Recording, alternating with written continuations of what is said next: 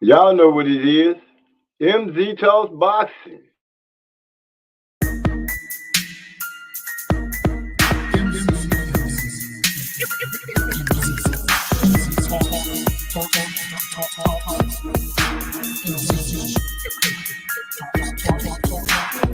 Let me make this abundantly clear.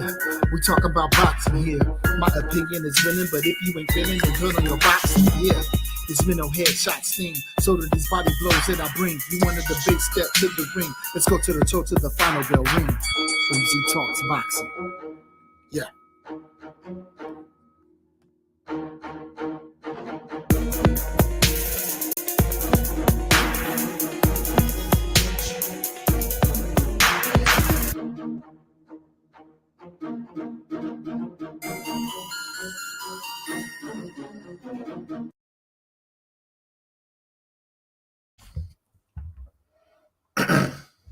Oh, I'm live.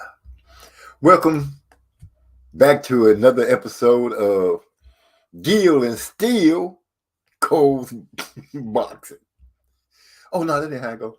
Welcome back to another episode of MZ Talks Boxing. This episode is brought to you by Gill and Steel Coles. Enough silliness out the way. What's going on, everybody? Just figured we'd come together and have some fun. As always, I got to chill for a second or two or three and let the family fall into place. And then we start doing with Joseph Brown in the house bright and early. What's up, my brother? How you doing today? Rolly stop Paw. Or at least they gave him a gift. Want to talk about that? Got my ass drowned in Champ Ross this week. 65 points. Your boy Gill Coles think he really did something. Oh, let me go ahead and keep it real. Put the little things up. Feeling a little groggy this evening.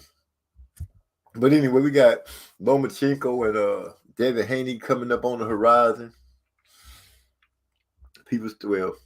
Conversations are starting to be had. This is Devin's chance to show what he really got. Let me cut the ringer off my phone so I don't have any interruptions and everything tonight. Keep myself together here. Seemed like that trip to Hawaii and messed up everything. I come back first week of being free and just having peaks back in the States and laid an egg. It was terrible. Had me looking crazy out there. But it is what it is. Like I said, get this together here. So it's gonna be the best fight of the year. What the hell? Is looking to solidify his place as 100 pounds. All kind of stuff going on with me tonight. I ain't even got started yet and stuff, just talking. Hold that down, Pimpin. Tree X in the house. Salute, bro. How you doing today? Glad to see you can make it through. Sitting here trying to get myself together on these this uppercut blend. Delta 8 live resin. Blue Reds and sour strawberry. Tastes pretty good. Ready to have a conversation about boxing? Let's see how the roll goes. I took a shellacking this week. 65 points, a shellacking.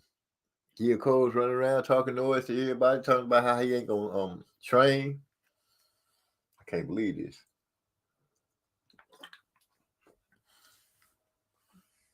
My piece came out terrible. Y'all give it a hot second, like I said. I'm gonna let all our brothers ride in, sisters, or whoever. Trying to get myself all the way together here. Yeah, so I'll be back. Yeah, that was pretty bad. Yeah, I know, bro. I know it was pretty bad. More than pretty bad. Shit. I can't even put a word on it. How bad I felt. How bad this man whooped me up and down. I'm starting to notice the pattern. I whoop somebody. I try to be what's the word? I try to be like not overbearing with my win. I just sit back and try to be quiet. Maybe I should start talking more noise after I win.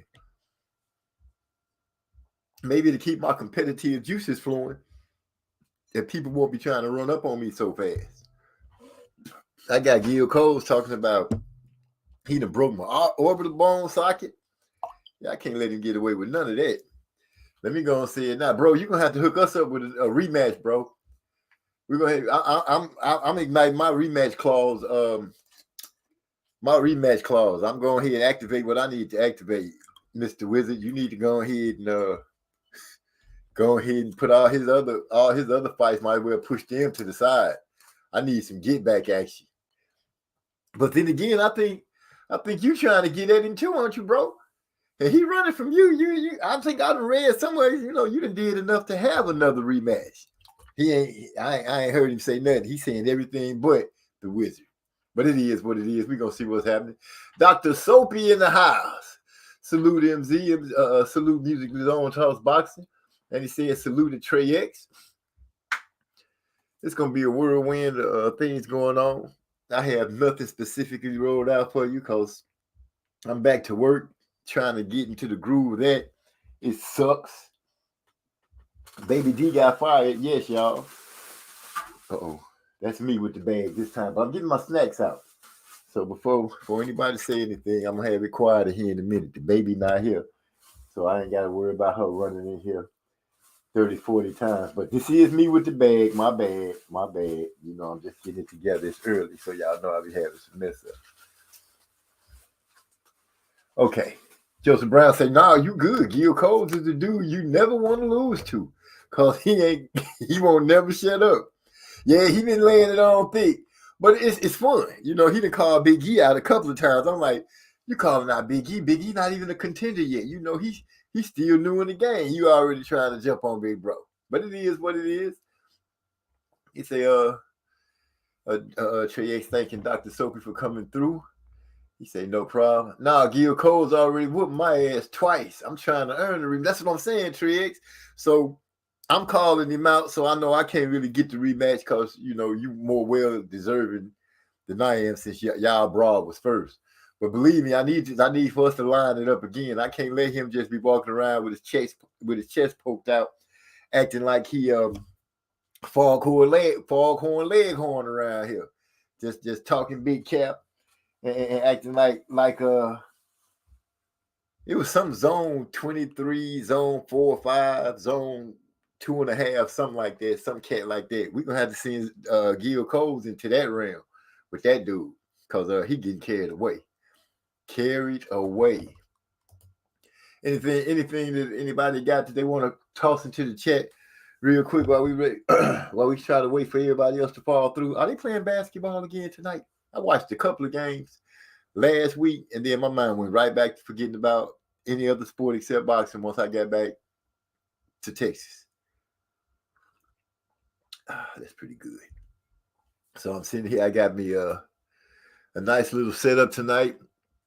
I have another top 10 opponent this week. Lala. Oh yeah, I did read that across the sports, the chat raw sporting ticker that Lala D had some things to say. I think she called you out, didn't she?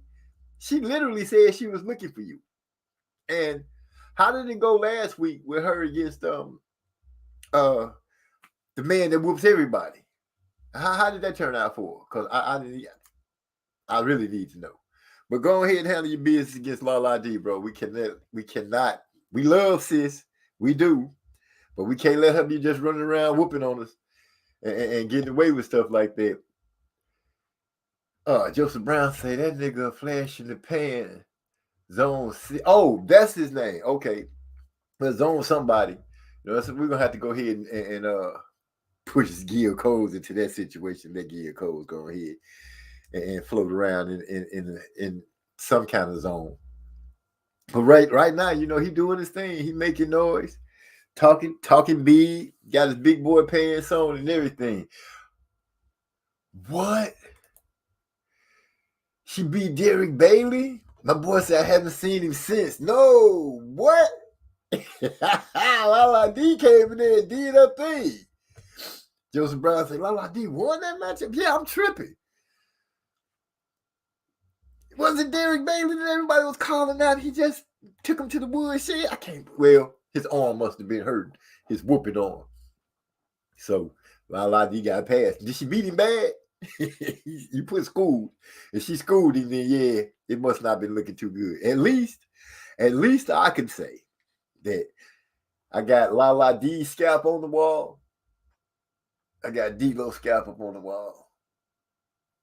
There's another scalp that's up there. I got some more spaces up there for a couple of more scalps. But I got to get Gill Cole, Mr. Photo Bomb or Photo Crop or whatever it is that he photo into to put the party favors in the pictures. Oh, it was close? Okay. Did you mean it was close, Joseph Brown, when you saying was it close? You know, sometimes I know we get on these keyboards and we be typing it and get the wrong thing put in there. Or had the wrong thing put up. It's raining crazy here in Texas. So I'm a little stopped up. Then I get back, just let y'all know what's going on. You know, I got 4 vehicles. One of them I decided not to put insurance on, so I decided to just let the tag go. So it's sitting in the driveway. I can drive it, but I can't drive it unless I go and get it updated and all that. My van, I get back, riding around a little bit. Okay, it was close. Cool. I get back, ride around a couple of times to work, go to the store, and I'm on my way home. Van just started tripping. It won't get no acceleration. The lights and stuff is blinking on and off. Come to find out, alternator going bad. Alternator went bad on my truck before I left. Then I get back and the alternator go bad on the van.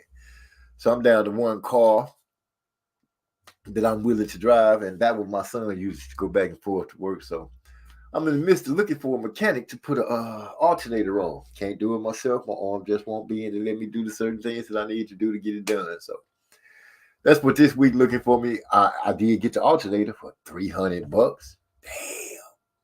That's before the court charge. It's going to drop down like to 280 something. But either way, y'all know what y'all feel my pain. Feel my pain. Come back from paradise and hell just start busting loose all over and all around me. I'm going to start taking my time with the picks again, not rushing, not feeling the pressure. Damn, I like D beat that boy, man, Derek Bailey. And I haven't seen old Derek Bailey. Man, we need to check the suicide watch list. Make sure he wasn't put on there. Make sure nothing happened. Nothing strange. Yeah, I'm making a little bumping, but, I'm turning the top on my drink because I know that background noise be throwing a little bro off. Don't want that to happen today. Bastards. It's always something with somebody. I just can't get it. Devin Haney. I don't know why people still trying to talk about Devin Haney and Tank right now. Haney got to get past Lomachenko. And I don't think the old man, or what people consider the old man, I don't think Loma going to come out to play with Devin. I got a feeling it's going to be a good fight. At least I hope it turned out. It has the makings and the chance to be a good fight. This is a chance for Devin to try to prove to the world that he can step up in competition and make it happen. I hope he don't go out there and try to prove that he got power, because I believe that would be a great mistake. Don't go out there looking for the money shot or the knockout shot, because you ain't been finding that shot. So don't start looking for it now. Go out there and box. Be defensive. If you can get your hands wrapped around Loma to wrap up sometime, because we know he's going to do that. Do it. But be smart with it. Don't just reach out there and get your chin checked and be laid out in front of everybody, because, your what is it, correspondence? No, your boys that box, they're gonna talk about you. They're gonna talk bad about you. So you better make it happen. For sure, That's all I can say about it. He better go out there and make it happen. Rolly beat up the old man, which the old man did drop Rolly. I didn't get a chance to enjoy the whole fight, because once I pulled it up and started watching it, which was surprising because Showtime put that fight on fast. They usually take a week before they put a fight on after they had a fight. But Rolly's fight was on. Shoot, I was able to watch. Was it yesterday that I started watching it and ended up having to go to work and do some crazy stuff? So, yeah, that was a quick fight. I guess they didn't have no No respect in it either. People talking about Tony Meeks, Weeks. I'm saying his name wrong. Tony Weeks sucked as a referee. They said he stopped it too fast, too soon. I don't know yet. Like I said, I still got to watch it to see what really happened. But I didn't pick Roly to lose. I picked him to win, but I didn't pick him to win by a stoppage because I felt like him moving up in weight. Old boy had he was crafty. He was old. He was seasoned. I figured it would go the whole fight and Rolly would win by decision. In no way, shape, form, or fashion did I think it was going to be a stoppage. So when I started hearing about it being a stoppage, a robbery, and all that, was it a robbery, guy? Was it a robbery? There go Gill Coles, and I salute OG. Hate that I had to do you like that. Hashtag and steal. First of all, Pimpin, let me just put it like this. I'm hearing words through the grapevine that you ducking smoke. You ducking rematch smoke. And I can't understand that. You're running around saying and steal. But when a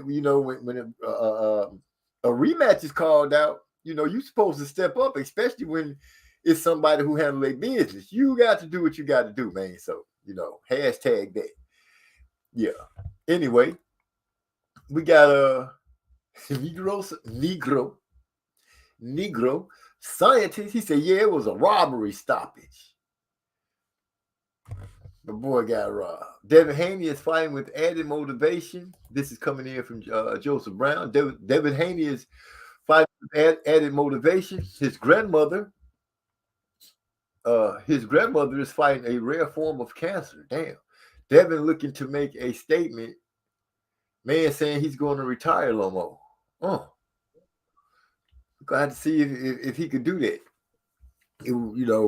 Saying that you're fighting for a bigger reason than yourself, and I can only be sad for his grandma and all. I don't know what to say about the fight, because you don't know too many people that actually win that fight. But man, I can pray for her and hope everybody else do too, and maybe she come out looking better for it. Gil Cole say what's up to the Negro scientist. I didn't say he was ducking. I said I'm trying to earn. 3X say. I didn't say he was ducking. I said I'm trying to earn a rematch. I got to make it look good for the network and everything. So yeah, he ducking. You just let me handle this. I'm promoting right now. Gill, the duck, when it's time to fight face somebody super strong, he get a lucky punch in and win. Then he don't want to fight the second time. He don't want to go to the rematch. Texas walk him down Ranger, aka Trey X, aka the man who called a frog from a whale, deserve a rematch, man. What's up, Negro scientist? How you doing today? What's happening, brother? I'm good. How about yourself? Oh man, I'm disgusted with myself from end to end. I went out there and stunk up the place. Let Gill Coles ragdoll me in front of all my friends and family. Damn. Excuse me. Let me fight that off. Okay. So other than that, I stuck the place up, got my ass whooped. Gill Cole talking crazy. La D beat Derek Bailey.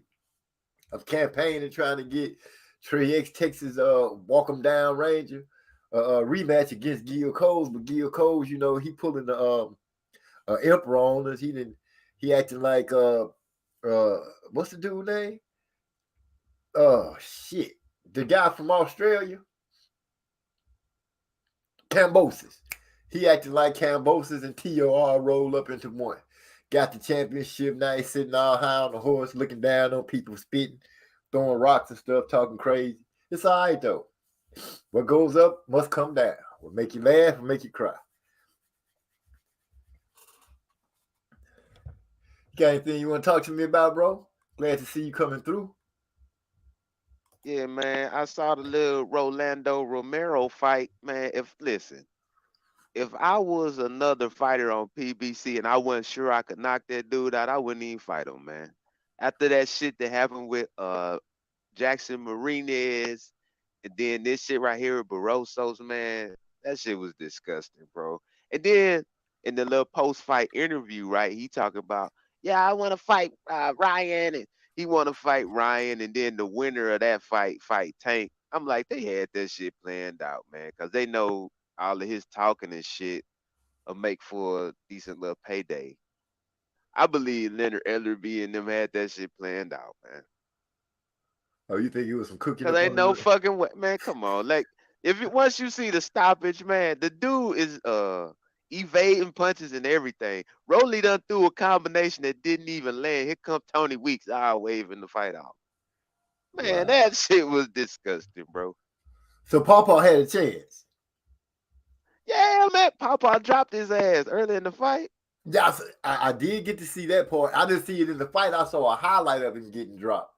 But Yeah, hey, like I said, I had Rolly to win the fight by decision. I didn't have him to win by not by no stoppage, because I felt like he was moving up in weight and all those other factors that you would look at off the off the scale and just listening to you guys talk about cats moving up. Usually, they have a problem. They power don't carry and stuff like that. And do you think his power carried? Barrosos. No, I'm talking about Rolo. Um, I mean, he still got decent power at the weight class. I think so. Okay, I was just wondering because Paul was like you said, he was still good. He was ready. He was ready for some more. Yeah. And Trey just said Barrosos was winning on all three cards. I didn't even know that. Oh man, yeah. Wow, I That didn't know that that what they either. had. That what they had to send Tony up Seeing in Tony there to Meeks stop over the there shit. to save the day before it got out of control. Hell yeah. I said Meeks again. The man name is Weeks. They said we Yeah, ain't we right. ain't gonna have to, we ain't gonna be able to give you the damn scorecards this time. Hell no. Yeah, that So shit was weak. hey, that's a knock at somebody. I don't know who, but well, I don't really see Roly doing. He was talking about how it's gonna be his time and all this, but I don't really see him beating too many people at 140. Man, Rolly ain't no good, bro. We'll just keep it like that. Everybody got excited about him fighting Tank, and I didn't even understand that shit. I didn't even understand why people was hype about that fight. They interviewed my man Dame Lillard. He talk about, yeah, I'm afraid for Tank. I'm like, does this nigga? I know he follow boxing. I'm like, did somebody pay him to say that? Cause I don't know. That shit didn't make no sense. Maybe he was saying that, to try to give without saying the name. Maybe people was riding and happy for Roly because of Coach Bullet. Yeah, maybe. I don't know, man. Maybe, what I'm saying? Maybe they ride with him because, they want to help Coach Bullet start to shine because he needs some help. He needs some wins up under his belt. He got him a champion now. You gonna see he gonna have a whole different kind of talk come out of his chest now. He didn't coach Roly up to 140 and he a champ. Man, that Wait, dude gonna be did he talking win so a great. legitimate belt or one of them little Reggie belts? I don't know. I don't know if it's legitimate or a little regular belt. He got one, and when they get a belt, that's all it takes. Right. That's all it takes. NBA World. Yeah, he got the actual W. Man, that's ridiculous. Yeah, somebody gonna take that off of him. Yeah, shit, he should. WBA World. Yeah, Who that's the legit belt. that boy Rolly is hot garbage. So says Gill Coles. He ain't Progress wrong. should push for that easy work against Rolly. That's what Gill Cole say also. Uh, Negro scientists break Oh, down he that. ain't got the super. He just got the world. Because they got a super that's still vacant. So he got a Reggie belt. Well, who got the super? Nobody. Yeah, it's vacant right now. Uh, well, all I can say is, by the world of boxing, Rolly is a champ. Mm. That don't even sound right saying it like that. Rolly is a champ. Rolly. You know what I'm saying? Because you guys have Rolly, a champ named Rolly. Right. That's not even a name to scare nobody. Oh, here come Rolly. Ooh. Right. You Now know there what I mean? Oscar De La Hoya be calling him Roller. Oh, for real? I ain't He never don't paid even that no call him attention. Rolly. He calling him Roller.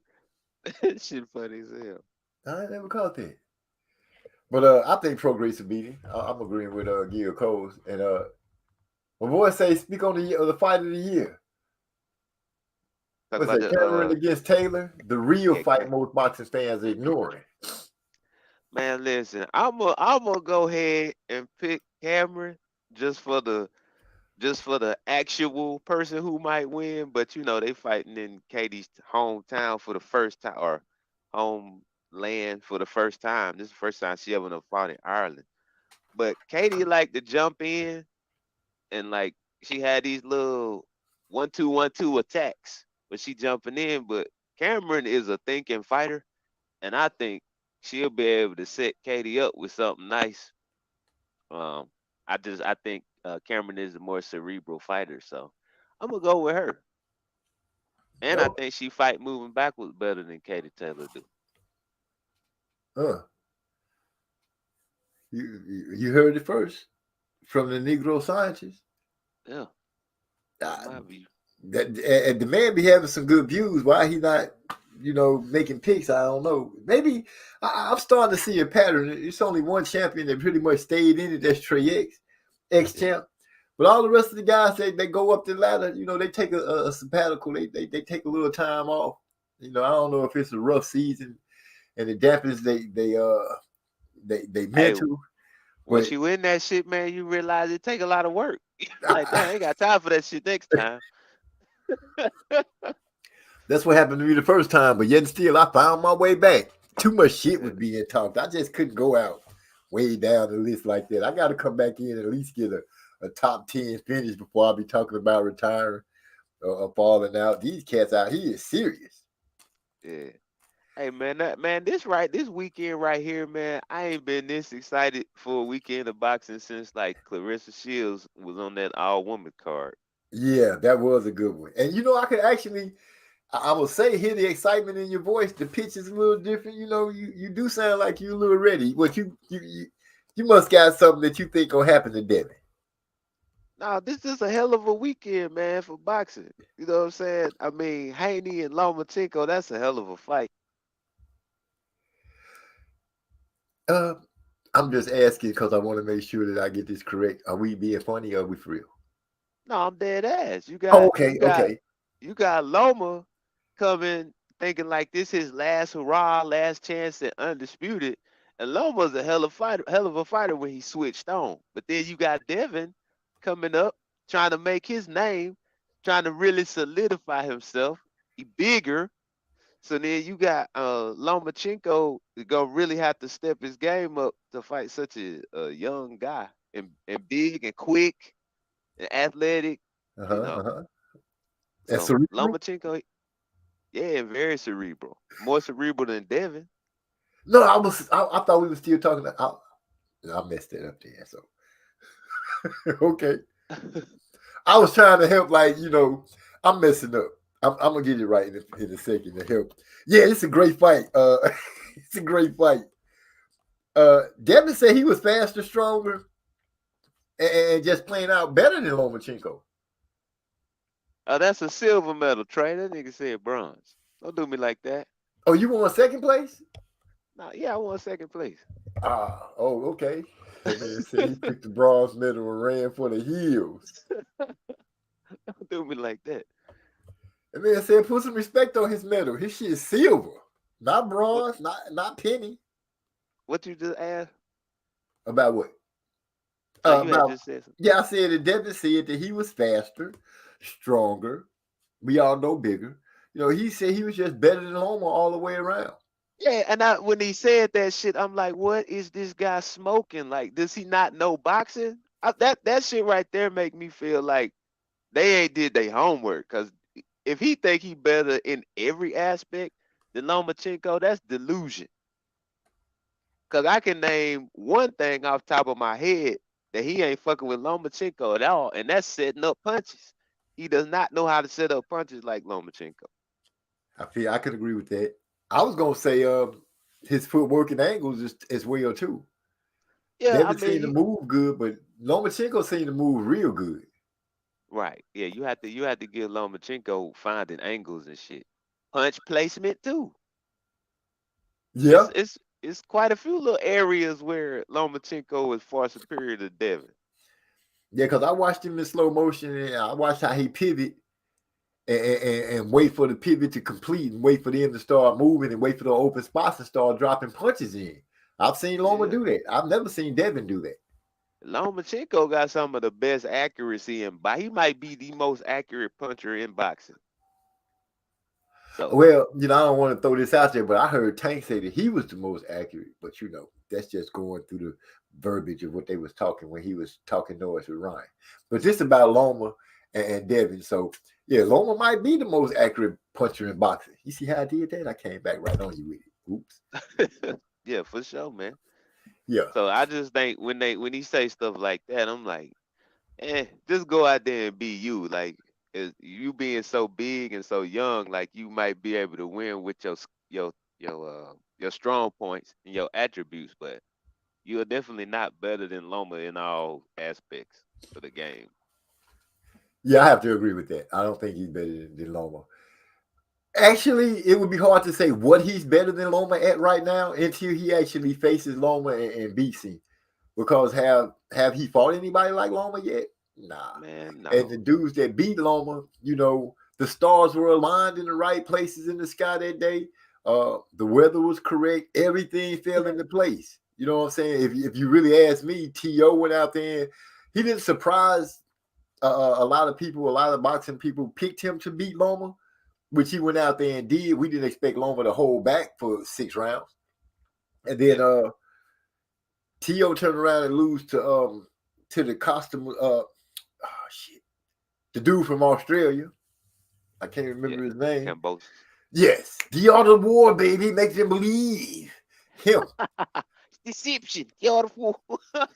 That's it. He went out there. We all pretty much agreed that dude not even B-level fighter. Did we say he was a C-level fighter or B? Did we give him a B? Oh no, that's Trey X gave him the rating. Yeah, I think it was a B.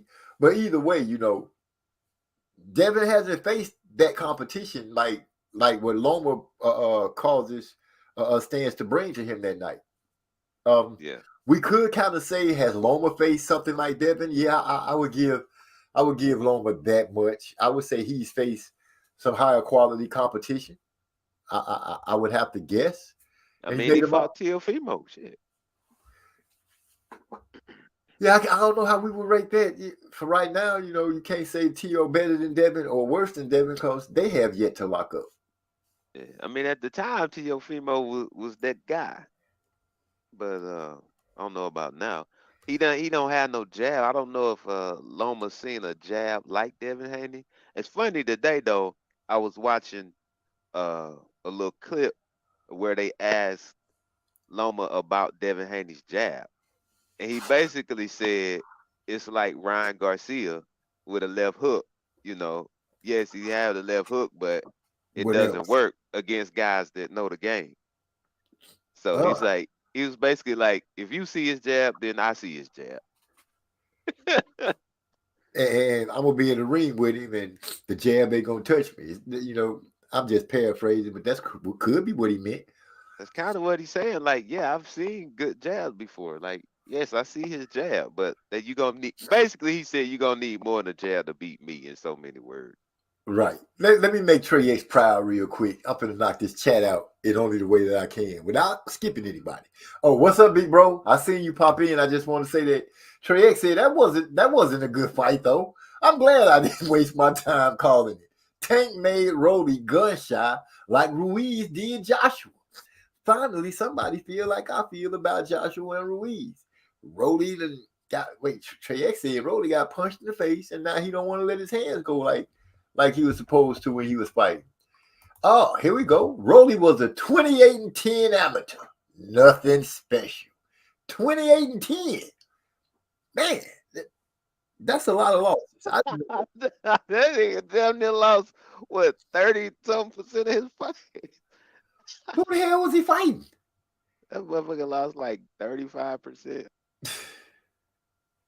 Dang. More than that. That's crazy. 10, he lost 10 out of 28 fights. Just 28, not like just Wait, 28. he lost 10 of 28, or he was I'm tripping. 28 That's and 28 and 10. So he had 38 fights. He lost 10 of them. Yeah, he My lost bad. 30-something% in his fight. That's terrible. Well, I won't say terrible because I find myself being a little too hard on some of the fighters, and the guys have to say, MZ, calm down. That man doing something, you ain't doing it. So okay, he 28-10. I don't know what else to say about that. They say, damn. And then Joseph Brown say, Roby can't fight for shit, but he's entertaining. It's a legit WBA champion. No, WBO is what I'm thinking about. The WBO is the one that Keith Thurman had, right? That's the one. I don't know. The belt is confusing me now. No, I think that's a red belt or reddish. Anyway, say, Gill Coles, I would have liked to hear you call that Sims Jr. versus Akhmedov fight. Shoot, I'm on the roll tonight. Gill Coles, yeah, that was the fight of the weekend. I thought Rolly got super belt. Yeah, okay. The Kane took those bronze medals. I read that part already. Let me go not do that twice. Okay, here we go. He said, yeah, that's right. My bad. You did get a silver medal. 4.5 nonetheless. You know what I'm saying? You ranked high on the pedigree scale. Unlike myself, who is not ranked yet. They tried to give me an honorable ranking. I don't even know if I want to hold that 0.5. I think I just gave that back. Y'all holler at me when I'm a 4. So, you say you should have got first, though, bro. Yeah, that was, Decay, you should have got first. So, I'm down. Okay, what we got here? My boy say, salute Gill Coles. What's up, everybody? Okay, big. Lomachenko could have went 130 and been the baddest man. Wait. Lomachenko could have went 130, and been the baddest man on the planet, just like Sugar Shane could have went 140 and been the baddest man. Oh, 130 pounds, 140 pounds. Okay, I got it now. I'm kind of reading a little crazy. I'm thinking amateur fights. I don't know why I was thinking amateur fights, but that's what I was. The real recognized real. Oh, bro, what's up? Little bro in the cane slid up in here. What's going on, man? I see everything. There he is, Derek Bailey, the man I need to talk. I'm glad to see you still alive because, people was looking for you on radar. They didn't know what happened to you ever since the La D fiasco. Glad to see you all right. Glad you came through, hollered and everything. But what happened, bro? Trey X had let it be known how everybody that called this man out had facing a reckoning. Something, and then all of a sudden La D come, Hurricane La D, and damn, we just lost contact with you, Dig, baby. But I'm glad you're back and everything's okay. And this week should be a better week for you in picking out. But we was like Trey said, we was about to put a search party out for you. We was about to put a search party out for you. Derek Bailey. You all right? Let me ask you, man. Hey, what do you think of Devin constantly telling Lomachenko he a dirty fighter? Huh? Devin keeps saying that. I just watched another clip where they were talking just here recently. They were walking down the hallway or whatever, and Devin is like telling Lomachenko he's a dirty fighter. And Lomachenko was like, where in my fight you see dirty fight? Like, which fight you see dirty fight? So Devin, he didn't want to say, he like, all your fights. So Devin started saying, when they say clinch, when they say break, you punching or whatever, like you dirty in the clinch and shit like that. And you know what I'm saying? I don't know. I feel like Devin trying to talk him out of winning the damn fight, like talk him out of using tactics to win and shit. It's weird. Well, I haven't seen Loma be dirty, and I He guess one of the least dirty fighters in the game. maybe Devin looking at the point that he was an amateur so long that he was being dirtied in by being kind of grown and beating up on kids. I don't know, but I ain't never seen Loma. I haven't seen him throw a rabbit punch or headbutt, or elbow. I haven't seen him do anything like that or even ever be called for an infraction in the fight. Unless I'm wrong, somebody have seen different. Out of the times that I've seen Loma fight, I've never seen him do an illegal infraction or push the rules so close to the edge that you have to question. I've just never seen that. He's, like you said, he seemed to be a pretty pretty on the level fighter with some skills, which is what you want to see. A good ass fighter. You a good fighter and you can whoop people. There's no need to try to cheat. But you know, it is what it is. Maybe Devin is trying to maybe Devin's saying that because Devin, you know, I'm gonna have to clinch at some point in the fight. And I really don't want you to punch me when the referee say break. You know what I'm saying? Exactly. Because he know he gonna be clinching. You know what I'm saying? So that's a pretty decent tactic. Go ahead and let the man know right out the gate. Look here, I'm gonna be clinching, so don't be trying to punch me because that shit ain't cool. Right. You know, so let the referee come in, do his job. We're gonna reset. We're gonna fight like gentlemen. We ain't gonna be doing no roughhousing. Cause I ain't ready for that yet.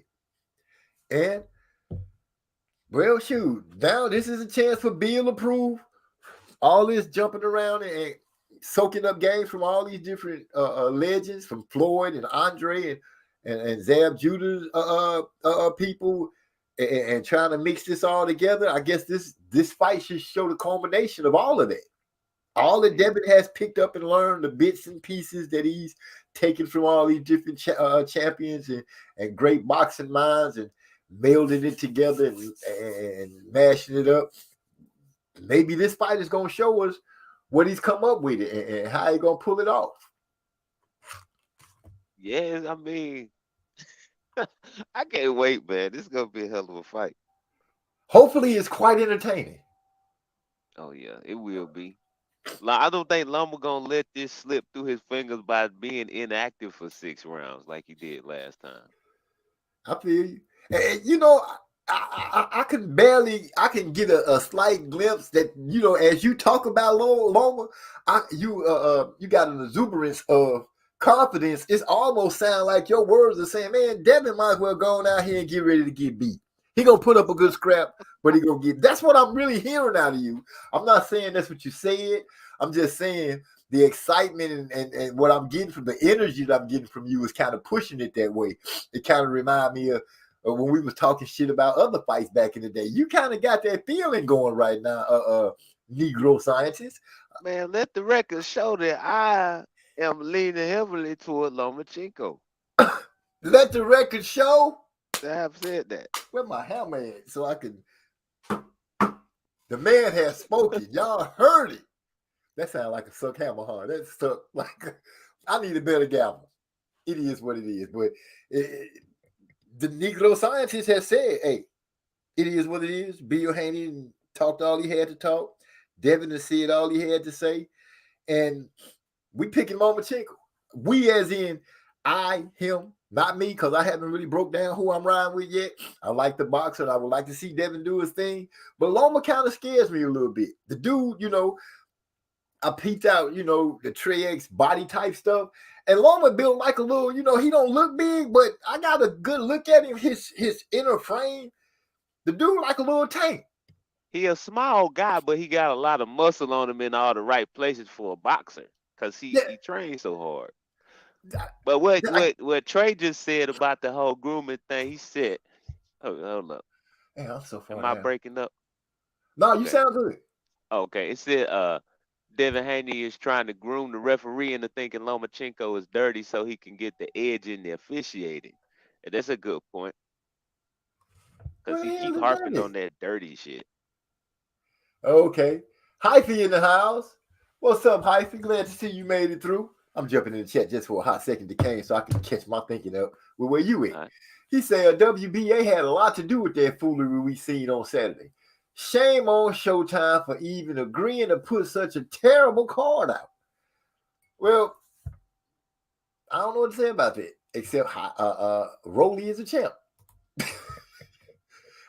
Dig Baby said, yeah, I picked Maloney by KO. Bethany by knockout, dumbass picks. You know, once the picks over, Dig Baby, you know, you took a loss or whatever, made a bad pick. You just throw it in the lake of forgetfulness. Don't even worry about it, man. That's picks that's gone by. You don't have to worry about making that pick again unless it's a rematch. You know, so players fuck up sometimes. You know, you doing your thing still though. You doing your thing still. He said, yeah, what does Devin mean by that? I heard him say that about Loma a few times. So you're not the only person, Negro scientist. that has heard Devin saying that Loma might be dirty, might be a little bit, you know. Do you think he maybe he got a little, you know, people don't just say stuff like that. You know, people usually have a little something that they can say truthful about. You know, usually when people put accusations out like that, they telling the truth, aren't they? Yeah, it's because the motherfucker don't want to accept your clinch, and he don't want to get beat up.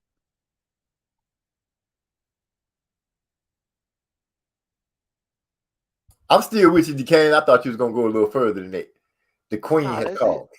Oh, that's it. Oh, okay. Yeah. Can you run it just a minute? Can I run it? Oh, okay. I don't even know where you at in the chat. Okay, let me find where you at. See here. Lomachenko could have. Well, that's a long time ago. WBA had a lot to do with the foolery. Think you read that. Derek Bailey said, "Yeah, I picked Maloney by KO and Bartholomew by KO. Dumbass picks." Everybody also said, "Yeah, what Devin does. What does Devin mean by that?" I heard that. Okay, you read that one too. Trey X said, "I'm a fool with the impression." Uh, okay, I read this one. Devin Haney trying to groom the referee into thinking Lomachenko is dirty so he can get the edge in the officiating. 100. 100. It's low key a tough week to pick fights. I mean, I don't know how many fights is on the. I ain't seen all the fights. I'm hype about that. Terry Harper versus Cecilia Breakers too.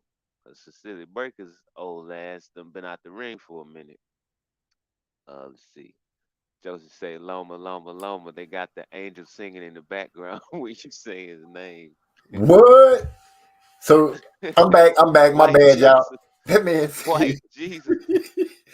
So I take it that Joseph Brown is riding with Loma too, especially if he said they got the angel singing in the background when you say his name. Now, I don't know if he was clowning me or not, but he might have been talking about me. Shit. Well, you are putting up a good. I mean, you represent for Loma like a motherfucker. Man, listen, Loma is a goddamn. I Five don't on even know what the you call this bona fide. motherfucker. Yeah, this motherfucker's a 5++ on the damn pedigree scale. Ooh, It's that's his last chance. Man, I think Loma finna give us something special. that's. Hey, I'm expecting something special, and the stage is set for two guys. The guy that's regarded as perhaps the greatest amateur ever. I think that's the way they kind of put Loma like that, and then saying that he is showing the skills at pros. This is a chance for him to show and prove that. And once again, ladies and gentlemen, we got the young lion coming out of wannabe coming out of Oakland, California, wearing the grills. You know, he's the youngest. Let's say that again, ladies. The youngest undisputed champion in the four belt era ever in history of boxing. This guy is it. He's got a jab. He's worked with the Mayweathers. He's worked with the Judas. Yeah, he's worked with the Judas. He's worked with Andre Ward. A plethora of great boxing minds have this man's father surrounded him with. And this weekend, on the 20th of May, he has a chance to shut down boxing and make them all turn and give homage to Devin Haney. Yeah. Lord Haney. Oh, yeah, that's right. He got him a plot of land over there, so they call him a lord now. I found out you could buy a plot of land for $20 and be a lord. Damn. So, yeah, I'm just saying I saw they were selling lordships over there. You could buy a little bit of land, just enough to step on, and you would be a lord. Ain't that some shit?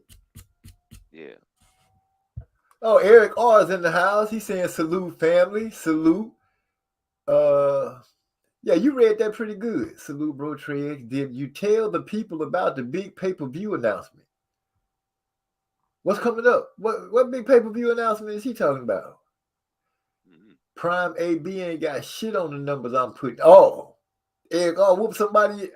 He done came in talking about this chat raw stuff. My bad. Threw me off a little bit. Where we at? Now, Trish, we got to push you, bro.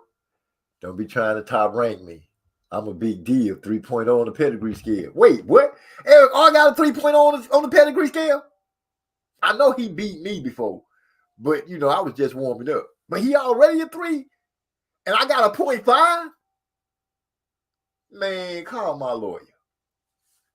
Somebody get the Negro scientist on the phone. Get his cousin on the phone. I need some representation because I feel like some kind of way something is not right. What happened? I feel like I should be higher than a 0.5. I'm just saying, Damn, a point. You just let that roll off your mouth. Just say, now I'm a 0.5 on the scale at Champ Ross. Nah, man, I don't want to speak that in existence. I'm just That's something. How you gonna speak it into existence? You don't even do Champ Ross no more. So your spot is set in stone. Man, when I jump back in there, man, I want to make sure I ain't put that in the universe. Okay, I guess. You know what I'm saying? Trey X put it in the universe on me. He said that shit all proudly when he gave, OG, you a 0.5. No hurt in his voice and nothing. Just you a 0.5. He could have been like, dang, OG, I hate to put it out there like this, man. Right now, he ain't do that. He just said, fuck it.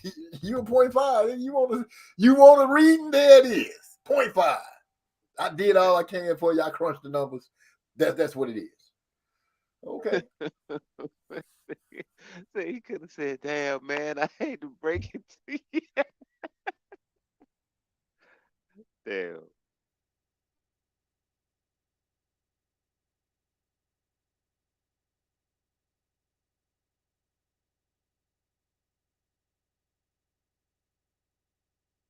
Yeah, we disconnected.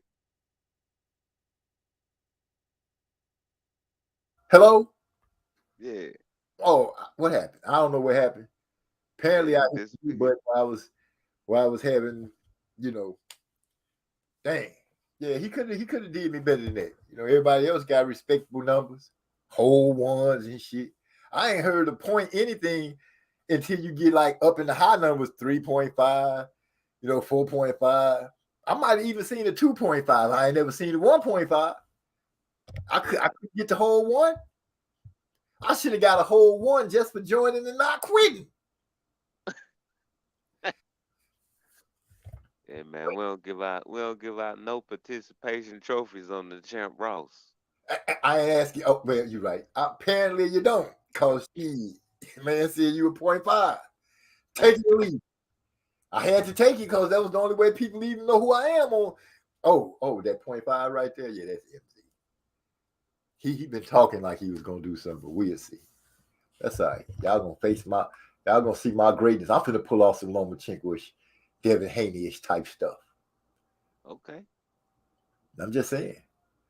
He said Loma is Joseph Brown said Loma is going to give his best effort for this fight. That means he gonna come out there, he gonna move, he gonna slip, he gonna get under the jab, he gonna step right up to Devin and put some work in. Devin said he can surprise the world and show us that he could fight on the inside. I'm hearing this damn Miratalia Nakatilia fight supposed to be the one.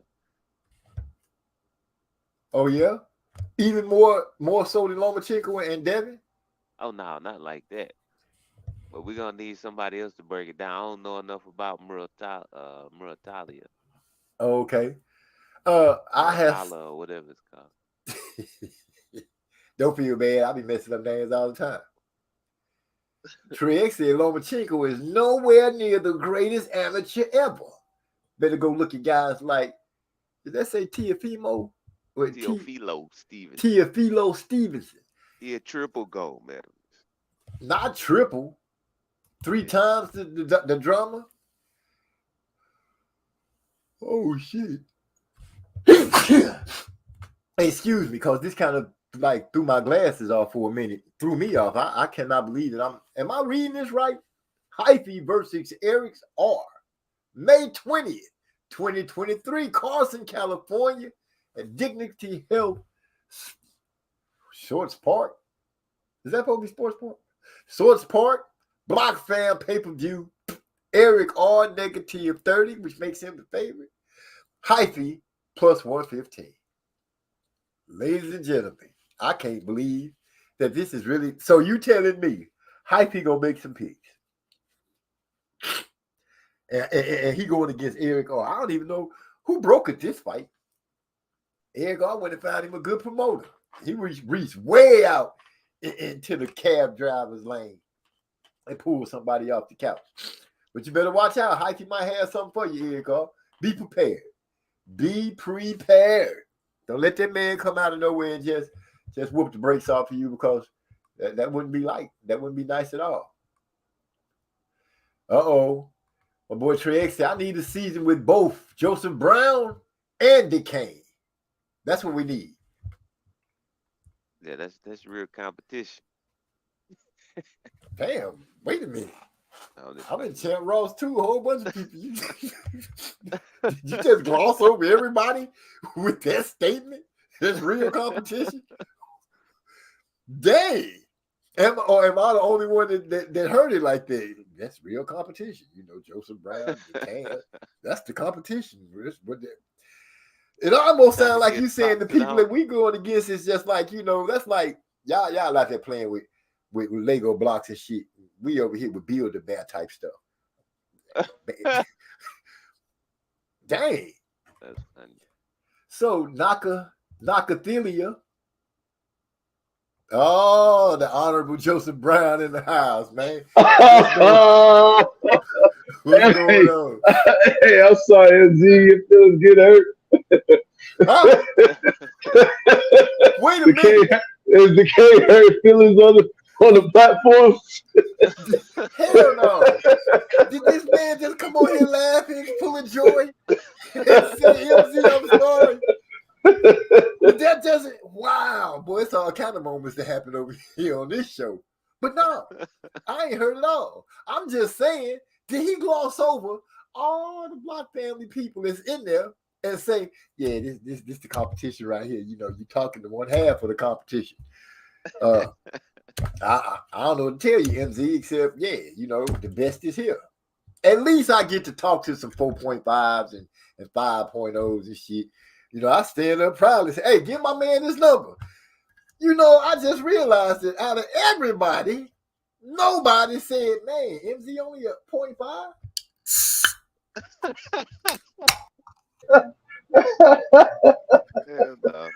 MZ, we was trying not to even go there, man.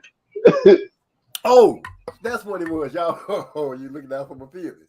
Let's not even speak on the fact that the man is 0.5.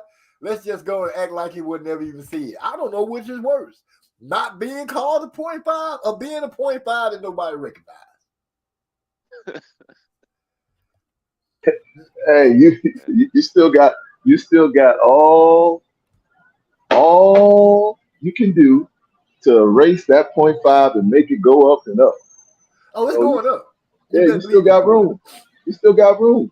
I had a bad week but, you know, I'm getting back on the track. I am not going to just let y'all come out here and do me. Look at Trey X. Oh, Eric R. say, I told you my promoter is Trey Heyman of the BFC. I feel you, homeboy. I feel you.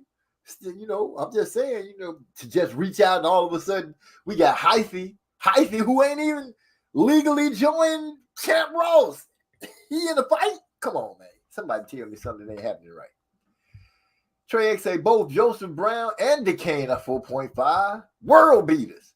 See, that's like pouring salt in the room. Just pouring salt in the wound like that. Lazo Pop is a 5+. Oh, he talking about who the fuck is Pop? Is he talking about I don't know who he talking about. He was tearing shit up. So little bro gonna come in. He get both of them were 4.5 world beaters. I didn't even know we had world beater in Champ Ross. Shit. Now all of a sudden, Tia Philo. Why would somebody name him that?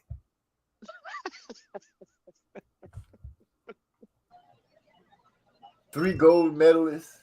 3 Olympic gold, 3 AIBA World Championship gold, and 2 Pan American Games Gold. Yeah, that's a lot of gold. That boy out there whooping ass. Well, was whooping ass. Yeah, he was a heavyweight back in the '70s.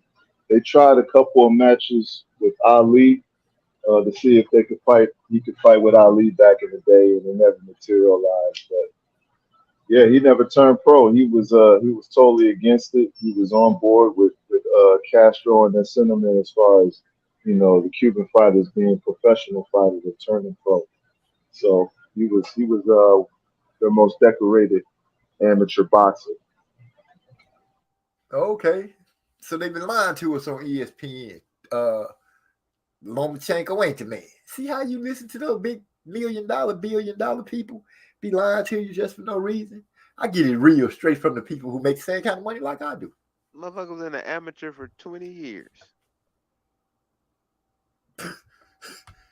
That's a long time, huh?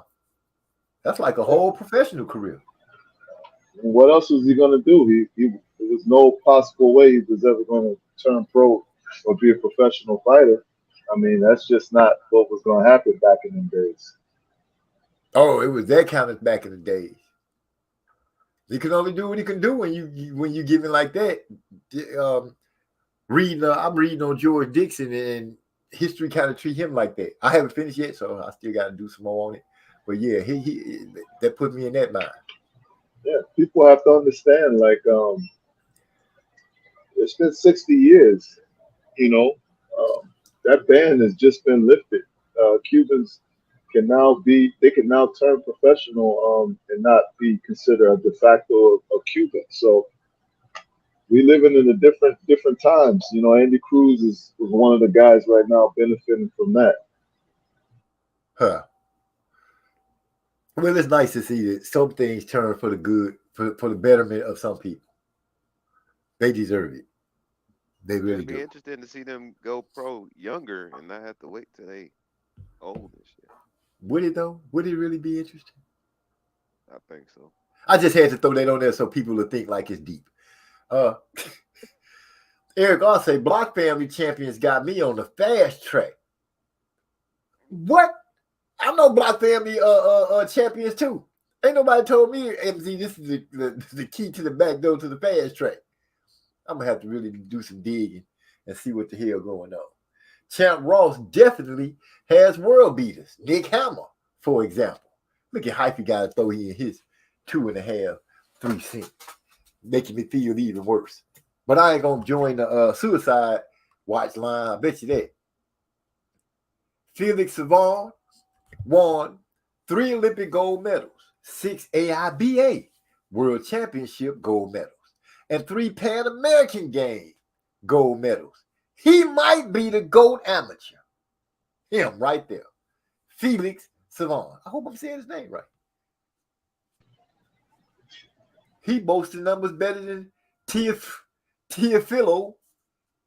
That just don't sound right at all. Stevenson. Hey, yeah. Hey, just don't trip too much on it, MZ. He was Teofimo before the Teofimo we know. But I bet he didn't have no diva shit in, did he? He kind of did. He was a big deal, man. He was a national hero. Um, Castro and those guys, they loved him. They took care of him also. And he was big time celebrity over there in Cuba. Huh. Well, he earned it though. Seeing looking at what he got, the 3 Olympic gold medals, 6 AIBA World Championship gold medals, and 3 Pan American Game gold medals. You could really say he earned it. Tio just was like a flash in the pans. Everybody was like, "Oh man, he kind of hot." He talked the talk, got him a couple of nice knockouts, and got blessed to be in the ring on the right day and the right night. Well, Loma was for what I understand in the rumor report, Loma was fighting off tuberculosis, COVID, and the flu. So, even though Tio's esophagus was about to explode in that other fight, I think Loma had it the worst. Don't forget Loma's arm was in a sling and he was in the hospital bedridden afterwards too. Oh, yeah, that's right. He did go in the hospital and was on life support for like 6.5 months. Am I doing the rumor channels any justice by just slinging out shit? I don't know why I'm in the mood for just taking shots subliminally, but it is what it is. I'm just feeling myself tonight. That's what point fives do. They start shit. Yeah. Point five. Do you know how bad I sleep at night? Even in Hawaii, that shit was running across my mind. You know they look at you as a point five. I say, really? That's how they look at me? Yeah, man. They be looking at you as a point five, holding your hand and shit, walking you across the street. That what? Who said? Yeah, man. That's what they be saying. Conversations like that. Terrible. Terrible. So, Joseph Brown, how work been going for you, bro? I haven't had a chance to converse with you in a while. Good to hear your voice. Glad to see that you sound healthy, but how's things been going? Things been going good, man. Just got back from Tennessee, my cousin's wedding. We had a good time. Got to see my grandmother, family members that I haven't seen in a while. It's always good to get together and spend time with the loved ones. And it was a long ass drive, though. That I didn't love that part of it, but other than that, man, it was a lot of fun. Okay, I'm glad to hear that. I've been through Tennessee, haven't spent a lot of time there. I think I stopped there to see Graceland, where Elvis that place, which I really wasn't impressed. They only let us look at it from like a distance, and I wasn't really trying to go see it anyway. But yeah, that part. I'm glad you're doing good though, bro. Eric R says, all bullshit aside, remember the disrespect that Porter felt going into the Spence fight. He turned in a career-defining performance. I'm feeling the same vibe from Loma. He looking stoic and locked in. Damn. Everybody paying attention to Loma? Is anybody looking at Devin to see it? Do Devin look locked in or stoic? Yeah, Devin's talking. He's talking real determined. He's saying stuff like he's going to retire Lomachenko. He's been wanting this fight for 4 years, and he's going to show people why. He's been wanting this fight, and he's got a lot. He's got a lot to prove. So both guys are talking like they're ready, and it's going to make for a good fight. There's some factors that haven't been talked about. The referee situation. I mean, you guys should be locked in on who the referee is, what he favors in the fight. If he favors a lot of clinching, a lot of holding, that's going to favor Devin Haney. If the fighter is going to let him work and not going to, I mean, if the referee's going to let him work and not break up the fight too much, that's going to favor Lomachenko because he can work in the clinch. He can work his way out of the clinch. So um, a lot of how this fight is going to be dictated has to do with also the choice of referee. So that's one factor you guys need to look into before you just go ahead and pick the winner. Okay. Now, I think Devin just looked real overconfident to me. Like I said, the way he talking just sound crazy. I'm just better than Loma at everything. I'm gonna make it look easier than everybody think. Like, if you think this fight finna be easy, That, I that's don't know the what to that's the think. Mayweather camp talking out of him. That's the time that he spent with Mayweather and them. To display confidence no matter what. I'm gonna make it look easy. This Loma, this the man. This the one that y'all everybody say he's it. I'm finna go out here and whoop this boy so easy. Y'all ain't gonna have nothing to say after that. I gotta throw And, that in for Devin. yeah, and I think he feels a little bit slighted how everybody, values Loma. He says Loma's good, but he don't think Loma is that dude who's gonna beat him. So, and Loma's like, no more talk. We're gonna see when we get in the ring. So Loma's confident too, and this is gonna make for a good fight. It's not the fight that I'm the most interested in this weekend, though. I'll tell you that much. It's the other fight on that top ranked card that you guys hit on a little bit earlier. That's my number one prospect. You know, Robert Garcia, Right. trained fighter. Yeah, he's taking a tough task in fighting. Nakatani. That's gonna be a good fight, man. I'm interested to see how he how he's able to take on that task. He's a very good counter puncher. Um, he works really well. His movement's good. He throws really good feints. He's a thinking fighter. He uses his movement in the ring really well. And I look I'm very interested in see how he does in this fight. How he does in this fight is gonna tell us a lot about if he's a major player at 135, which I think he can be. So he might be next in line.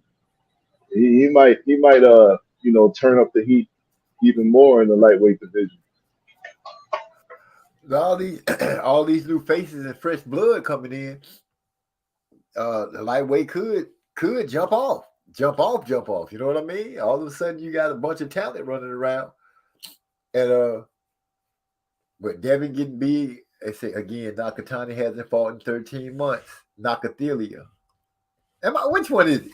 Nakathelia, Okay. he's right. Okay, I And, want to make sure. yeah, that's his name. But at the same time, in the only reason why my guy's getting this opportunity is because he took a fight that Keyshawn Davis was supposed to get, and he actually shined in that fight. So he came in last minute, took that fight. Keyshawn got injured. That was the fight Keyshawn was supposed to take. He didn't take it due to injury. He took the opportunity, and now he put himself in a position where he could be a mandatory challenger real soon. So, with this win coming up, if he wins this fight, that puts him even further in the mix of, top contenders at the lightweight division. Guys gonna have to start taking him serious. You're not gonna just be able to gloss over him and say, "Oh, he hasn't fought nobody, he hasn't done nothing." He's fought some pretty tough guys his last couple of fights, so he's come out with really good performances. So I'm interested to see how he does in this fight, because this is a guy who fought Shakur Stevenson, and Shakur Stevenson did not want to engage with him at all.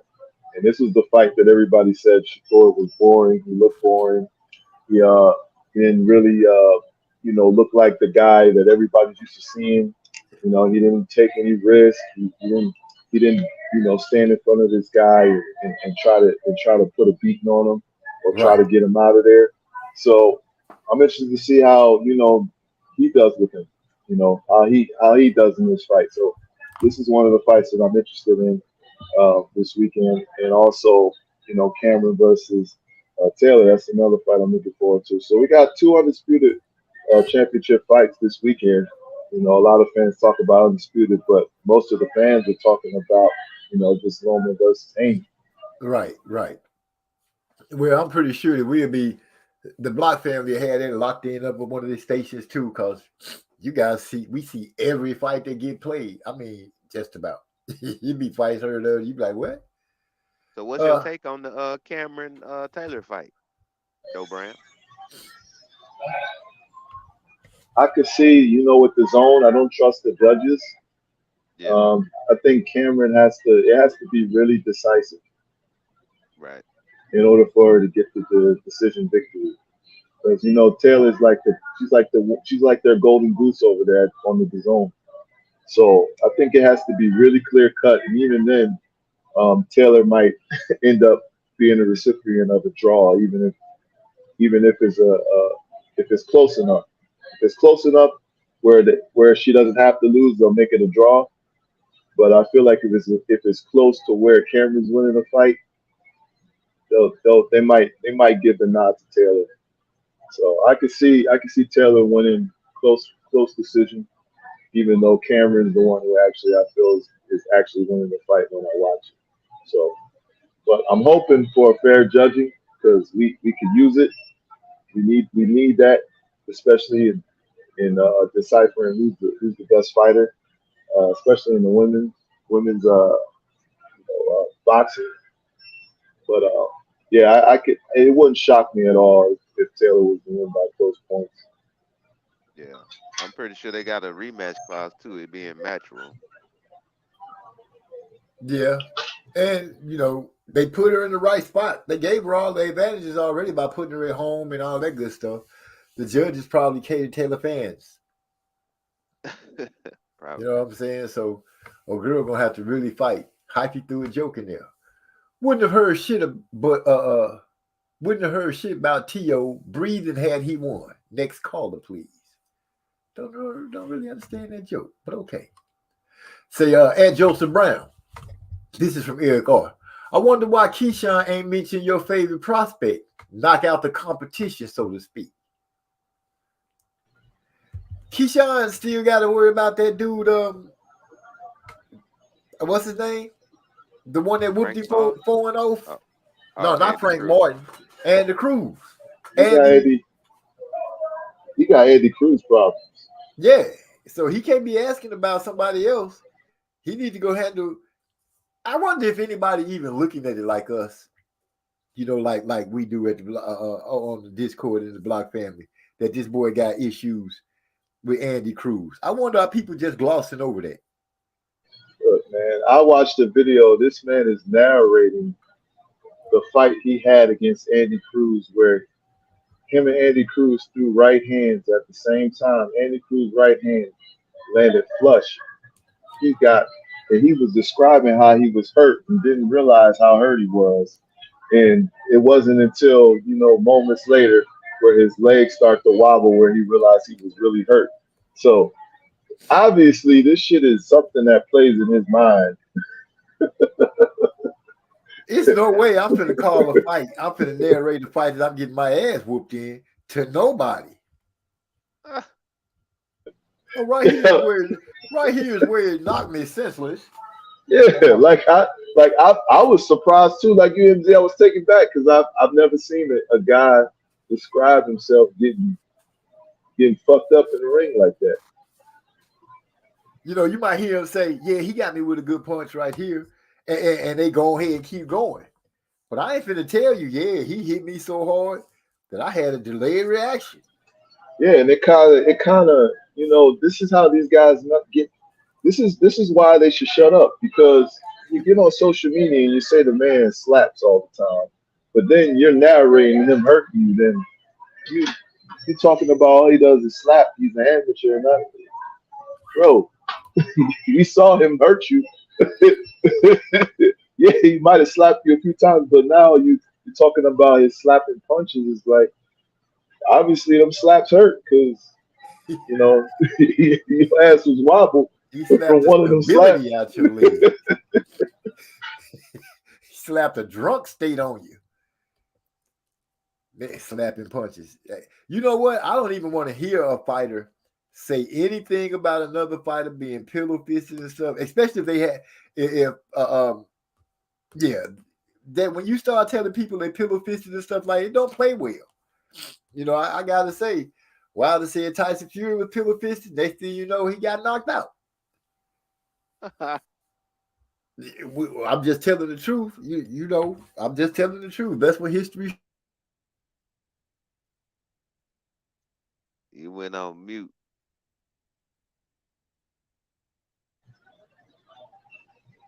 There you go. Yeah, I'm just saying, guys got to be careful, man. They got to be careful. The social media thing. It's not like back in the day where you could say something and then nobody can pull up the video or the audio tape of you saying something that previously that contradicts everything you just said, currently. So Wow. fighters, be careful what you're saying out here. Shit is on record. Speaking of that, Frank Martin just said he'll stop Devin Haney. What? Frank Martin said that. When he said that?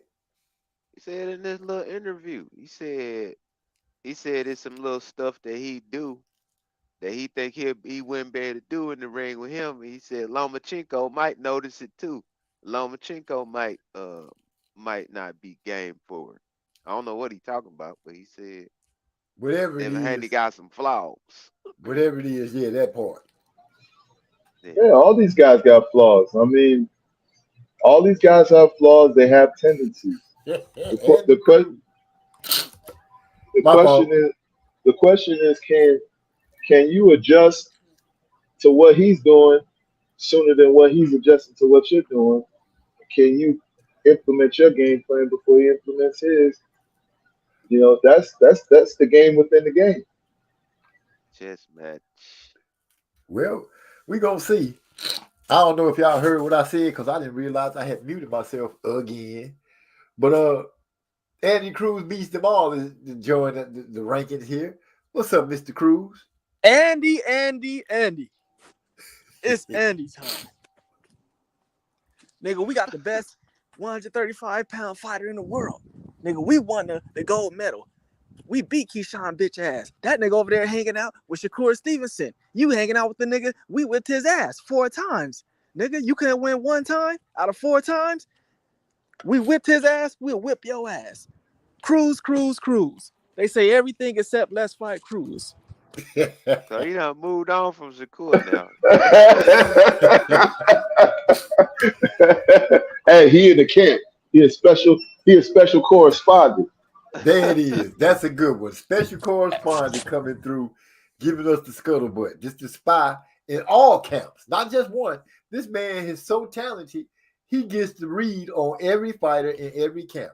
Next week, next week it's gonna either be Loma or Haney.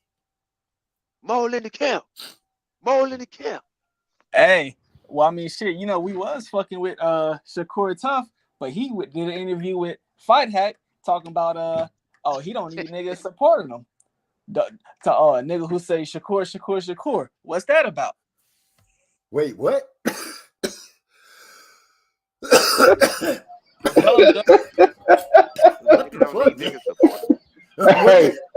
Hey, Shakur said, I don't need no bitch ass niggas fighting my battles for me. I understand what you're doing as media and you got to make your stories, but you know, I fight my own battles. I don't need nobody speaking for me. That's what he said? Yeah. Damn. Hey, he said it's a certain channel out there, and he always say Shakur. He said I don't need nobody trying to stand up for me or fight my battles, because all y'all do is basically put words in my mouth, and that makes shit worse for me if anything. Dang. So yeah, he told them bitch ass niggas who go live talking about dissing Devin Haney for 2 months like a bitter bitch. He told them niggas stop saying his name. He don't need them. Well, I wonder, do that help your YouTube fame, or do it take from it? I mean, go ahead. No, I'm just letting it roll across my head. I think it's look, it's one thing not to be trying to promote a fighter, but it's also some shit that's excessive. And I think it could hurt him, because let's say if you somebody who likes Shakur or just neutral on him and let's say a Devin Haney, but you see one nigga and he doing dumb shit like putting Bill Haney phone number in the chat. Devin Haney, bitch ass daddy, Bill Haney, bitch, blah blah. Yeah, after a while, I think that shit could like leave a negative impact on some people. With any fighter, you can pass out somebody's name, phone number. And just not to be rude, let me go ahead and say D-Lo44 Boxing says salute all. My bad, bro. I did not mean to skip over you or miss your name. I just talking so long and didn't get to say what's up. But glad you made it through. What up, the D-Lo? 4K. Yeah.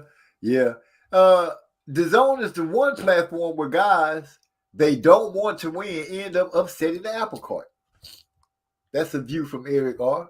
He also say, nah, OG, fast track Keyshawn said he need more fights before he fights 0-0 Andy Cruz. But be damn sure he ready for everyone else, because Shakur said so. Damn, it's a lot going on and I missed.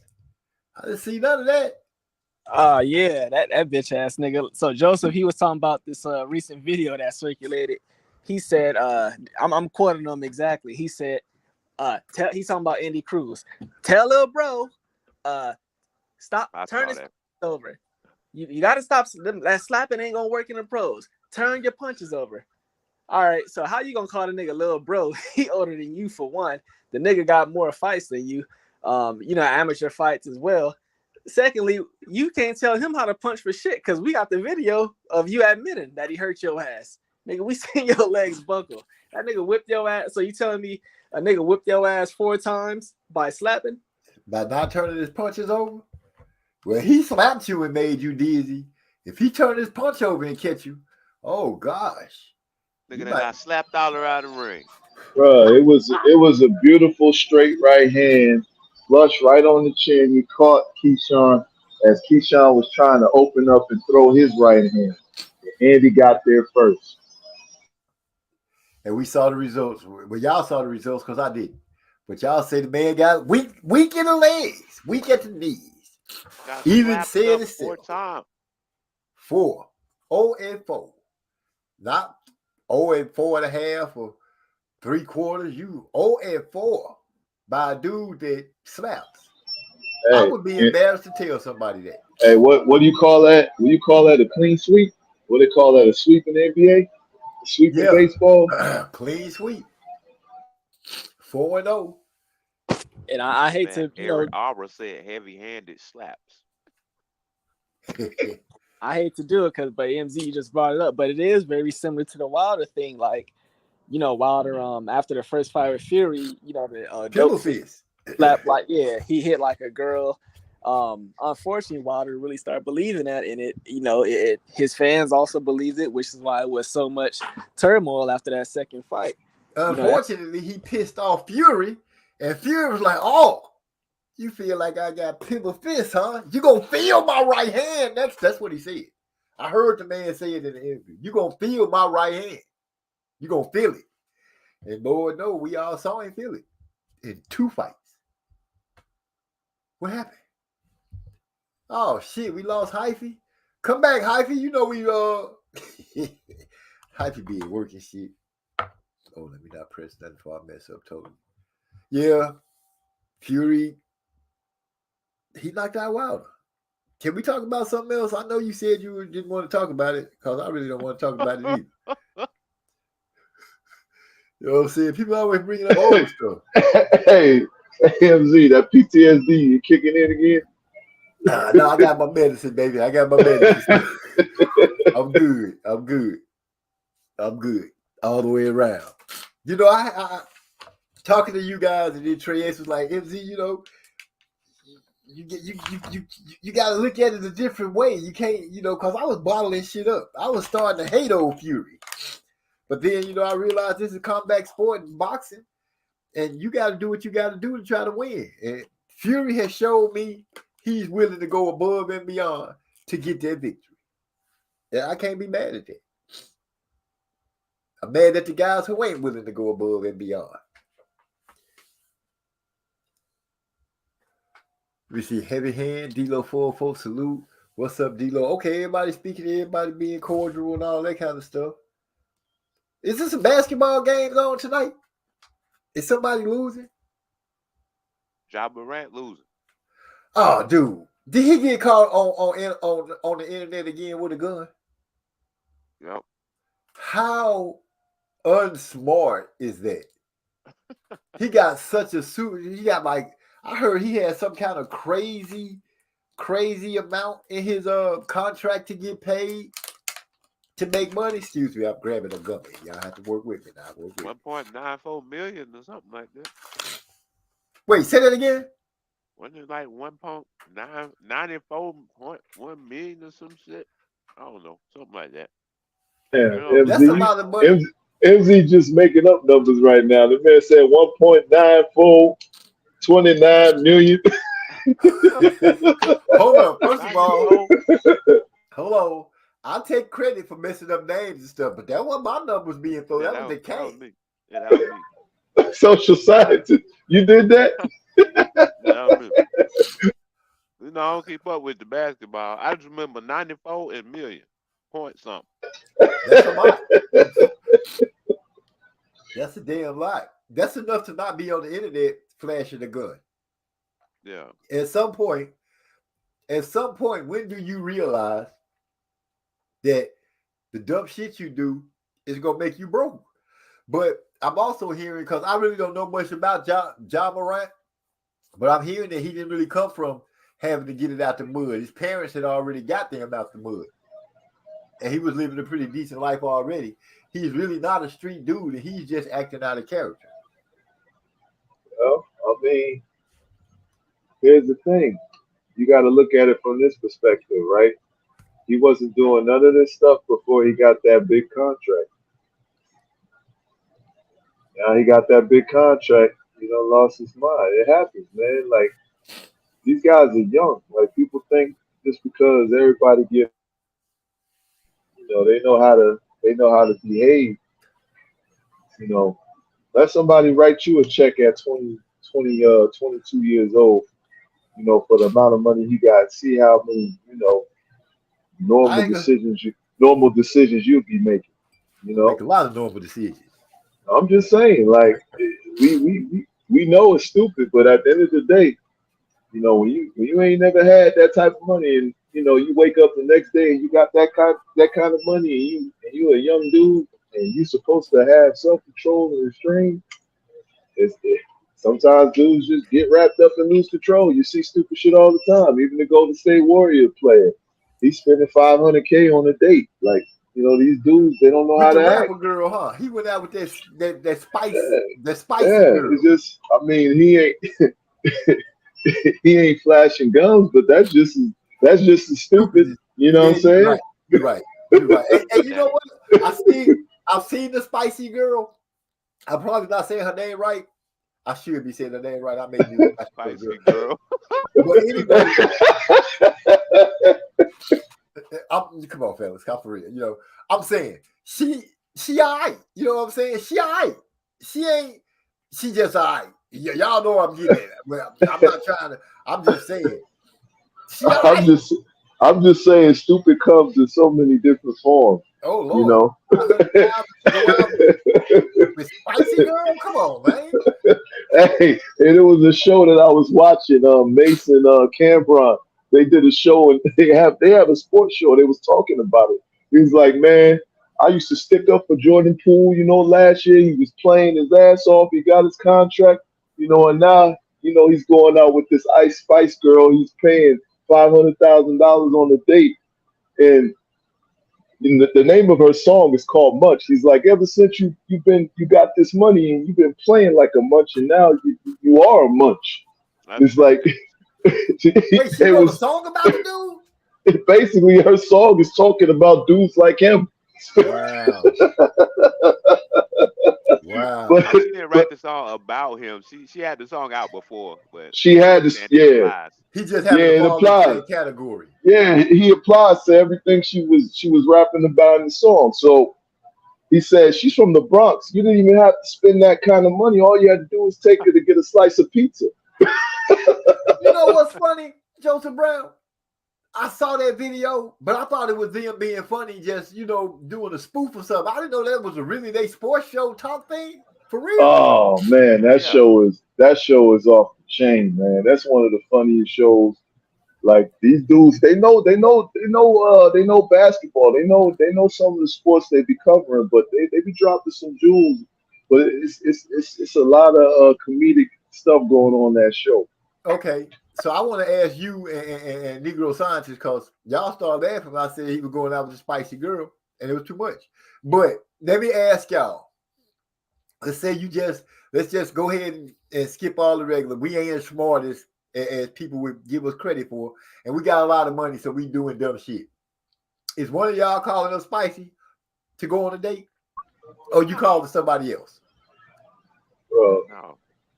I'm nah, just not. Plenty bro, regular girls out here who ain't got to spend that kind of money on. Say it bro, again. bro. Spicy girl don't have no curves in her leg. I seen her. I seen her, and she just looked like a little girl right now. This is like a Then, She little Raggedy Ann doll. she is. There's nothing refined about her. She's from the Bronx. damn, She's a around the way chick. Like Jenny that's what didn't Jenny come from around off the block? But that's what I'm saying. Like she's not polished at all. She's fresh off the block. Like 5 minutes ago, she was just over there, you know, eating Italian icy. You know.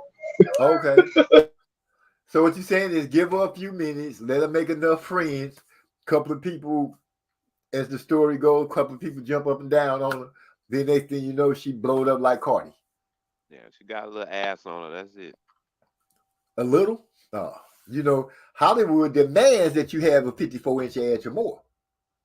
Huh. Is that the case? You got to walk around like Kim Kardashian and The girl from Trinidad to rap with Lil Wayne. Y'all know who I'm talking about. I can't think of nobody's name Nicki tonight. Minaj. Minaj. Yeah, Nicki Minaj. Oh, that boy Trey X said MZ must be talking about Glorilla. Ice Spice is thick. Yes, sir. Wait. She's a thick thing, yeah. What I'm looking at, she still look like the little girl. I know I ain't spending how much money y'all said? 500,000. I ain't spending 100,000. I ain't spending 100. Yeah, he bought this Eric girl. Ross He stupid, bought this bro. girl. He bought this girl a Maybach car, man. Like Damn. What? this ain't even your main chick you buying this type of stuff for. This is just a date. A Maybach? Man, niggas be having too much money. Too much. Where his mom at? Somebody should be slapping him right now. Boy, you go down on Fifth Avenue and spend whatever and get one of them. Or go to Bissonnette and spend a little change to get one of them. Whatever city you live in, where the walkers walk. You can go and spend a little change and get one of them, but you ain't got to spend 500,000 just to walk around. Who the hell is Glorilla?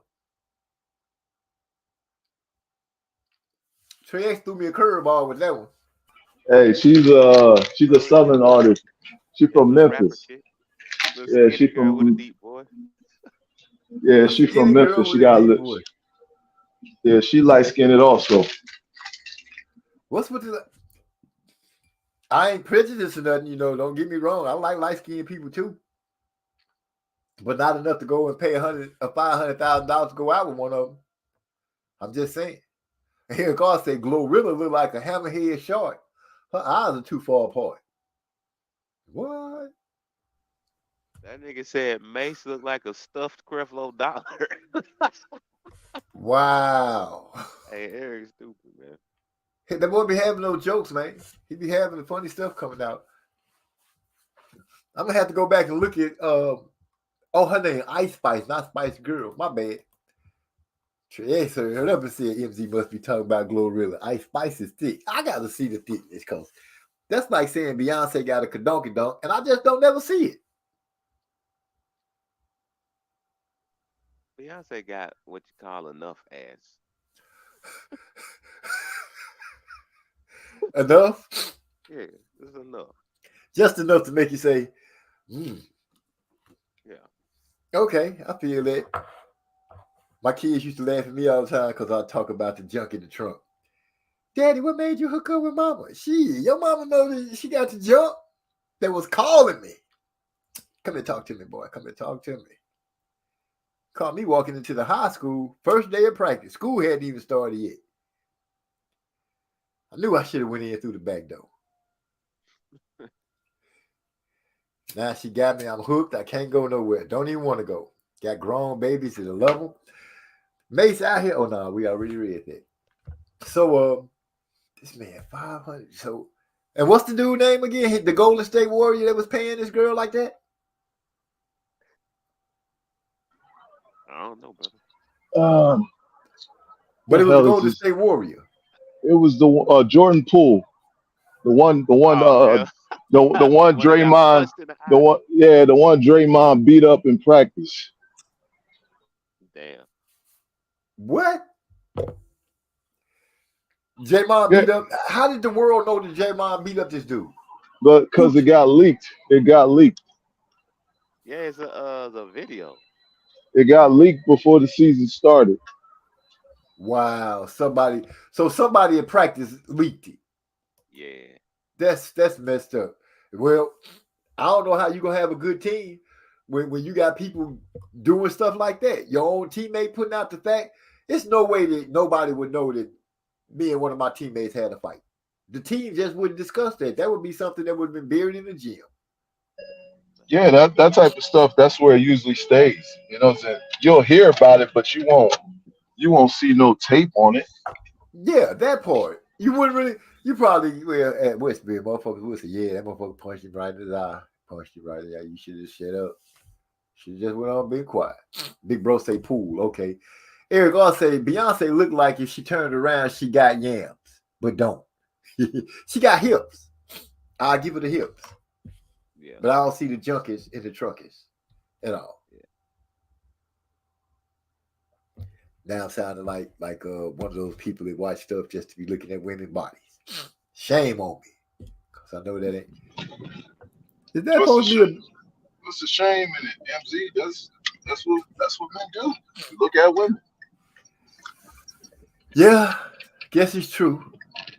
Speaking Like of where we having going? no ass, What? yes. Speaking of having no ass, uh, Carolyn Dubois said she want to fight Michaela Mayer. What?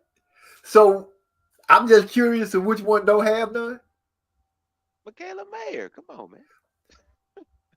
She don't have none. Like after they work out and stuff, and then they don't have to worry about making weight. She don't pick it up a little bit. Man, have you seen Michaela Mayer? I did pay attention to when like Trey X was like, she was doing a lot of pictures and stuff and turning around trying to show her bumps in the trunk and doing the swimsuit videos and stuff like that. Yeah. But she gained a little weight. Okay. Andy Cruz is having. Is it raining in California? Oh shit! I pressed the wrong button. I'll be back. Where you going? Let me get McDonald's. Hamburger. What do you want? Burger. Oh, hold on. You got me at ordering food. People can hear me. Yeah, well, hook me up. I'll take a strawberry shake. No, don't bring me no strawberry shake. That'll give me gas. That's fine. So, Come here. my boy say Michaela Mayer don't have no bump. No, come here. Sound like you being mean against you, being prejudiced, Negro scientist. You being racist. That's what she said when she said, "Oh, horse face." Oh, horse face. You being racist. Well, her black boyfriend don't mind. She ain't got no booty. You know what? I have nothing to say about that. I'm gonna just leave that alone. So, who you got? Mayor or Du Bois' sister?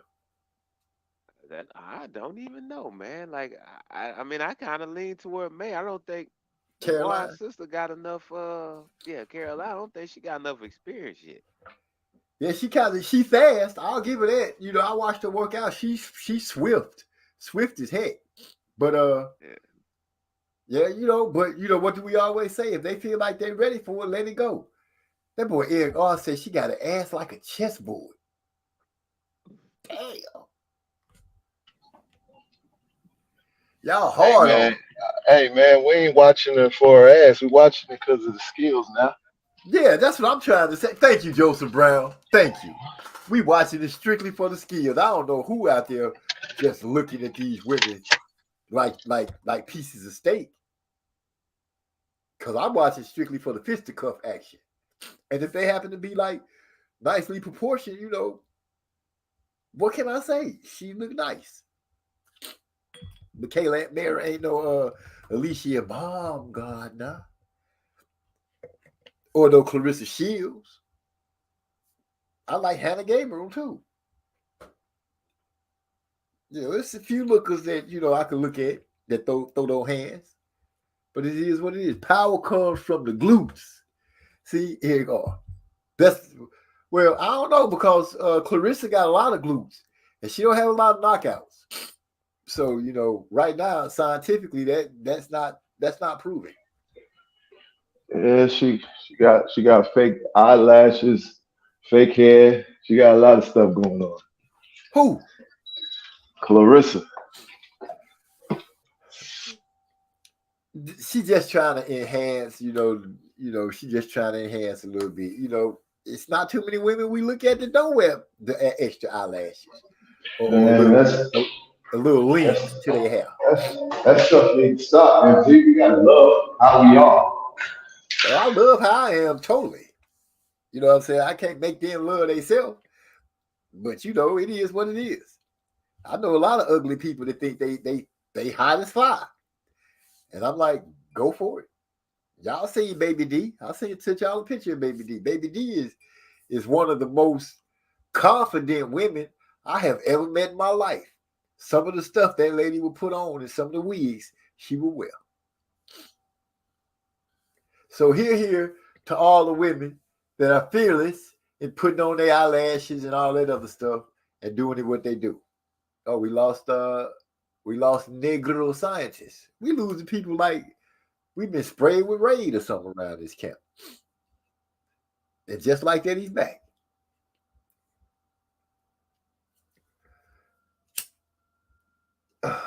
So, you guys, me and Trey X trying to start a little book club, boxing book club where we get on the Kindle, share the books and stuff. He mentioned it before on their channel. I mentioned it again. Cats that like to read, that want to start mixing up some books, holler at us. You guys are more than welcome to join. I know y'all sound like some well-read gentlemen. Yeah, and I'm reading hella books right now as it is. What kind of books you into? Well, I just started back reading Revolutionary Suicide by Huey P. Newton. Then I was reading How the Irish Became White. I would like to know about that one. The title Irish intrigues became me. white. Oh yeah. Well, you know, the Irish wasn't considered white people when they first got over here. So. Oh, I know. You know what I'm saying? They was treated quite like second-class citizens. Yeah. Quite like second-class citizens. They was treated like us. Well, you know, I stopped giving credence to saying that people was treated like us because even in the long run, their worst treatment doesn't kind of equal up to the plight that black folks went through. So, and they'll throw it in your face. Other colored folks will throw it in your face as if nothing happened. So yeah, you know, everybody got their own plight. We got ours, and it's a special one. I can't say that anyone was treated like us, you know, because at one point or another, the treatment got turned around. Hey, Yeah. they stopped being victims. That's what happened. Yeah, they stopped being victims. And, you know, it wasn't a big thing. You let us decide to stop being victims. No, They'll be ready to go to war. They sent in the government to clean up their shit when they had high levels of crime. So gave them jobs, all this type of shit. They cleaned up their communities. But then when it come to black folks, it's like y'all need to clean up your own community. But don't nobody do that. Government always step in and clean up people's community. Give people jobs, you know what I mean? Yeah. I feel you. Like I that's feel a government issue. We used to clean up our community. But We used to do. The motherfucker. If too many of us come together to clean up a community, they deem it as a security risk. We a problem. Yes, sir. They'll say we can't be getting together too strong and making too much noise, and all of a sudden we planning something, we plotting something. They start sending infiltrators, and look what we always do. We always some kind of way let the infiltrator right on in, buddy up with us, and we get gooded from the inside. Speaking of that, you know, I was just talking about reading Revolutionary Suicide with Huey P. Newton, and you know the Black Panthers. They was cleaning up the community. They the one that's responsible for the free lunch program that you see in schools now, because they started it on. Then the government was like, well, we can't let them do that shit, and we ain't doing it. So they implemented this shit because of the Panthers. So you know the Panthers was cleaning up their own community, but you know, see how that went. That was a threat. That's a threat to national security when niggas is doing shit like that. Right. But maybe we wouldn't be so much of a threat if we got us some sheets and some hoods and we start having rallies. Maybe we'll be all right. Because they have yet to be named a threat. Yeah. Well, because they targeting us. That's why. So, shit. Who with me? We gonna get us some sheets. What color sheets y'all want to get? I don't know, man. I'll let you choose the color. Okay. I say midnight blue with a black stripe and some gold trimming. You be talking like that, the FBI shut the whole damn live stream Man, say go shut the whole line. Oh, just cut off all the internet in that neighborhood. But when you bring it up to Black Panthers, that's kind of who I was. That's kind of who I was touching on when I was saying, people come together to do their thing, do right. When it's us, it's national security. Everybody else, they're just expressing their rights. They're just expressing, expressing. We can't express. We can't cough. We can't. It's getting to the point we can't breathe. Yeah. When I get done with that book, I'm gonna read War Against the Panthers by Huey Newton. Now that goes through all the FBI documents and all them illegal break-ins and all the falsifying bank records that they did to bring them down, like all the tactics that they use and stuff. I had to Right. pay like $100 for that book because it's so rare now. I can't wait to read that one. Okay. Huh. Well, I'm sure. Can I find it on the Kindle? Nah, I don't think they You got don't a think it's Kindle. digital? No, I probably would have bought that if it was. But Okay. yeah, it was real. It was kind of hard to find, but you might be able to find it on Amazon for about $200. That's not bad. It ain't great, but it ain't bad. Yeah, Could be better. Shit. I remember free lunches. But free lunch only lasted, let me see. Well, it's different now because you got to get a lunch ticket and stuff like that. Back in the day, I remember they used to give out free lunch and like when the summer would come, you could go up to the school. They would have the gym open and they would pass out lunches to the kids over the summer. Had the gym open, give out basketballs and stuff, let you guys go out on the playground and play. All that stuff disappeared. Yeah, I used to be a part of that type of stuff, MZ. When I was 12, I used to, my grandmother got me a little job and she worked with the city. So in the summer, I would go to the park and, pass out lunches to the kids in the park and stuff like that. You know, Right. all that Stuff, stuff went away. yeah, things that help the community, they took all that away. All of it. All of it. Auto mechanics in school, homemaking school. Now they want to teach. They just want to teach perverted sex in school.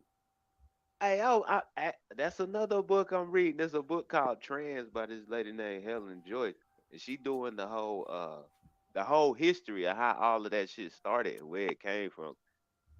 Really? I mean, the way that shit like took off as a so-called civil rights movement in like the past 10 years, It's been this shit is around way crazy. longer than that.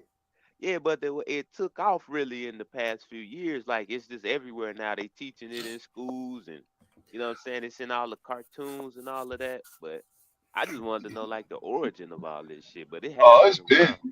it's been in the cartoons. Like even when we was growing up, it was in the Yeah, cartoons. Charlie Brown had the first the peppermint patty was the Yeah, first girl boy yeah. that And I then can you remember. had, Little tomboy. I They remember weren't like kissing Snagglepuss. girls and shit. Yeah, what you Yeah, think Snagglepuss was? The pink tiger. Heavens to Heavens to Betsy. yeah, but that's implied. I mean, now it's just like they got to have a gay character and everything and shit like that. Yeah, and I feel you on that. But funny thing about that is, to me, it's kind of like you could see that war being fought a long time ago. They were just smart about it. You keep your mouth shut till you get in the position where you can start making changes and you can start doing things. Yeah, You know what I'm saying? That right where I got this spot now. Now I come out that I'm betting on the other team. But however kind of way you want to put it, they start coming out slowly but surely. Then they start popping up in the politics. Once it got in politics, then yeah, you knew changes was going to start happening and yeah. swiftly. Yes, sir. But yeah, like it just became really blatant. Yeah, Right. in Because that. they you know, people are everywhere. They're in every facet of life. Some of them are cartoonists, some of them are producers. Some of them make that decision of if this character in this show is gonna be gay. Right. They swing the gamble to a lot of that stuff. So, you know, they're in control of a lot of things. And now they can be more outward with it because they hold a lot of more positions. And don't you dare speak against it because the whole world will say you're not normal. And how dare you not be normal? And they got like they got these rich families like the Priskers and stuff, and they are like millionaires and like billionaires, and they funding a lot of this stuff. So this shit coming from the top down. It's not like no grassroots shit. This is something that's being funded, and you can see, and that's why it took off so fast. Like they movement. Right, So, right. And even that you would say it's not grassroots, but people only pay for something they like. When it's big like that, they trying to make a change. They trying to but make it here, normal for them. oh yeah, yeah, cause they like I said, these so-called Priskers, these are guys who transition into women. So like these ain't these Uh, ain't just gay people. These are people who doing the whole transition, and they right. making money off of it. So like that's why you see like Planned Parenthood, they go from abortions to doing sex change or hormone therapy and shit, because there's money in that. Once you like, if you doing a transition, like you transition from man to woman or woman to man, that's a lifelong medical journey because you gotta keep taking them hormones. So Yeah. if you get into that business, Sit down. you cashing in. You make a hell of a lot of sense with that. That transition is a forever got to take something because you got to keep producing what you need to keep that up. Right. As soon as you stop taking that shit, your beard growing back and your voice getting deeper again. All kind of stuff start happening. And that's when the pronouns start to kick in. Them, her, they, thems. Yeah. Dang. Eric Ross say that nigga from Fame back in the day, Prince and all them bands in the 80s with makeup. Started out subtle. One thing about Prince though, that motherfucker was like Was he always one of with the a girl. bravest niggas. Hey, What you say? Prince was knocking females down, badass chicks. Dude, I don't So know Yeah. what Prince was. I That's what don't I think say. Prince was gay though. I don't think he Nah, was gay. he no, wasn't Prince gay. was knocking down some of the baddest females on the planet. That's why I say like the way he used to dress and all this shit. Like Prince was a brave, creative dude. Dude, that Like day he stood up on no stage nobody on dressing national like that. TV and turned around and his ass cheeks was out. I would beg to differ on that. You know, a lot of his swag he stole from Rick James. A lot of people don't know Yes, that. They Rick don't know that. James. He Rick stole a James lot. had some He style. stole a lot. He stole a lot of shit from Rick James in terms of his flamboyantness. Nah, that ain't true. It is true. Look Nah. look who a lot of the shows he was headlining. I mean, Rick James had him on his tours when Rick James was the man. Yeah, I know. Actually, Prince got booed off of Rick James too. Like he got booed off the stage and with the Rolling Stone.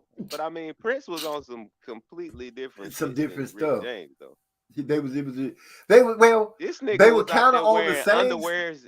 This nigga was wearing underwear and a cape. Like this nigga was different. Like, I mean, Rick James was dressing like the Isley brothers and all them niggas, but Prince was on some different shit for I real. think you say some underwear and a cape. For real, I'm not joking with you. No, I know.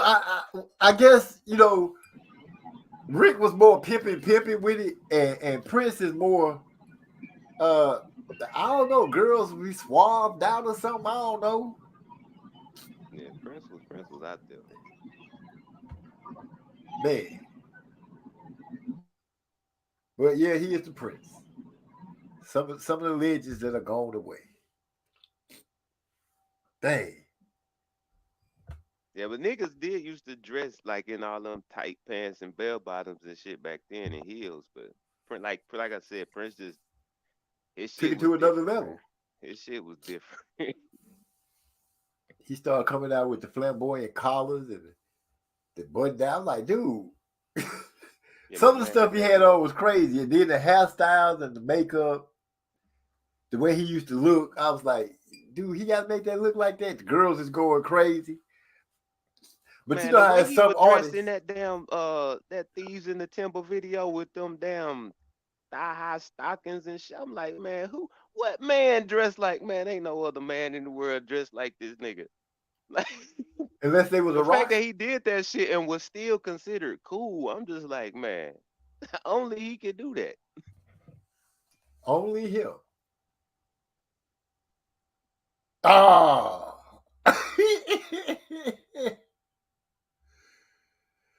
Prince stealing Rick James swag, pimping, as MZ say. And then I look at the Discord, boy, you should see the picture they got in there.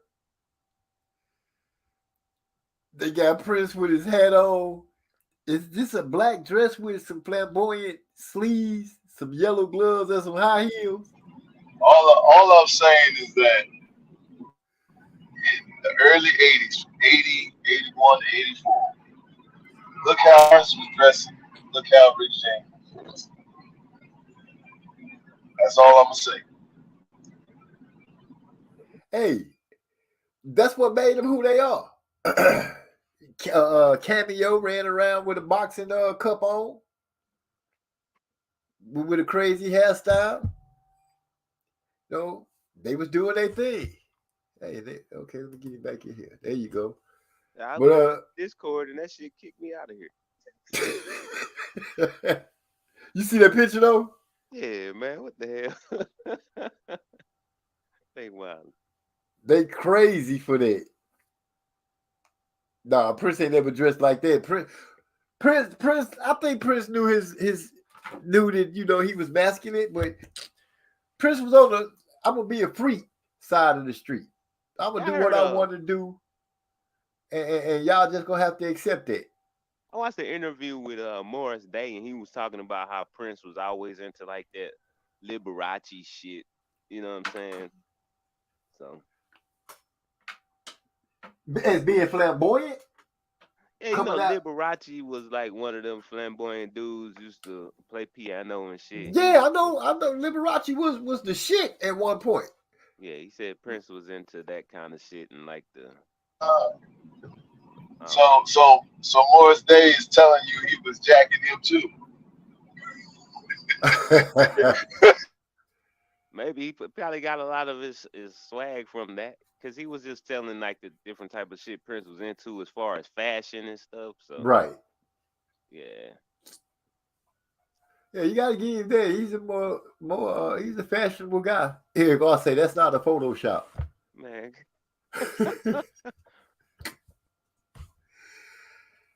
I don't remember that picture. I've been watching. I've been a Prince fan for a minute, but I don't never remember seeing him in a dress. Nah, Prince didn't dress like that. I don't remember him pulling a LeBron James or Dwayne Wade or Gucci Mane or none of these guys. Everybody seemed like they'd put on a dress slyly right before our eyes. Hey, look, man, to me, they all in the same category. If you wear the dress and you put makeup on, bro, it's all the same shit to me. If you put makeup on, then what? That's what I'm saying. It's all the same category to me. I'm just trying to get it because damn, that's fucking up the clowns though. Clowns wear makeup. You know what I mean? You women wearing women's makeup, bro. I feel what you're saying. I'm Mr. Live and let live. You do what you do. You like makeup and heels and shit. You might be the next Prince. I ain't hating on you. But you gotta be able to sing though. You can't just jump up and start doing it. Okay, that's number 2 mechanic. Yes. I hope my car can get fixed tomorrow. It's supposed to rain. Then it don't supposed to rain. My wife talking about I'm gonna have to do some yard work. Damn.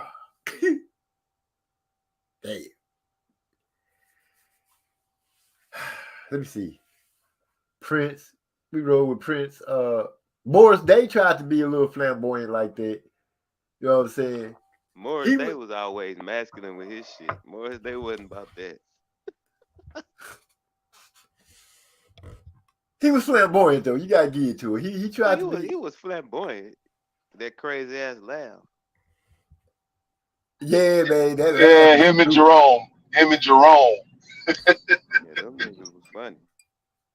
It messed me up when he split Yes. up and left. He left. What was the name of his group? Morris Day and The time. yeah. And when they split up, I was like, dang, he messed up a good ass group. Cause Morris Day just wasn't Morris Day without them. Color of Yeah. Success was the best song I remember him doing by himself. The thing is, like Prince fired Jimmy Jam and Terry Lewis because they was stuck and couldn't get back on the flight because of some snow or some shit. So he fired them. They went off of producing for everybody else, and so Yeah, you'd be surprised at how certain careers blow up because of certain things. yeah. Prince used to always take shots at Michael Jackson because Michael Jackson couldn't play an instrument and Prince could play everything. Right. Rick could play everything. You know, Rick was talented. He was writing songs for a lot of people during that time frame. People don't understand how much music was coming from Rick James, man. Even if he didn't sing it, he was creating groups, women groups that was His singing his music. lyrics. Yeah, That Talking cocaine about the had Mary him Jane thinking all girls. kind of shit. That boy was coming up with everything. She's a very kicky girl. Why did you not bring home to mama? And then he had Mary J. Girls. What was that group? What you gonna do when you get out of jail? I'm gonna have some fun. What do you consider fun? Man, natural fun. Man, there's so many. Let's not go to back that far because we got a lot of youngsters that roll with us, 40-year-olds that ain't quite adapt to go back that far. Say Eric I say Michael You talking Jackson about played. Go ahead. the what is it? The Tom something Tom Club or something like that. The Tom Tom Club. Is that it? That's who made that song? Tom something. Yes, I think Do so. do do boom boom boom boom boom boom boom boom boom. Do do do do do do do do do do do do. Oh, that's the memory for your ass. Musician and songwriter. That's one of my favorite artists, though. One of the best guitarists ever. He talking about Prince. He said Michael Jackson played Prince at a James Brown party, though. You talking about when When Prince jumped on that damn pole, Prince was wilding that day. him and Mike just, I don't know, they had some kind of thing going on between them. They really had something going on because Michael Jackson, uh, I actually heard from like both camps, they was talking about how Michael Jackson wanted Prince to do I'm bad. And Prince was like the opening words of what Michael Jackson was saying. He was like, hell no, your butt is mine. Prince was like, Mom, he wasn't going for that. Dude, you ever blew a blunt and instantly got stopped up? I literally can't breathe. But just so y'all know, I'm on that blue ras and sour strawberry. And I'm feeling pretty good. Michael Jackson played. Oh, I read that already. Let me get that down before I read it again. So is Trey X them calling the fight this weekend? Am I on mute? I'm pretty sure. I'm pretty sure he probably is. This is a big fight. You know, Loma versus Haney. I'm pretty Yeah, sure he gotta they call might it be this calling week. that. Yeah, Teddy don't be doing no sparring this week. Just go ahead. Just keep cool. Yeah. Man, I got my ass beat, bro. I scored 65 points. Last time I scored 65 points was a season ago when I was really doing horrible. I'll turn it around this week. I'm hungry. Next time. What happened? Yeah, you get him next time. Yeah, I appreciate it. You know what I'm saying? I appreciate it. We coming from you, that means a lot, Mr. 4.5. Trey said, we already said we would. Was I on there when y'all said that? I'm just saying, I feel like he kind of raised his voice like we already said we would, OG. They asking the same questions and stuff. You know, I be feeling like that's how you be doing. Like, appreciate that, man. I am literally stopped up. It's been a great night, a great week. I've been dreaming about Hawaii though. Man, I just feel like the week moving so slow because I'm ready for this Haney Loma fight, man. You super excited. Yes, sir. You gonna put some money on it? Man, I'm really thinking about it. Oh shit.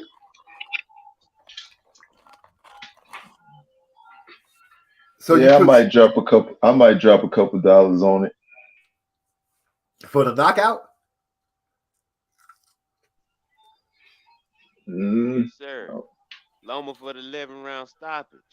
I might. Ooh, That's actually not a bad call. I was thinking more like 10 or 9. that's some deep words right there. Loma by the late round stoppage. Haney put Man, up a good showing, but ain't he he already just begging this man not to clinch? I mean, not to fight in the clinch? Come on, man. not begging him. Yeah. Uh-oh. The wizard Ray has said Loma spoken. ain't He said stopping Haney. Loma ain't stopping Haney.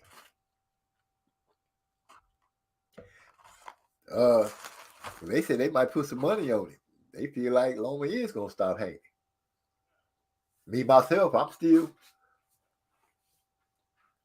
I'm leaning a lot toward Loma being able to win. But can Devin be that big good man that everybody says the good big man beats the good little man? Can Devin turn into that? Can he use his length and his foot movement to keep Loma from turning him, getting on the inside, stuff like that? I mean, he got him a jab. But Loma said he saw that before. Exactly. Yeah, I mean, this Lomachenko has over 300 some odd amateur fights. I mean, Almost 400. yes, 397. I mean, there's nothing he hasn't. Devin Haney is nothing he hasn't seen before.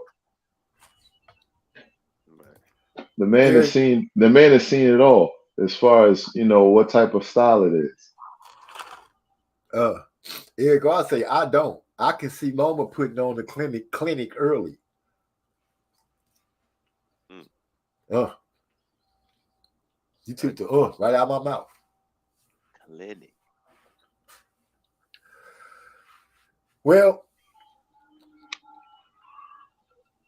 The only way Devin Haney keeps Lomachenko off of him is by hitting Loma with something that make Loma have to guess like, oh, okay, I gotta watch out. That's the only way. yeah. Could this be that fight? Devin been with Snack for how long now? His whole at least what 5 years? I'm just saying, man. Everybody who been on that snack, they ain't devastating punching nobody. Have you seen anybody on snack devastating punching anybody? Is Bud on snack? I don't think Bud on snack is. He been there though. He has worked there before. I saw him doing some workouts there. Yeah. And Bud different though. You know what Yeah, because Anyway, he from Nebraska, right? I guess. Cornhuskers, go Cornhuskers. I'm gonna leave that alone. I would just say that maybe this the fight that Nick Conti's program actually showed that he can say, "I told you guys, if you work the snack program correctly, you could knock out Loma." Hell no. Hey, and this man he's still snitching to this day. This guy's on it. I clearly see this guy's on. He's on some stuff. Yeah, this guy over here is on it. Oh, no doubt about it. He's on it. Like this dude is telling on everybody. He said he has turned over a new leaf. What leaf? He's still telling. He's still telling on fighters. He be That's out because here he got tweeting. caught. He be out here tweeting people instead of calling them and shit. Talking about he did a tweet talking about Errol Spence. Let me know if you would like to be on the new VADA testing or whatever. Bud already agreed and shit like that. I'm like, why don't you just get at that man directly instead of doing a public tweet? Yeah, Trying to throw because a cast a certain doubt on that great man out of Dallas that was born in New York, but the, family moved to Texas, and he became a champion. the thing is, he doesn't have any integrity. If it wasn't for the donaires, there would be no Victor Conti snack nothing in the sport of boxing. So for him to be out here slinging shots at people, you should be grateful that you even have an opportunity to be able to still, give your performance enhancing drugs to athletes at this point. Because honestly, what he did, he should not be allowed to give anybody any type of supplement. To help, he the guy to help mask it. Eric Carr said when Devin signed with Snack, they stopped investing immediately.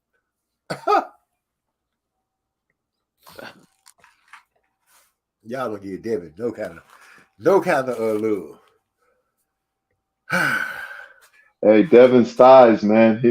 You see his thighs. You see his squat game. He's trying to get power in all the areas where he's supposed to generate power, which is through your legs. So we're gonna see how that plays itself out. Yeah, you have to generate power by learning how to throw a damn punch. I was trying not to go there, social science. I was trying not to go there. I was trying, to speak about how he's increasing, his strength in his legs in order for Right, him to generate power from the ground up. right. I just noticed something. It must be a 4.5 type thing going on.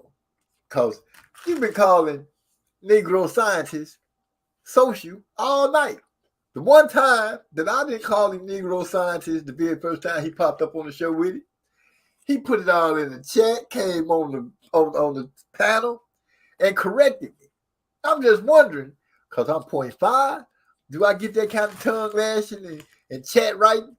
Or is this some kind of respect thing between 4.5s that us 0.5s will never see? Hey, stop it! You've done with him way longer than I have. It ain't no favoritism going on over here. Once in a while I forget, man. My name has been the same since y'all have known me. It's hard for me to go from social scientist to Negro scientist. Yeah, I feel you. It was quite easy the day I called you Josh, but and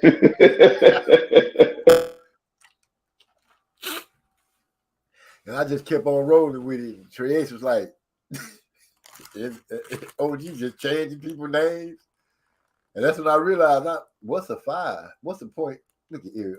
What's the 0.5? It's just what it said it is. It's a point in front of a 5. It's not even a whole point. You know what a 0.5 is, Eric.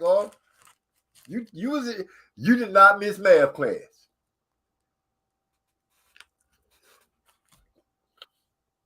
Damn, man. Look at Trey X. OG, you have to get your rank up. I wonder if he talking to me or Big Bro. I know I'm beating somebody. Right now, you know what? I ain't going to even trip on it. It is what it is. 4.5, 5.5. It's a whole different world. I'm just trying to get into a world that ain't accepting me yet. That poor dude looking through the window while everybody drinking good drinks and eating steak. I'm sitting outside and it's raining and it's snowing on me at the same time with the gloves with the fingers out and the little hat pulled over the side. Yeah, I'm finna go train.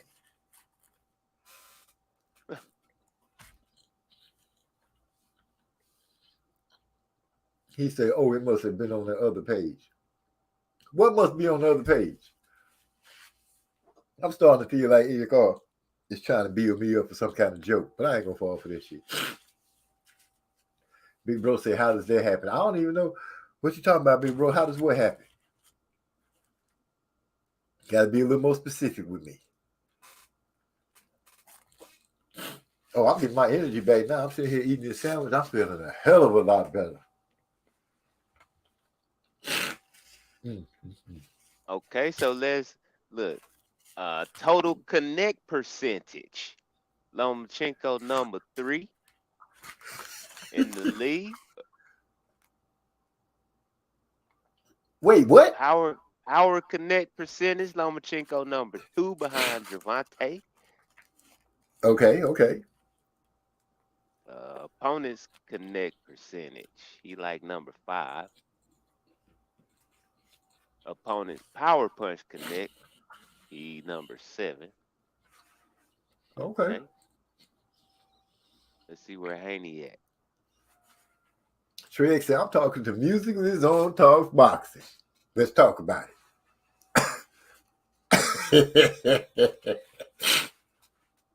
Haney Big number E 7 on jab connect. Okay. Power punches. He ain't on that. Oh. No. What's crazy is he said Haney number 1 on jab, and the way you ended it, it was almost as if he not on nothing else. Yeah, opponent total punch landed per round. He last on that, but he on the list. Let's see. So he get touched the most out of the so-called elites not getting touched. Yeah. And then he like number 7 on opponent's power punch connect. Oh. Wait, hold on. He number 4 on opponent power punch. The lowest. Opponent's total connect, he number 7. Okay. I'm sorry about that, man. Lomachenko higher than him on that. So people punch him more than people punch Loma more? Nah, people punch Devin more.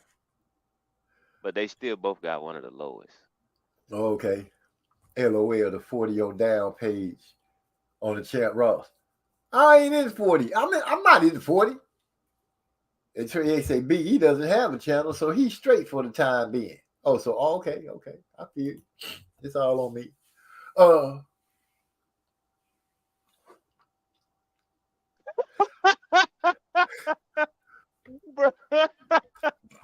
Eric R said, man, read Eric R comment, man. What you talking about? Where he is on the clean and effective clinching? I didn't even know that was a category. Where he is on the clean and effective clinching. That's crazy. He far away number 1 on that. Wow, that's even more strange that you gonna help him slander that man like that and put him in the category and rank him. An effective clinching. I don't know what to say. Can you think of anybody who clinched more? That clinched more than who? Devin Haney? Yeah. Let me see. I was sitting here trying to think of somebody. And right now, today's game? Yeah. Do you consider throwing a punch? And then when you land like that one punch, you wrap up real quick? Is that clinching? You consider that part of the clinching? Or you just consider when somebody trying to put hands on you? I consider that clinching too. Okay. Punch and grab? Yeah. That's clinching. Wait a minute. I'm getting some motivational speaking here. Coming from Trey X. Let me go and give myself. MZ, you were ranked 31st. Now after last week, let's put our feet in the dirt and cut up field. You know what, man? You right. Sick of this bullshit. I ain't gonna stand for no more disrespect. Where Gill Cole's at so I can kick his skates away from up under his ass. He running around talking too much shit. Who else wants some? Step up now and get it out the way. He said P. Diddy put his wait, what? P. Diddy, but he the yeah, they better get Devin away from Puff Daddy. For he fall ill with something or be at one of those parties. Not at one of them parties. Yeah, he already done. They took the picture at the party, didn't they? The little pool party. But they was outside, and what was Bill there? He might have been all right if Bill was there. I heard Puffy be doing stuff. You gotta be well prepared fucking with Puffy. I'm just saying that's what stars come out and say. You got to be ready. Fucking with Puffy, you just got to be ready. Jennifer Lopez said it. Some guys that said it. More guys than girls that said it, which makes me wonder what the hell going on with Puffy. Maybe after Devin fight Lomachenko, you might could ask him in an interview. He might even write a telltale book. Surviving Loma and Puffy. Damn. I really don't know what to think. If Loma wins, I don't know how people are gonna nail Devin. I know they're gonna go at him hard. Paulie probably just licking his fingers and his chops to throw it in Devin's face that he lost to a white boy. I know I know Paulie just waiting to let that dam of humiliation go toward Devin. So you know it. Him and all the other races out there. yeah. So Eric God said, "You remember when Puffy picked Tank up like a good guy dog?" What? No, I ain't never seen that. You seen that? Nah, I ain't seen that. Puffy running around picking tanks up and shit. I wouldn't put it past Puffy. Puffy be doing all kind of stuff. I saw him on Drink Champs calling another man daddy. What? Yeah, man. That nigga came on there, was drunk, and was talking about daddy. I like it when you scramble like that, daddy. I'm sitting there looking at the screen like, is this dude tripping? You sure he ain't say Lil Daddy like Bird? No, there wasn't no Lil in it. He said daddy. Don't do that. Don't do that. You know, Lil we try Daddy, to. we bought that. He said, I like it when you scramble like that, daddy. He said it a couple of times. He might have been a little inebriated, a little drunk, but those are the words that he said, those are the words he chose. He was asking Fabulous why they hadn't partied together. And Fabulous was like, you was at my party. He was like, no, why we ain't partied together. I don't know what that kind of party means, but I could like imagine. And Not that's the way who? Fabolous. Yeah, It was Fabulous and Jadakiss. You know the dude Nori, because it's his show. He the one that be talking. And they was talking. He was talking. The Drink Champs. Yeah, he was talking. Make some noise, man. Make some noise. Clap it up. Yeah. Make some noise. And hit the whole, you know, all that kind of stuff. DJ effing. But yeah, he came on there and was acting real suspect.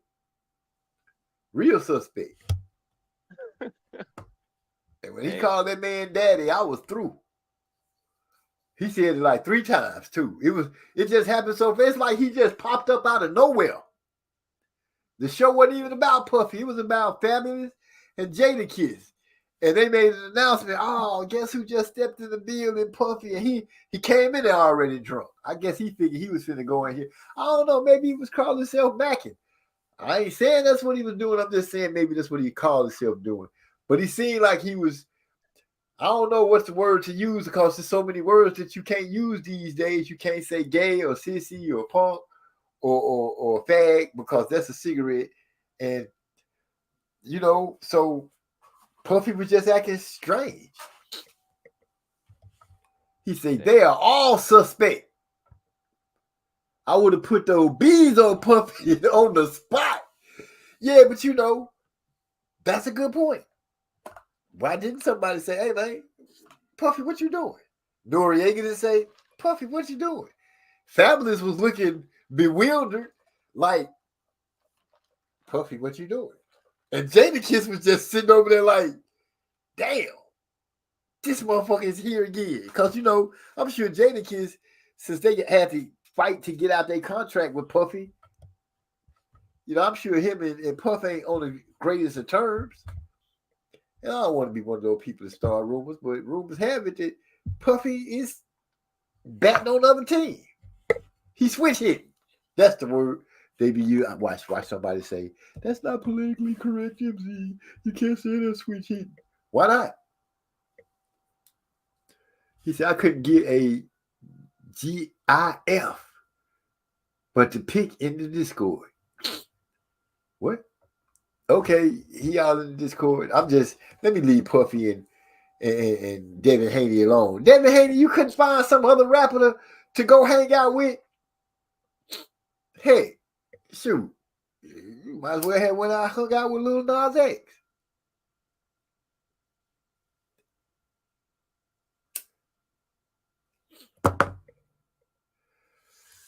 Well, ladies and gentlemen, we lost Joseph Brown, the Honorable Jay Gone, man. Miss him already. Eric I say, families look like here we go again. Look at that Jamaican dude in the Drink Champs video. His expression was hilarious. The one that Puffy was chasing. Come here, man. Come here. God, don't do that, man. Come here, man. Let me show you, man. Yeah, I don't know, man. I don't know how you can get drunk to the point where, well, I guess they say the spirits do make you be who you are. They call it liquid courage. I just call it unleashing who you really are. I get drunk, I get a headache and fall asleep. I guess that's who I really am, sleepy when I get drunk. But most people, some people get drunk, turn into whores. I think I used the correct word. That way nobody can say he being all ghetto and shit. Some people drink some drinks and turn into switch hitters. Different strokes for different folks. I ain't mad at nobody.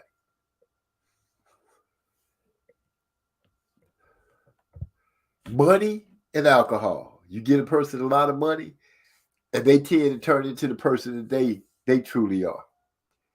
Give a person enough alcohol, and they turn into the person they truly are.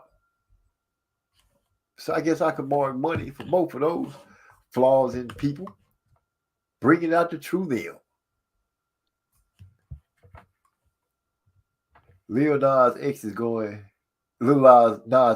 to be in somebody's ring walk. Who? Name one fighter you think would have Lil Nas X walk him out. Anybody. You social science? Negro scientist? I don't see that. He might walk out a girl, one of the girl fighters. I don't even know a girl who would have him walk him out. I'm just saying, that's the best I could do. I'm trying to be inclusive here. I'm reaching, but because the girls they gonna come out with something gangster. They not. He got a gangster song. No shit, I couldn't tell you. I don't listen to his music, so. Yeah, you see how I threw that curveball right there. Okay. He watching the plate. Yeah. MZ stopped promoting alcohol. You see what happened to Earl, right? What? Did they say he was inebriated when he had the accident? I don't even remember. Yeah, man. Oh, that he was buzzed out. Okay, so he got in trouble. No, I don't know. When he had the accident, I don't know. I just know he was drinking too much at the time. So I know he was drinking a lot then, but I don't remember because I do remember saying I ain't gonna down and people was like, oh, he shouldn't have been drinking. I'm like, people be getting fucked up every day and drive. Some of the people who was making those statements. But I feel you, Hyphy. And I'm not promoting alcohol. I'm really like saying don't do alcohol because I'm telling you the story about stuff that did happen. So social scientists, Negro scientists. You know what? Negro scientist tonight falls right up under the category where you can say, oh, he got the right person on there because he's finna answer a nigga question. So, imagine this. An old lady comes to you and say, oh, could you please help me transfer some money on my Cash App card? And in your mind, you hear this. Can you help me Cash App some money to my family on my Cash App card? And while you doing that, steal $400 and send it to your own people. That's what you heard. So you proceed to do this while you at work. The lady comes back and questions the fact that you have made such an error. And you start fast talking and lying and all kind of stuff. But you just stole this money off this lady's Cash App card, and you didn't send it to yourself or your homeboy or your homegirl. You send it to your drum roll, please. Your mama's Cash App. That's right. You have implicated your mama in your thievery, your nigga shit. Now the job is being called into action. The higher ups. You know, when the suits show up at a job, somebody's gonna get fired. You know what I'm saying? So you done stole some old lady money? Yeah, that's what happened. Not me. I'm telling you the story of somebody. You know what I'm saying? I'm telling you the story of somebody who just got fired. Oh, okay. So when you ask this person about it, because we all know, the whole world know, the neighborhood know, people that you like, how you know? You know what I'm saying? That's how bad it was. Mm-hmm. When I see you, this is what you tell me. Why you? I say, why you ain't come to work today? Oh, I'm suspended for a week. What? A week? A week suspended. I'm like, you sure you ain't fired? Because that fall up under the you know, you know what I'm saying? That's a vacation. That they done gave you a whole week off suspension. That means you don't even get paid. That sounds like fired to me. Right. She is fired, but she's holding on to the fact that she's suspended. All she got to do is pay the money back. It's a little too late to pay the money back. The store paid the money back. Mm. And this was this lady's friend. All this happened while I was in Hawaii. Damn. Eating pineapples and drinking I forget the name of the drink. It was blue something. This the type of shit that go on when you ain't around at the store, huh?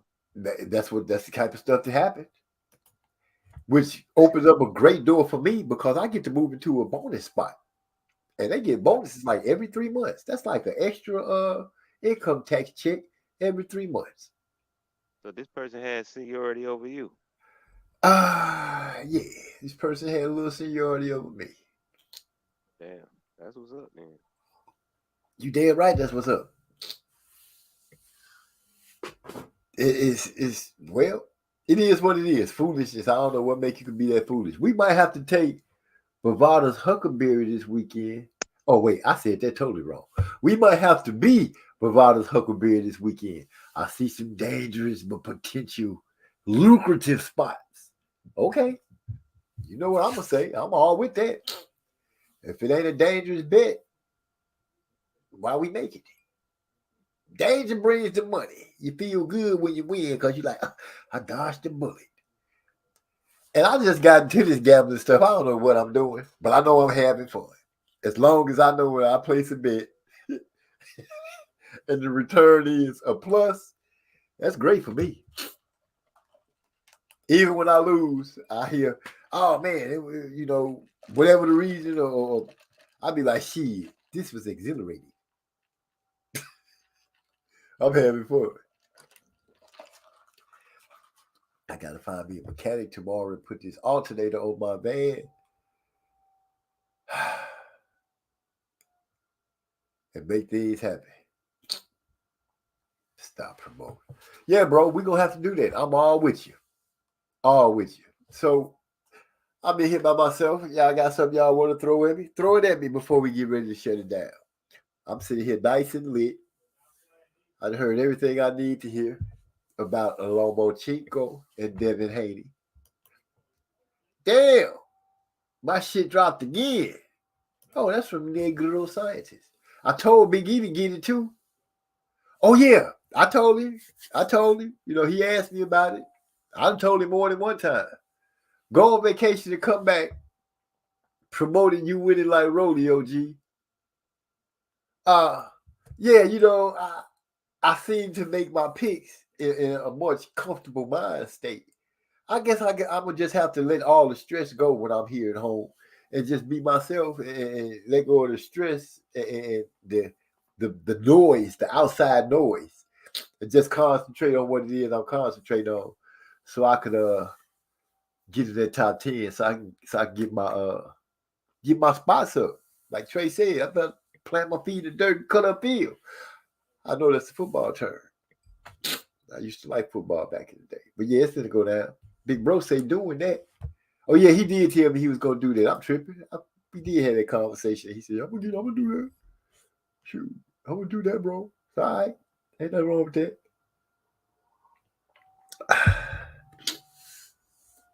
What you Trey, what you got? What you chewing on? Oh, you don't mess with the gummies no more. That's just me. Andy Cruz beats them all.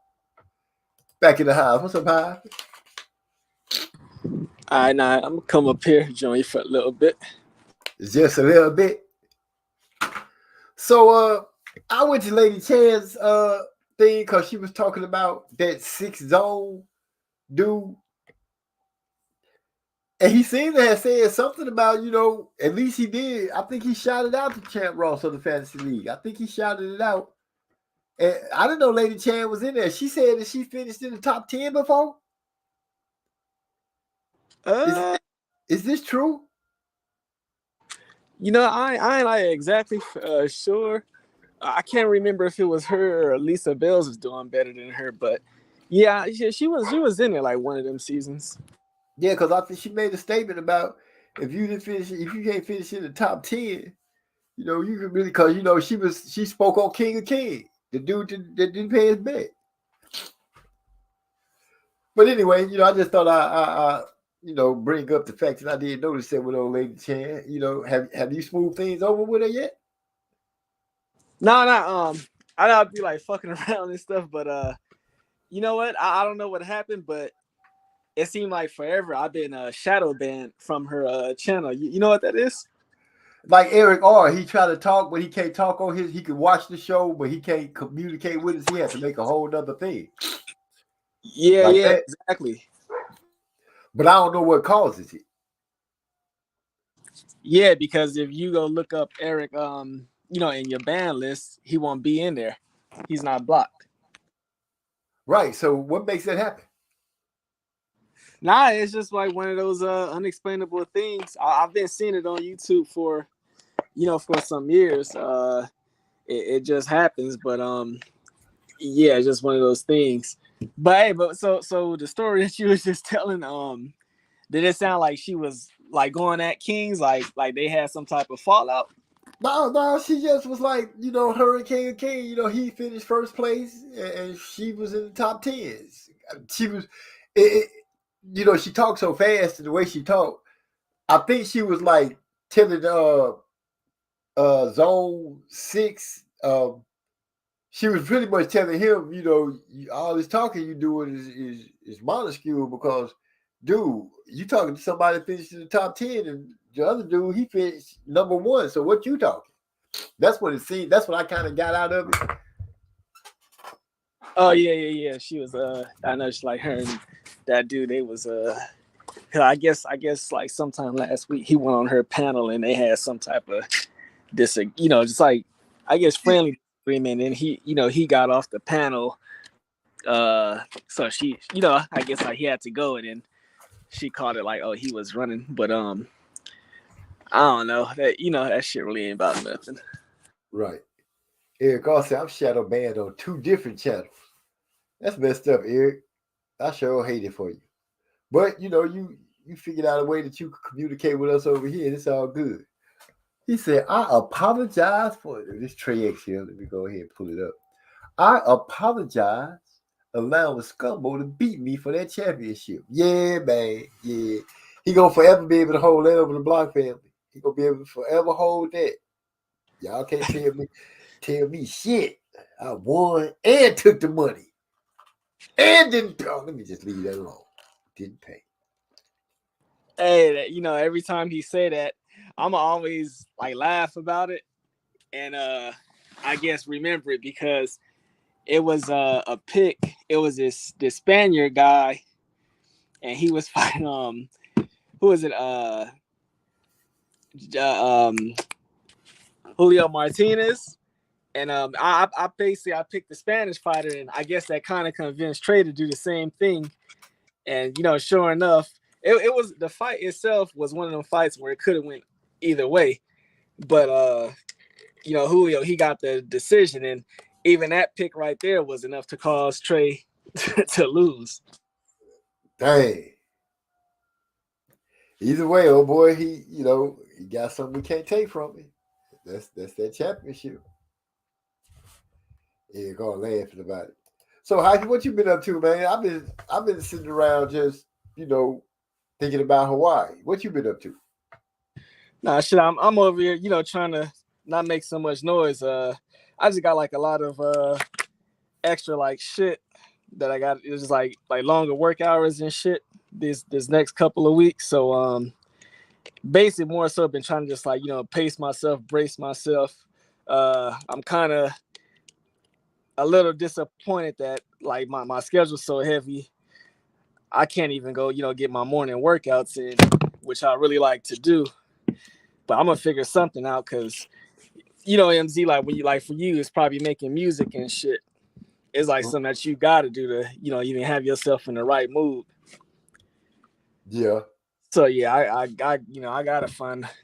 I'm gonna make some fucking time somehow, some way. I don't give a fuck. Right. Even if I get off work and be like dead tired, I gotta mess with music at some point. I might have the picks. I need to make my picks, but I end up messing with the music. And so I'm gonna get the picks in a minute. Yeah, I mean that's to me them is like good habits though.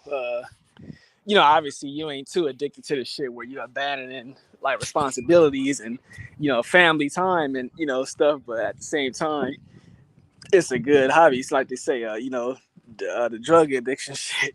Have a good addiction. I ain't never heard that. Well, what what's that shit they used to say? They used to tell us like some shit in the '90s about like it was like what? It was like four acronym, like a 4-letter acronym. Like sayings. Say no to all drugs or some shit like that. Okay, I guess. I don't because I'm like, don't be high on drugs, be high. What?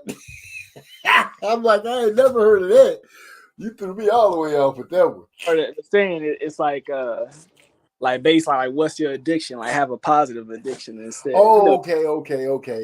I think I kind of remember a commercial like that. What's your addiction? Reading. What's your addiction? Basketball. Stuff like that. Okay.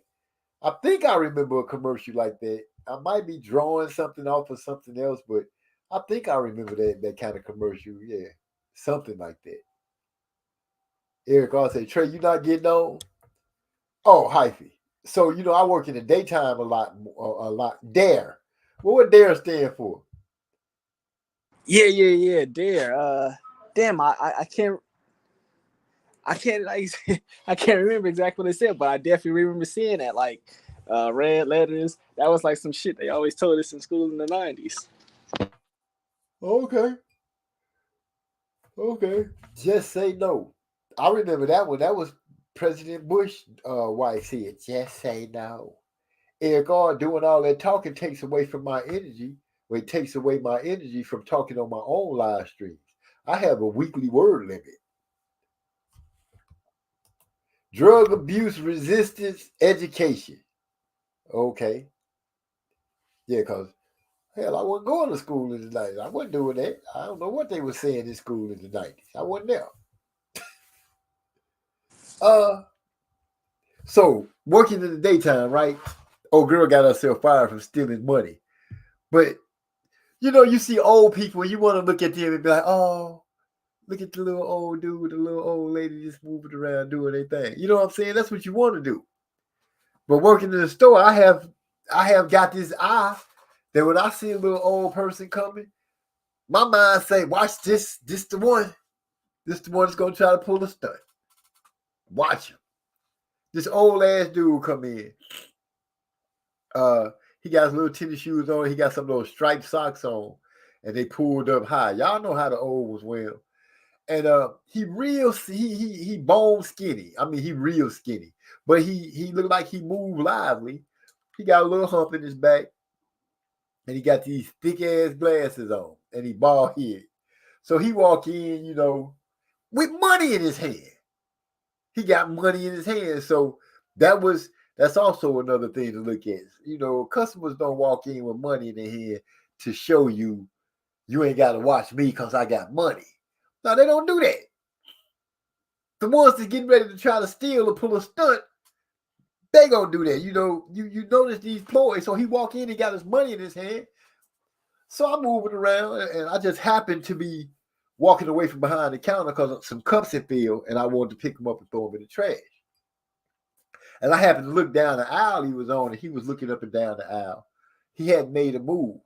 So I'm looking, I turned back to look at him. I seen like messing with his pocket. So I'm just watching. So he reached over on the shelf and he pulls something off and he stuffs it in his pocket real quick and adjusts himself and turn around. And when he turned around, I'm looking right at him. And he looked at you, huh? Yeah, he looked straight at me. And you know, so I'm standing there looking at him like, motherfucker. So I hold my hands out like really? So, you know, he do this little dance move. He started doing this little dance move like he wasn't dancing. It was like he was trying to, I guess he was going to try to shuffle while he walked like he old, but dude, you over here stealing. So this motherfucker straightened up, hyphy, and started walking normal and walked over to the counter like, oh man, you know, I'm going to pay for it. I'm going to pay for it. He came on to the counter and paid for it and walked out the door. But I'm like, what? Come on, dude. This is the daytime crowd. You know, I'm used to the nighttime. Nighttime different from daytime. You know, it's a lot of stuff going on in the daytime, so you got to have your head on the swivel. People in there trying all kind of stuff. All kind. Yeah. Nah, I'm pretty sure because that just sound like a little tactic. Like for example, I remember I used to bartend like years ago. But so it was like a restaurant, good like known restaurant out here. Has like outdoor seating, and so you would have people that would come in and they would do shit like, let's say like you have like a group, they'll come in and like niggas started ordering like like expensive drinks and shit. So it's like they want to like kind of like make it known that yeah, like, but you know we got money and shit. So they buying shots, the expensive shit on the menu. Them be the motherfuckers, you know, because they want to sit outside, good weather and shit. Them be the niggas that just get the fuck up and run out. Oh yeah, running off on the tab. Yeah, but them the ones that come in like really making it seem like you know they got money. Yeah. But for real, you know, you walking in with your money in your hand. He walking slow and slumped down like he old. That motherfucker went old. Wait. He said, MZ, let's start with the Harry Gray book. Grade book. I'll send you a screenshot of the one I get. I'm 85% done with Benny Leonard book. I'll probably finish it tonight. Okay, cool. Let me know which one, and I'll get that mug too, and then we both have it. And it is what it is. Can I pee in that so it'll stay up there? Hey, speaking of just like the history and shit, y'all notice that nigga, what's his name, Xavier, he ain't came around in like the last month or so, I believe. Wait, say that again. I said y'all ever since, you know, Xavier the boxing nerd. Oh, last time you spoke on him, he came. He just popped up. Oh, word? Yeah, remember?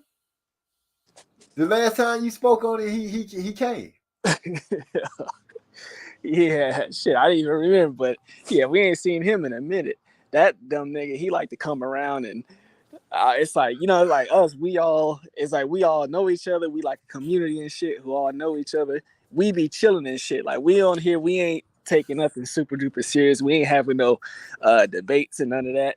This nigga, he want to harp on something that happened like an hour ago. Oh, we have to correct that. Correction. 1971. No, this was a light heavyweight champion. All right, man, get your weird ass out of here, nigga. That's the cousin. That's the cousin that come to visit over the summer. You know what I'm saying? He come to visit over the summer a lot. That's that cousin that comes every summer. You know, the rest of us like, here he come. You know, you love him, but he throws off everything. MC, you shouldn't be partaking in smoking. And when are you gonna go vegan? Yeah. First of all, I ain't going vegan. I'm gonna keep eating meat and smoking. You can leave that shit alone. I'm not enjoying this party because the music has curse words. No, that's all I need. I don't like this song, so I'm leaving. I'll be back. Okay, come on. What the hell is this, Eric R? MZ, you ever my guy live again? What? What's that? I think he's saying like you ever see my guy live again, but I'm even trying to think like who is live, or I don't know if that's I like don't know what movie that is, a book. No, yeah. I don't know. Help me out, Eric R. I don't know what that stands for. Trey said, I be seeing Xavier on Hardline and Scrapbook channels. Y'all keep bringing his name up. Y'all keep doing it. Then his ass gonna pop up. Then what? You gonna be talking to him, hyphy.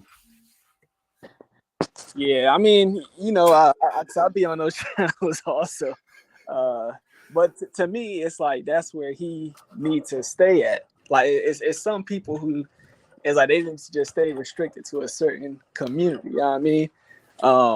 For example, it's one brother out there named Random Acoustic Thoughts. You know, he's like on that same wave as I'm gonna say he like the next level under like a hardline boxing talk and scrapbook, but you know he stick to just his little thing and that's it. That's how some niggas need to do. Yeah, I feel that. I feel it totally. Yeah. Hey, so hey, did you have one of them like depressing moments where all right, you like nigga get back home, then like you wake up and you realize you back at home, nigga not in Hawaii no more. Dude, honestly, the day that we was getting ready to leave, you know what I'm saying? The day that we was getting ready to leave turned into that. It was like, oh man, we're getting ready to go back. I don't want to go back. I was like, I got COVID. I need to be I need to be quarantined. I was thinking all kinds of stuff. But yeah, but being back, it is what it is. You know, I got the dream now. When my baby girl get out of college, we'll visit the idea of moving that way. Just have to see. Oh, my bad. I'm tripping. I just read what Eric All said. He said the nigga that told you live before his getaway car died. I haven't seen that dude. I haven't seen that dude since that day. Live, nigga. Live. Nigga over for real over that? Nigga, you still in the drink and some donuts, some cookies. What? Live. That's what I'm talking about. Live. That dude there. No, I haven't seen him again, Eric. I have not seen that dude again. And I'm glad. I'm glad I haven't seen him again, you know. And no telling what he might have tried to pull. And we had to turn it into high noon for real. See, I don't be understanding. If you're doing any type of dirt, even if it's a smaller shit, still a little pack of bubble gum. Like, how the fuck is you gonna be doing dirt at establishments you keep visiting regularly? You going to them bitches, you know, 4 times a week and shit. The nigga who love to come in there, he only buy 1 or 2 tall cans, but you might see him 3 times a day. He trying to steal and shit. Come on, man, that shit don't make sense. It be cats that walk in there 3 or 4 times within 10 minutes, but don't buy nothing. But you spending 5 minutes back there by the cooler, and you telling me that you just find what you was looking for to drink, but you come back 5 times. See, you know, they come back a lot. And you looking at him like, this motherfucker don't think I know he's stealing? It's a camera looking right at you, putting the stuff in your pants, all kind of stuff. This lady, she got a purse on her shoulder. So she going past the aisle. We got these wine racks. And they think, I don't know what make people tend to think that if you stand in front of some glass bottles and you see spaces between the bottles so you can see these people. You can see them reaching on the cold shelf and putting stuff in her purse. This is what she doing. She grabbed it like we got those cheese sticks with the little piece of meat, like salami, a roll of cheese and a piece of salami. People like to snack on that. We sell those, so she just cleaning those up and then going down a candy bar line, and she's standing on the side where the camera is looking like right directly in her purse. So I'm looking at the screen and I'm watching her put stuff in her purse. So I'm like, "Hey, you gonna pay for that?" So she gonna say, "I'm not stealing. My purse is already full." I'm like, "Yeah, full without stuff. I ain't stole nothing." I say, "So you mind if I look in your purse?" Then they want to give me, "I don't even want to buy nothing. I'm gonna just leave." Okay, you already got all the shit you want. Anyway, you want to buy nothing in the goddamn way. Come on, man. It's Yeah, that's amazing. ridiculous. You get mad at me because you can't steal right. That don't even make sense. Yeah, I mean, come on, man. That's like the smallest goddamn store you can go to. It's and I mean, shit. You ain't going up in no gas station not knowing what you're looking for, or like you said, dudes coming in 3 times within 5 minutes. Nigga, if you ain't see it the first time, it ain't in here. Yeah, It's like, if you got away with it the first time, you'd have came right back. You'd have made us aware now. We got some that slick.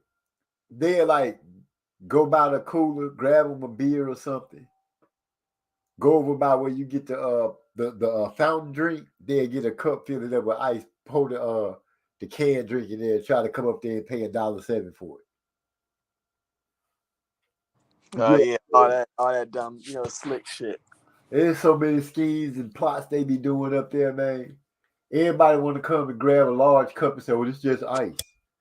I said, "Well, I'm gonna just go and tell you right now. That cup right there costs $1.29. The other cup costs $1.07, and the one that you usually would get the ice in costs 86 cents. Oh, but this just ice. Yeah, in my biggest cup. I have so many conversations with people because they be like, "Oh, I'm just getting ice." Well, why don't you get it in an ice cup? Because if you get it in a $1.07 cup, I'm charging you $1.07. You get it in a $1.29 cup, I'm charging you $1.29. You might as well get something to drink. I'm charging you for the cup. Don't tell me it's just ice. Because it's nowhere in here that it say that we sell just ice. Complimentary ice. You know what I'm saying? Oh, that's the killer. Oh, y'all signs it say if we got our own cup, we get free refills. I'm like, ain't no company ever been that stupid to say if you got your own cup, you can just come in and start getting our drink for free. Oh, I thought that's it. We said you can have free ice. But you can't get no free soda. You got to give me at least 75 cents. Hey, it's even some restaurants that charge for refills now on soft drinks. Yeah, I'm like, dude, think about that. You saying that if you got your own cup, you could just come in and get drinks at will. The whole neighborhood will be doing that. Oh, that's them dumbass niggas that think they gonna keep the cup and just go back every day. Yeah, that type stuff. Which you laughing, but it is people, it's regular customers that come in there 2-3 times in the week with their same cup because they know if they use their cup, they only gonna pay 75 cents. And they telling you, no, I came and I bought this drink earlier today. Oh no, You when they come in, they'll say, "I came with this cup." They hold up their cup. So okay, they're gonna get iced. You can get the ice for free. If they get something to drink, no matter how big their cup is, up to a certain amount of ounces, it's only 75 cents. You come in there, you paying 75 cents for 30 ounces pop. That's unheard of. A 20-ounce can costs $2.89. yeah, nah, that shit wicked. I'm glad I don't, I really don't have to experience all that dumbass shit no more. So I really like never have a reason to frequent a actual, that type of location. Cause like me, I go to Costco like to fuel up and stuff, and I don't know. I just saying like one of them niggas that be going to the corner store or whatever, just you know what I'm saying, like to buy some shit. But Oh, I can my only wife imagine. they go grocery store to the Costco's and stuff like that. Whenever they mention going, we finna go grocery shopping, I automatically get sleepy. I automatically start having dizzy spills and all kind of shit. I ain't feeling too good. I have to lay down. I cannot go grocery shopping. My I baby mean girl the same way. that's because yeah, your family ain't doing dumb shit like okay, well, I want some. I'm go walk to the fucking gas station, get a pay $1, $2 for a small bag of chips. Nigga, we get Right. 40 of them chips, or for $24, 40 of them things. Man, yeah, I know. Buying in bulk does have its perks. Shoot, we had so much toilet tissue at one point. I was like, dang, we ain't even putting the dent in it. Got that shit all stacked at like the top of the garage. Uh-huh. I got Like it.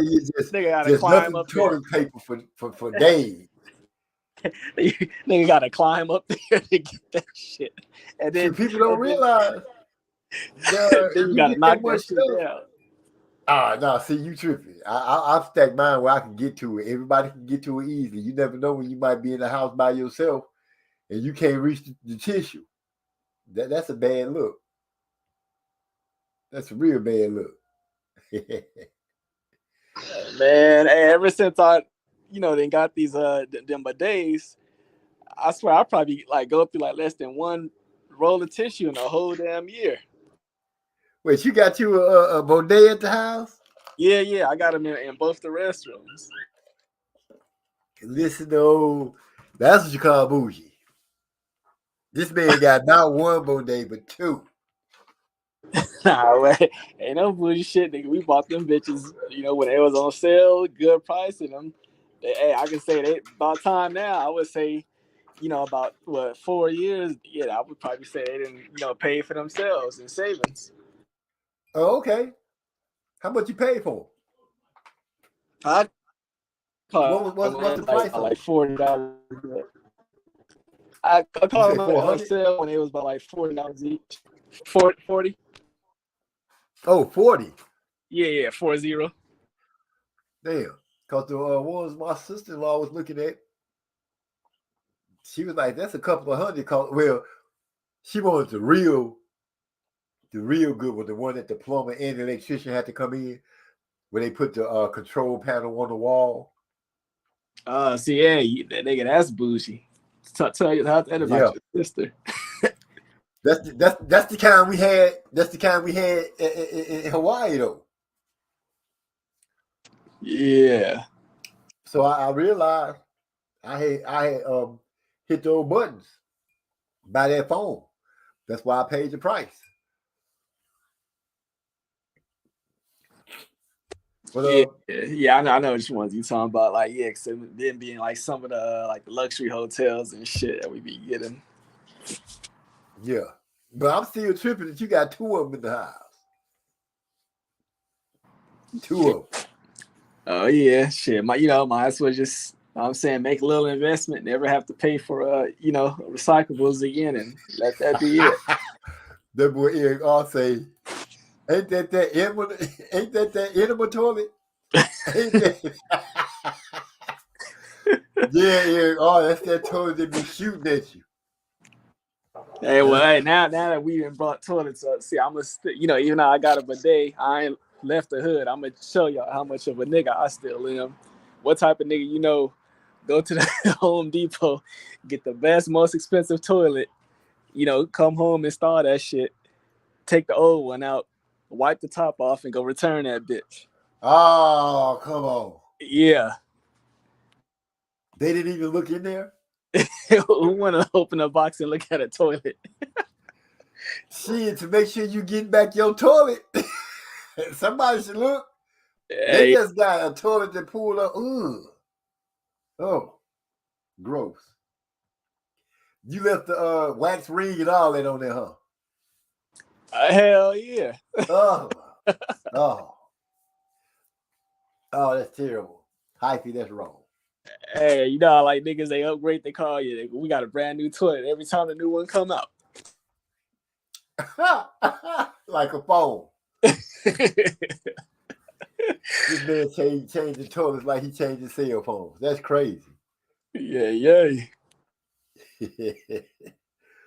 Hey, no, I haven't thought about buying no bidet. Not me. I'm gonna ask my wife if she thought about it. I know I haven't thought about it, but I am thinking about moving to Hawaii. Hey, shit. I mean, one of the recent things I got into last night. My niece, senior in high school, she's in this program. Is basically like it's like an organization for like black students within this community over here. So they had so they had like a graduation thing for that last night. Yeah, that was hella cool. Had it like one of these little local high schools, all like the black students within this organization. They graduated, so they had like speakers all across California come. Just like people within like these black principals, school teachers, keynote speakers, board black people like the board of directors and stuff. And that shit was hella cool. Okay, I know. I got an idea what you're talking about. When Livonia, when my daughter's son was graduating, we went to a lot of those things. A lot of the clubs that they had joined, a lot of the what you call it, the scholarship clubs that they be in, that they have dinners for them and stuff like that we would go to. A lot of that stuff was super interesting. One of my most favorite, fondest memories is with my youngest daughter when she joined the astronomy class. And we were out there. This was in Houston, and they were showing us the constellations and everything like that. And I was amazed my little girl knew so much. I could tell that she was paying attention in school, which made me very proud. That boy Eric Clark say shampoo booty ass nigga. Congratulations, shorty. Who he talking to? I don't know. I'm tall. But I gotta go get out the car. Yeah. That was similar things. Yeah, that was hella cool. Just situation, like dedicated to the black students and stuff, like a whole black organization. I think that's pretty cool. A lot of the kids they go into like some HBCUs and stuff. Got little scholarships and stuff. That was hella solid. That's always a plus to see those kids get scholarships. But the thing is, a lot of them have to. He said, "Congratulations to your niece." Eric Clark said, "Congratulations to your niece." Yeah, appreciate it. But the thing is, they have to end up getting. Sometimes some of those students have to get a lot of scholarships. It's a whole bunch of different scholarships they get. Some scholarships only do like 500. Some scholarships do a few thousand. They have to look for scholarships that pay room and board. Those are the best ones that people have to children need to look for. Parents help their kids. They need to look for those scholarships that's gonna pay room and board, scholarships that's gonna pay books, different things like that. And fill out for as many scholarships as you can, because the more the merrier. They counselors and stuff like that that help them figure out how to spend, what to pick, and things like that. My little girl just got super blessed that the scholarship she got covered her for her full 4 years. All she got to do is keep her grades up, and she's not having any problem with doing that. Yeah, you're definitely right about that scholarship stuff. And like sometimes we hear like $400, $500 and shit, but it's like the amount that you can apply to and qualify for. I mean, is limitless. So it's like all of them count. But that's what it's cool to have some type of mentor or somebody within a board of education, because those type of people, they be knowing, what type of scholarships, because they be talking to the people that be, like even push them out there, like let them be known, we got scholarships. Yeah, exactly. We got scholars, because there's a lot of them that people don't know about. Some of these organizations be looking to sponsor kids, and you have to look for them, and in order for your children to get those. Because my daughter, she has a Christian sorority that she joined, my oldest girl, and they sponsored my baby girl in volleyball. Um, you got different, like I said, you got different businesses that have scholarships that help pay for kids to go to school, and usually when they kick in, they have some kind of promise at the end of their scholarship that if you complete so much of this or you do this in school, you could turn around and go to them searching for a job. They'll help you get things started like that. Um, my daughter did a couple of internships for Valero, uh, where she got paid and she got to go inside this like campus that they got. It's for students, but they teaching them the game. They teaching them the business aspect of it, how things work, how things run in the company on their main campus. Teaching them about how to make deals, how to go and do research, all kind of stuff that this my baby was learned at this place, and they paid her for it over the summer. So you know, for those of us that have children that are in school and stuff like that, getting ready to graduate, be all up in there, man. As soon as they get into ninth grade, you should start searching for scholarships and things like that that they could shoot for to help pay for their way through college. And doing it early, let them know that you're interested in what they might become. Sometimes it just need that. Yeah, definitely. Some people, it's like they be forgetting that this is like real big companies. Like if you think Shell, like homie, like don't just think like, oh, Shell, the place that. You died out. But I get what you're saying. Don't just think that Shell is just some big company doing making money and stuff like that. No, Well, like they Chevron. actually yeah, they actually into their education to help people out. Eric I say that's what's up. Make sure your little girl network. Learn how to run billboards. Oh, Eric R. Um, my youngest, I have to say, she's lucky. She kind of went through it the way I went through it. As far as having big sisters and big brothers, she get to learn from them, assess situations, which I can honestly say, and this is no lie or no cap, as they would say, my children have yet to have a situation that I had to look at it and be like, man, that was disappointing. I have not seen that. My children haven't showed me that they know how to fail yet. They've all what they've aspired to do and start doing it. They pretty much done it.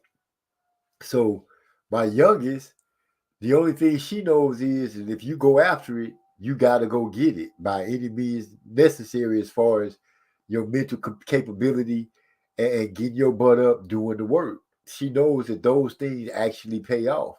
So when it comes down to rubbing elbows with people and building networking and stuff like that, my youngest, I have to say, as far as networking and stuff, and, and and breaking the ice down and breaking the barrier down where you could compensate with her and she could get to understand it and get in there.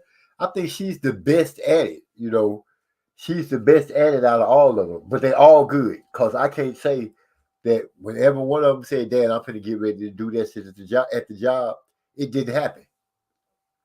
Like I said, my oldest daughter is getting ready to get her doctorate in education. All my kids, from the second oldest down to the baby, they all go to Ebony when it comes to certain things they need to talk about.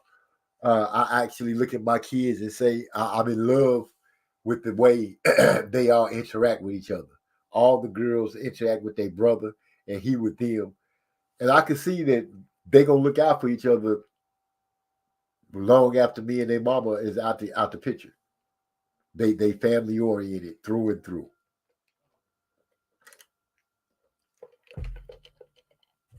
He said, take advantage of relationships you make in school. You are blessed, sir. Thank you very much. Yeah, yeah, that is a good thing. What I'm saying, it's like, yes, good. It's hard to say that, yeah, that generation, that you built and left behind. Like, all right, yeah, that's the one that got that shit on track, and all these stereotypes, that may be about our people. Yeah, all that shit is gone. Like, look what nigga, look what we produced as far as my generation. So it ain't no excuses for the generations after that. Nigga, we on track. That part. That part. I feel, if anybody for the young dads, let me just put it like this. Just because your kid is grown doesn't mean they don't need you in their life anymore. For a lot of them, it means they need you that much more. You know, so I made sure that my daughters and my son know they come talk to me and their mom about any and everything. Nothing is off the table. If something's going on, you can talk to us about it. And I'm not gonna come at you with the dad angle or nothing like that. I'm gonna come at you with an adult talking to an adult with some understanding. Cause you know how things were when you were young and it was time to talk to the adult. A lot of times the adult was talking at you and not listening to you. And I feel like that's a mistake. I feel like you really need to listen to these kids when they're talking to you, no matter how old they are. Because sometimes, you look at the age and be like, oh, they ain't really talking about nothing. Some true stuff come out those kids. You need to pay attention. So make sure you have an open line of communication with your family, man. That's very important. And that's one of the things. I'm glad I still got some of that, like the ability to connect with those people, like the youth and stuff, high schoolers and all that. But at the same time, I be feeling left out because I don't listen to the same type of music they listen to and all that stuff. But I might know the same ball. We all watch the same sports or something, so I still might have some type of connection to them. That's an important thing because is once you get out of tune with the youth, it's a lot more difficult to be able to connect with them or for them to feel like they could connect with you because they could you could tell them, oh, I didn't been through the same shit, same page, different book. But if they can't connect with you, Then then it's I mean they lost. not, yeah, you're not gonna get everything up out of them. Right. Well, one of the things that I used to do to make sure that I would keep, like, I think I mentioned this to you guys before, with my daughters, I would find out what they like, what they like watching, what kind of music they like, and I would go and watch the things that they look at, so I could get an idea of what's going on with them, what they thinking. So when the conversation is to be had, I could have it. You know, what books they like to read. Uh, my youngest girl, she's starting to come into her style, the way she likes to dress, how she likes to wear her hair, things like that. She's just now starting to come into that. So this is a journey that I have to take with her. My oldest daughter, very conservative, you know, the way she dressed, the way she does things. My second oldest, Jessica, I call her my twin. That's twin. Her and Lavoia look so much alike. It's on the different ends of the color barrier. Lavoia is a lot brighter than Jessie, but they look alike. Jesse is that's my bougie baby. You know what I'm saying? Jesse wanted Jesse. They all like money. Let's not get that twisted. But Jesse want to let herself shine a little more than that. Ebony is reserved. She's in a nice house. Her stuff is laid back. Jesse is in a nice house, but Jesse wants to drive a BMW. Jesse wants to, she wants those type things. Ebony take a nice car. It don't have to be a BMW. It's not like she can't get it, but she just that's not her. That's where they are. And Dee Dee, she's the health nut. She's the oldest mom out of my children. She was the first mom, so she has that going with her. But she's very goal oriented. and she got this. I got to take care of my baby, but she still got to be hot. I'm going through that. So now my baby girl is coming up, and she's there. Pretty. She's pretty. Oh, wait a minute. Put the family thought on pause. I changed my mind and brought a Wilfred Benitez book. It was on sale for $5. Google Wilfred Benitez, Kindle, and you'll see it. Okay, bro. I'm with you on that. Oh yeah, I forgot. Yeah, Trey did say that's how he do like most of his reading. He just buy like Kindle books and ebooks and stuff like that. Yeah, he was telling me about it. So I was like, he told me how to get the Kindle on my iPhone. Cause like when I first came around, at least like this community, and I was just thinking like a historic classic books. I was thinking hard copies, and I know, man, they got a few of them books. They up there in the hundreds. Because you just really can't get them anymore. Right. Man, speaking of I ain't said nothing about the boxing, but yeah, I thought that was pretty disappointing.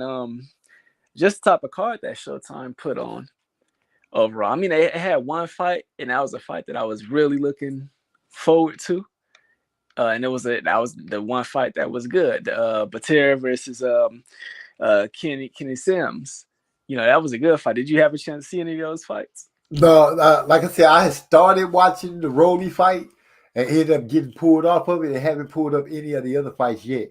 I'm trying to get used to this new schedule that I'm working. Some days it's 3 to 11. One day was 5 to 1. I got an 8 to 4 shift coming up, 8 at night to 4 in the morning. But I'm gonna get it straight. I'm trying to get my sleeping back right. That trip to Hawaii helped me a lot because it being about 5 hours behind, I kept sleeping pretty much the same pattern. So now when I come home, I'm waking up around the time that it's time to go to work instead of going to sleep because I'm working overnight. Yeah. Yep. That time change. Oh yeah, about that Showtime card. Yeah. I mean, the part I ain't gonna say it ain't worth watching the Rolly fights. I mean, it was some action. They both exchanged knockdowns, hurt each other, stuff like that. But I mean, to me, that's just it was like a slap in the face to boxing fans. I look at Showtime, they had just did, even though I wasn't really big on it, but they just did right by the fans. They made the Gervonta versus Ryan fight. So they was put it on like pretty much one of the best fights that could be made in boxing, period. But then it's like, all right, now that y'all done gave us the fans what the fans wanted, like y'all backing off, and then y'all come with that type of card. I mean, Rolly versus Barroso, it was so much corruption that just BS that went on behind this card. Obviously, MZ Rolly, this dude got knocked out of his last fight at 135, goes a year without fighting, and now he's fighting for a title in his very next fight. Somehow, some way, move up in weight fight. Yeah, somehow, some way, move up to 140 and automatically, he finds himself with a ranking, a WBA ranking, number 9. But somehow, some way, you getting a bypass, the other guys at number 9, and you getting a title fight. He got a hell of a promoter. And when that guy, yeah, that's definitely has to do with it. And when that guy Puello, when he popped positive for that, for that test, yeah, WBA, if they had integrity, what they would have did, they would have made O'Hara Davies, who was number 2, and the guy Barroso that really just fought number 1 and number 2. They would have ordered them to fight for the vacant title. Yeah, moving everything up. Yeah, exactly. So O'Hara, he got basically screwed out of it. And this WBA stuff. So have you heard about this thing with basically the WBA president? He's basically like a manager of Venezuelan fighters. No, I haven't heard that, but that's like a conflict of interest, ain't it? Oh, definitely a conflict Terribly of a interest. conflict of interest. Hold on, let me catch this. Trey X said it's a lot easier for me and less expensive buying the books on Kindle. And he said, Hyphy, what fights this year would you take over Sims Jr. versus Akhmedov? And closing out, I wouldn't have minded seeing Sims Jr. versus Akhmedov score a draw. That fight didn't deserve a loser. Both did outstanding work. And before you answer, I want to say X. Hold on. Is the name of the one you got called The Fifth King, The Rise and Fall of Winfred Benitez? Is that the one you got?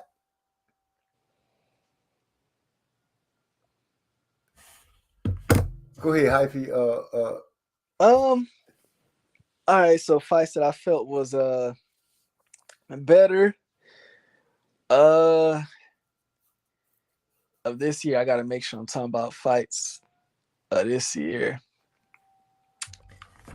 It was really, I ain't gonna say like it's fights that was better, it was just fights that was more, if I had said better, would just be based off like an action packed fights. That would be about, I would say yes, a few of those type of fights out there. I still ain't forgot about Serrano versus was it Erica Cruz. I definitely like Clavel versus Neri. Why it's what's that boy name? Joet Gonzalez.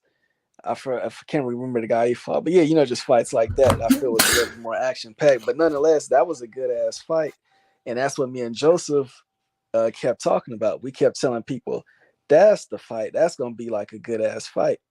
But as far as just the competitiveness, hell yeah, that was definitely one of the best fights of the year. To me, I feel like that should have been a draw. If I had to pick a winner, I would have probably favored Batir. The only reason I say that is because it was a lot of time. I'm gonna say about like from rounds 4 to maybe about like 9 or so. He was just letting that shit sling. He was just understanding that he was gonna keep getting countered one way or another. He was just letting it all go. But then again, I kind of fight with myself and say, nah, that should have been a draw. Kenneth Sims, a couple of things he showed me, he got to get better defensively overall. His defense just not where it needs to be an elite fighter. And also, you can see that pain that Batir was bringing, it was definitely wearing him down. So his gas tank is kind of reserved. He got to work on that as well. But like they were saying, he had never been past 8 rounds previously, I believe. So it's just things he could work on. But yeah, he definitely got to get better defensively, especially if you're gonna be one of these guys that fights out of both stances. You got to have your defense more tight.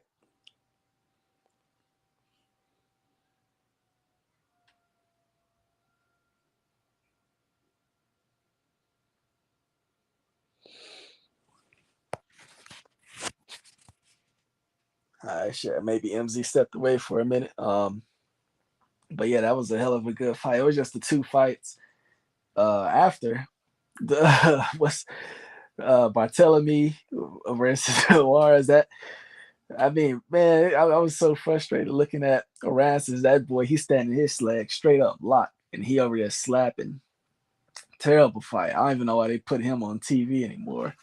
Then the Rolly fight, like I said, that was another fight nobody was interested in. I don't like how Rolly hold his hands. That nigga hold his. I don't know what the hell he be doing, but the way that nigga hold his hands when he like moving around and stuff, even his movement is retarded. Everything he do is just retarded in the ring. He said, y'all keep leaving me out, my brother. I was high on that fight as well. How did you feel about the stand switching? Well,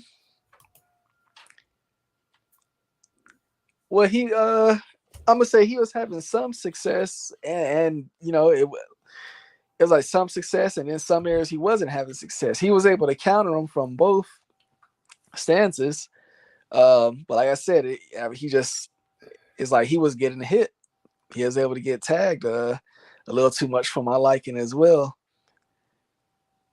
So I mean, like I said, with some effectiveness, but I ain't gonna say it was like the most effective. But that's just kind of that's his style for whatever reason. Um, he one of them dudes that just been doing. So I mean, I know he gonna stick with it. So I don't know. I really ain't got no complaints about his switching. Like it is what it is. Okay. I am sitting here I'm trying to buy this book, but I don't know. You already own it. Yeah, as soon as he said it, I went and looked it up. He said nobody holds their hands worse than Kubrat Pulev. Ain't that he held his hands like down in front of him, don't he? Or like opened up. Like he holding some bars. Yeah, he yeah, that's him. The heavyweight. You know what? I will say because he hold his hands like that. More Rolly, it's like when he didn't got like enough where he's out of any range of danger. When he just hold his hands in a dumbass way, I don't know what he's doing, and then he move around the ring and then he just lock his legs. He just just playing his legs, hella flat footed. And I don't understand because I mean it's not like this dude is a draw, a money maker. But they pushing him like he is one or like he could be. I don't know what's going on with Showtime, but for me, if I'm fighters like Frank Martin, he fought in what was that, November, I believe. Correct me if I'm wrong, but Frank Martin, he ready to go again. Like he could have already been fighting again if he had a date. Jaron Ennis, he could have been fought again if he had a date. It's other Showtime fighters like that out there. Guys they work with, Rais Salim and all type of stuff. These dudes, they could have fought if they had a date. So to me, it's kind of disrespectful to those fighters when they can't get the dates, but this is the type of shit that's headlining the Showtime card. Okay, that's what it is. I got to make sure. Oh, I'm sorry. I'm listening to what you said. I just read what Trey said. Make sure that my Kindle and Amazon accounts are congruent. They running together so I can make sure my book that's what I need to do. I need to go to Amazon. Okay, I was sitting here looking like, why the fuck is this book not showing up so I could buy it? It's talking about sample. I don't want the sample. I got what you're saying. I got to go in there and mess with that. He said, what about Big, who is it? Darchanian hands? Big Darchanian? Who is that? Vic Darchinyan? Chinyan? I'm saying it wrong. Chinyan? Who is he? Oh, yeah, he used to he used to have his both his arms literally just pointed at the ground. He shake them off and stuff. Yeah, Vic Darchinyan. I don't know if you remember who that was, but that was what weight was he again? Trey he was 112, and then right. I think he moved up to 118 or 115. Oh, that's Eric R brought that up. Oh, okay, yeah, but that was Armenian guy. He really wasn't a technical guy. He was just he had power at one weight class, and then after that his power diminished. Entertaining but flawed fighter. But yeah, he ended up getting his ass whipped by a few people. Donaire twice, Joseph Egbeko. There's some other guys I can't really remember off top. But yeah, he was, he brought some excitement, but just wasn't all that good. Huh. I'm trying to remember what happened to Darchin after. Did he just fade away after that Egbeko fight? I can't remember. But I go to show you how long Donaire been around. Because, Donaire stopped him back in his day. Donaire been around for a while. Decades. You talking about Nonito, right? Yeah. Yeah, Mr. Nonito. Hey, I mean, you could say as little as you want to, but remember a couple weeks ago when I think you had to cancel the show, but you was like, hey, possible interview coming soon? Yes. Now let me just, like I said, you can say yes or no. I put that little video, I put a little piece of it on there when it say having a conversation with the family. Old boy sounded drunk. Oh, okay, that one. Yeah, you know, he he ended up being drunk. We couldn't do it. I was like, dang, dude, you know. But I put it on there so y'all can see this what I was dealing with. Oh, I took that as just like a joke thing. I didn't know that was it. No, we was having a real conversation. Oh, I thought that was just like a joke thing, fam. No, we was having a conversation. He was talking about his brother. But you know, we was getting ready to have a conversation. They hear them drinking, and I was like, we can't do no interview because you know he was out of there. Yeah, yeah, You yeah, heard him. yeah, yeah. He wasn't just like okay, like he just having a drink. Nah, he was already like gone. Doc Reffin. How do y'all feel about Harvey Doc Reffin the Haney versus Lomachenko fight? Yeah, see, that was some news I was waiting for. Um, Harvey Dot got announced. I really thought it was gonna be Jack Reese. I thought it was gonna be Jack Reese, if not Kenny Bayless. Uh, But you see, Jack Reese. People got people got their way how they feel about him. And Kenny Bayless, people had their. It's almost like what referee could you get that people would be happy with? uh, Is he a guy that's gonna let him work on the inside, or is he gonna be always breaking them up? for my liking, Doc Harvey is a little too quick to stop any type of inside action going on, but it's still nowhere near the Kenny Bayless level. I'll say that. So I really don't have like too many complaints about Doc.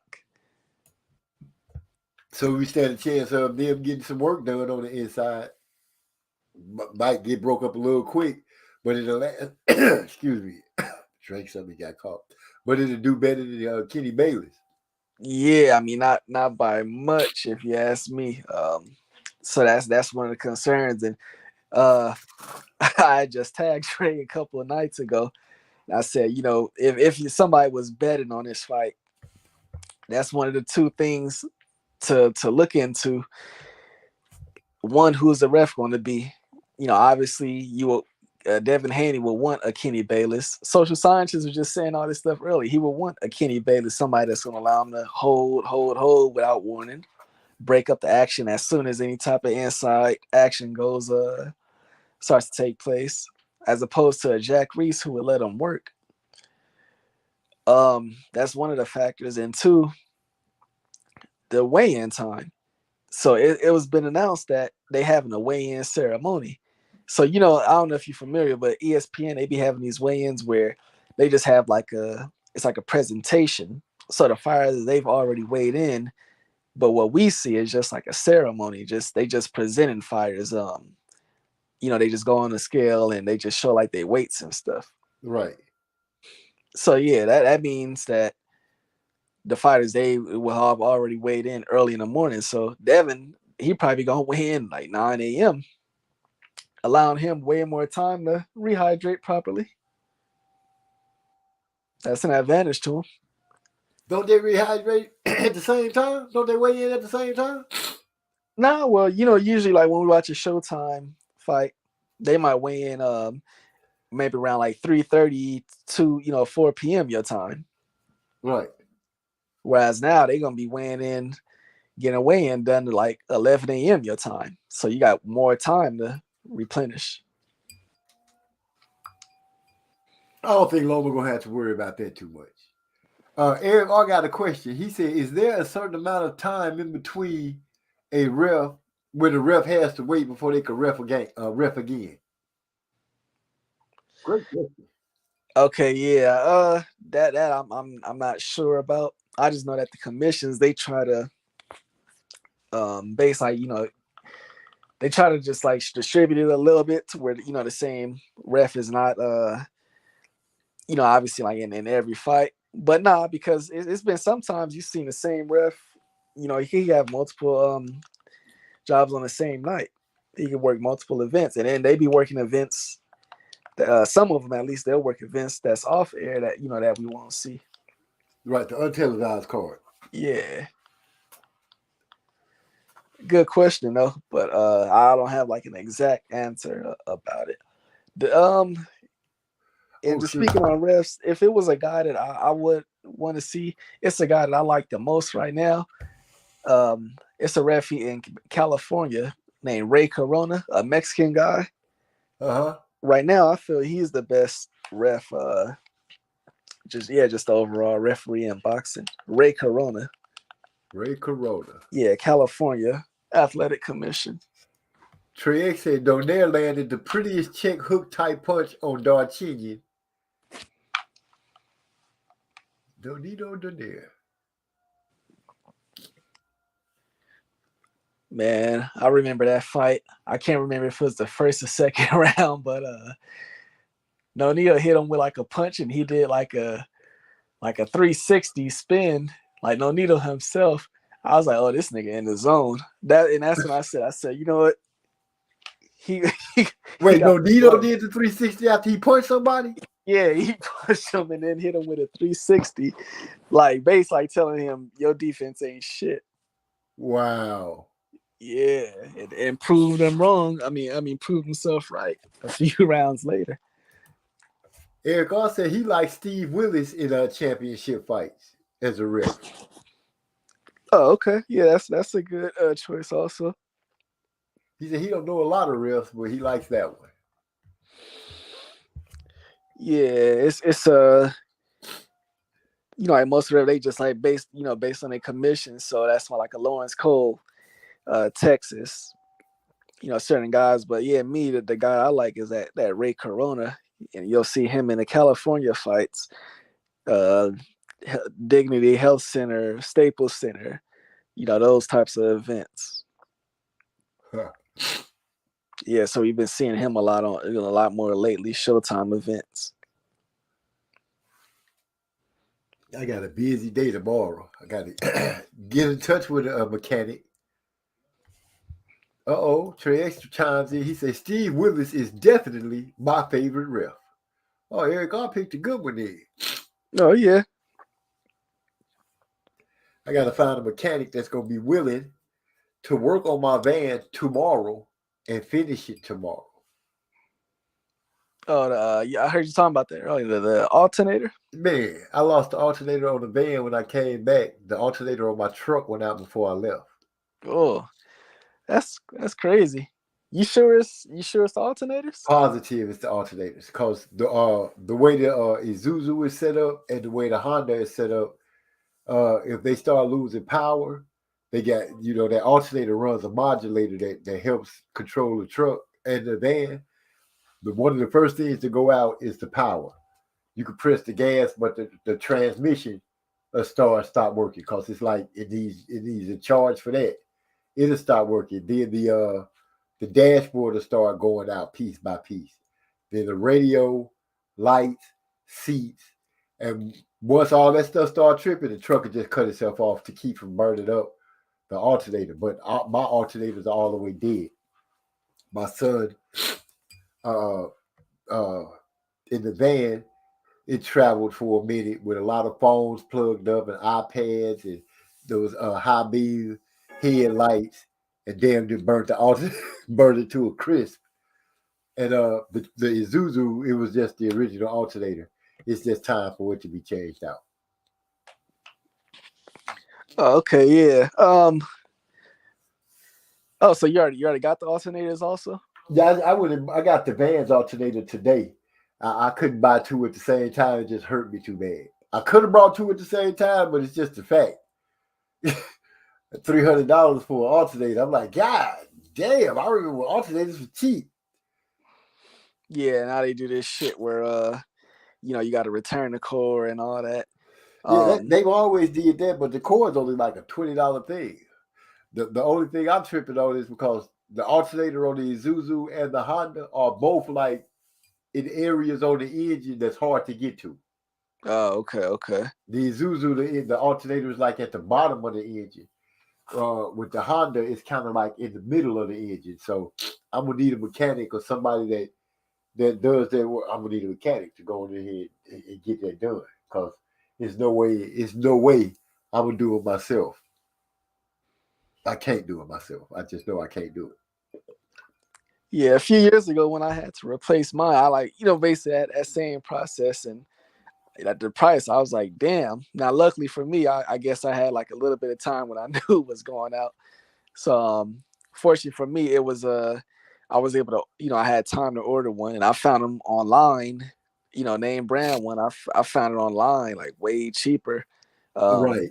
And that's even online, they don't even ask for no core, but it was I just could like have so went that much route. cheaper. I could have went that route, but I don't have the time. I don't have the time to wait. Yeah, it's all about the So timing. because of the timing, you know what I'm saying. I need to jump on it right now because Yeah. I'm not putting the I got a little Honda in the driveway, but I just don't want to go put money in it and legalize it and put it on insurance just to drive it for a couple of days. Yeah, it's a timing thing. Right. So I get the truck, I get the van fixed, and then I get my truck fixed. Cause I really like driving the truck. My wife, they're like, you should drive the van. I'm like, yeah, but the van, all right. The van, cool. I ain't gonna lie. The van got some things to it that I like. It got a nice system in it. It handles great. AC, front and back. It's up to date on everything. Trey X, he know I'm so happy about that van. The old Bentons helped make that payment so we can bring it on to the house. Hey, it gotta be, somebody out there. Somebody gotta know one of them niggas who, what I'm saying, like a nigga, he might work at a shop, but then he also do some side work. Yeah, it's always them type of niggas, or okay, it might be somebody. He shit back in the day, he worked at a mechanic shop. It's always them type of niggas, and they still got tools and shit. Yeah, my next door neighbors, Mexican guys, Spanish guys, let me say, not say Mexican, Spanish guys, they be working their ass off on cars. In my Fusion, the shifter had broke. They fixed that for me. So Yeah, if I can't find somebody, I know at the least I call my father-in-law. He'll get the AAA, bring the car over to the house, and had him to mess with it. But then I know I'll end up having to wait a day. My coworker, her ex-husband is a diesel mechanic. He was like, "You get the part, I'll take care of it for you." So I got to see how much he talking. yeah, If he yeah. talking reasonable, I know I could trust him.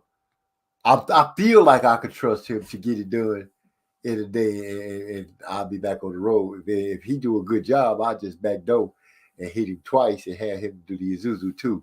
Napoleon Armstrong in the house. What's up, bro? He throwing up the peace signs. He Oh throwing them yeah, right back at you. he coming in late. Yeah. Napoleon. It's like, yeah, I think he an hour ahead of you. Yeah, Where so he that at? made it like 133 for him. Yeah, that nigga probably woke up. Nigga probably woke up for a late night snack. Shoot, this part right here, right now, make me miss Hawaii. Cause it's just like 5:30 now. Yeah, it would be like 7:30 right now. Yeah, it's like sun going down and shit.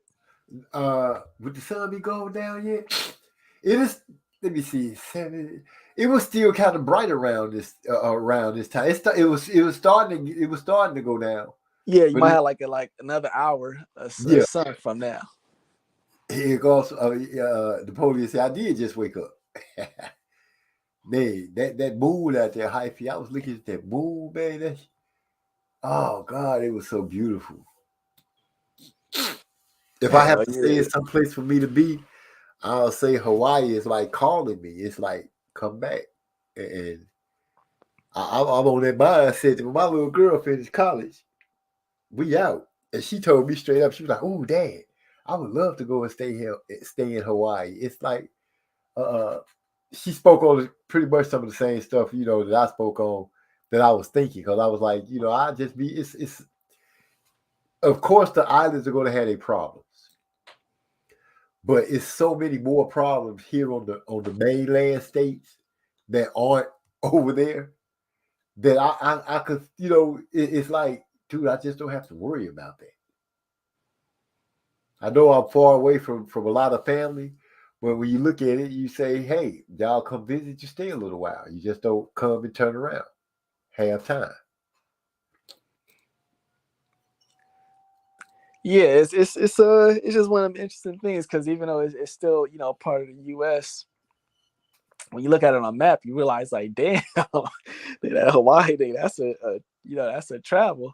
And I know, just flying from like when y'all flew out from LA or wherever y'all flew from in California, y'all realize, yeah, that's a minute. That's a 5-hour flight. Yeah, but it's still, like I said, it's still part of the US. Yeah, it's 2,800 miles away. Yeah, y'all That's not a gonna have long no time. problems. That's a long ass way. Yeah. So I mean, yeah, you ain't gonna have no issues ever, going and coming back as you please. That boy ear going crazy. He said, what it do outside burning me one on the late night? Shit, I ain't going outside to burn mine. I got a room for that. Eric Orlando said, hyphy weird ass probably watching you through a lens on a drone while resting on his bidet. Damn. Man. Hey, but yeah, that shit was cool out there, huh?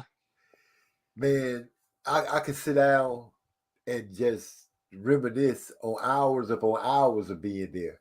It was cool. I could honestly say I walked around and I was like, I noticed, I was like, dang, I haven't been bit by a mosquito. Not saying they don't have mosquitoes, but I didn't get bit by one. How strange is that? I didn't notice a lot of flies. It's certain little things that I was like, I just didn't notice.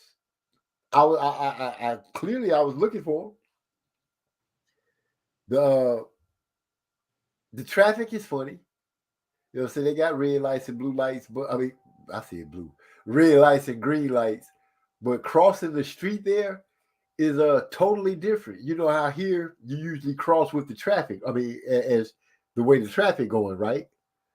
But over there, when you cross the street, all of the cars' lights turn red, and then the pedestrian sign comes on for the people to walk. So when you cross in the street by the red light, no vehicle is allowed to move. Mm-hmm. I found that I was like, wow, that's pretty neat. You know what I'm saying? You could actually cross the street comfortably, not worried about somebody shooting through a light.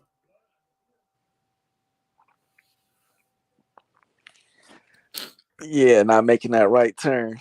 No right turn, no left turn. Your ass better not move. Hey, we went and got some tattoos. I was a little upset. Eric R say, I miss these long shows where we just shooting the shit. We went and got tattoos, right?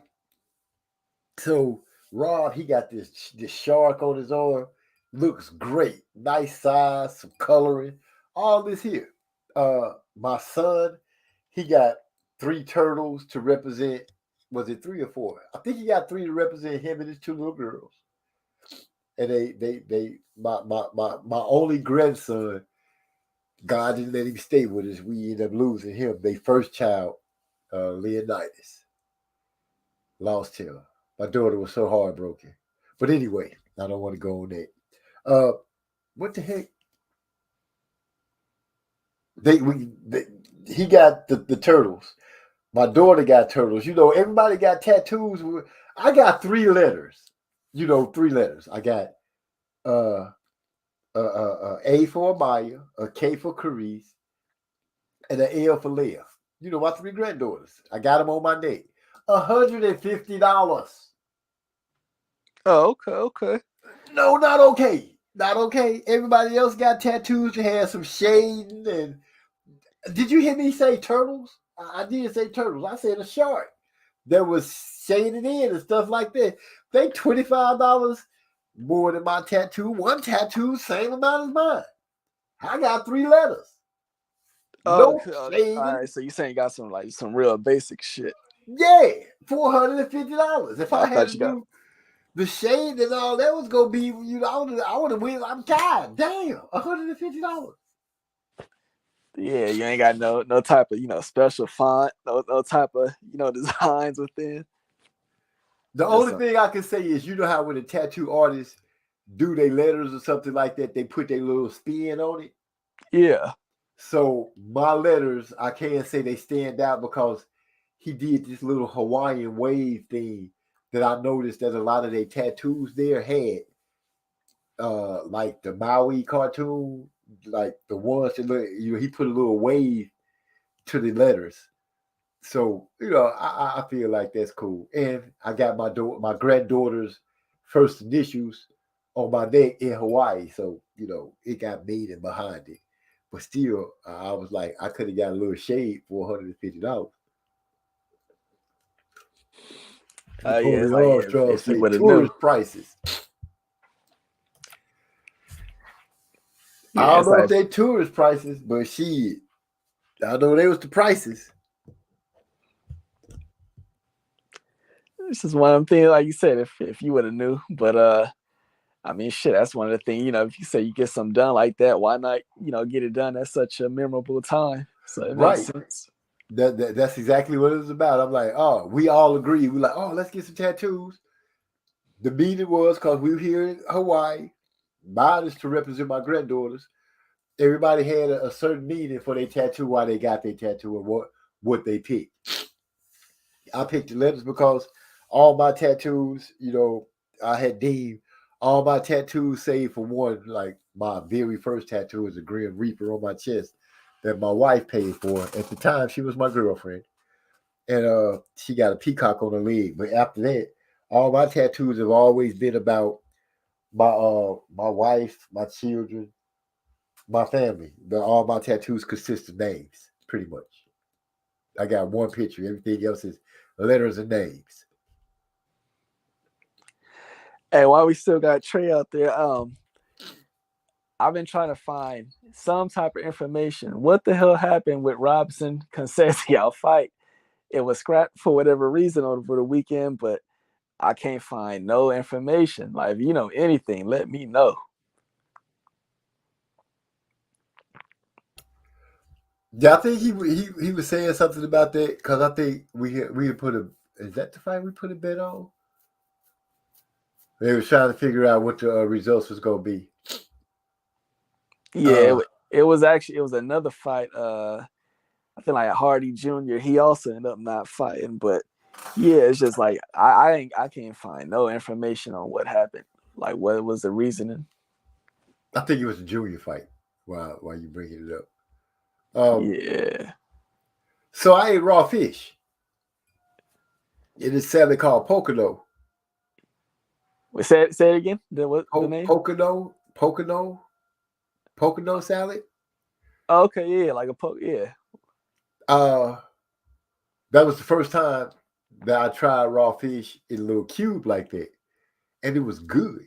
It was seasoned and everything. I've tried salmon, but I guess when salmon is cut in thin slices, it's a different texture, and I didn't like it. And I didn't think I was gonna like this, but I ended up liking it. It was good. It was good. I really can't wait to go back. I can't wait to be looking at my wife saying, "Well, baby, let's go and get on the plane because we finna go ahead and leave this." Like y'all already fine with, like, that'd be the next family trip. Like, y'all fine with going back to the same exact spot. Well, we gonna look at the other islands to make a decision, but I'm thinking Honolulu will be the place. I'm thinking that would be the island we choose. Maui, we flew out of Maui coming back, so we probably go check out Maui and see how it is. I did get it like when we were at the airport.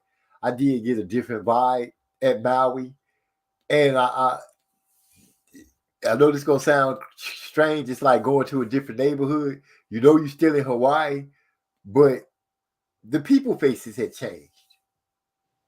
If I'm making any sense to you. Mm-hmm. It got a little bit more toned down, so Something like that. No, actually, it looked like it catered more to the Western world. Just from the little bit that I got to saw in the airport. So I most definitely say that we're gonna have to go and explore the other islands before we fully commit. But I can honestly say commitment level right now is at least at 10%. Could be higher, but Livonia's still in college. Like I said, once she gets out of school, it's all pushing forward. I know for a fact that if we move to Hawaii, that for sure one of my grandchildren to be there with me because I've already heard her parent saying that if we move, she's more definitely coming. So that part right there excites me. That I know that if my wife and I go somewhere, that at least two of our children are like, we going. Ebony not going nowhere. Ebony pretty much stuck in Houston. She put her roots down, but she's done something that I've asked her to do, and that's travel.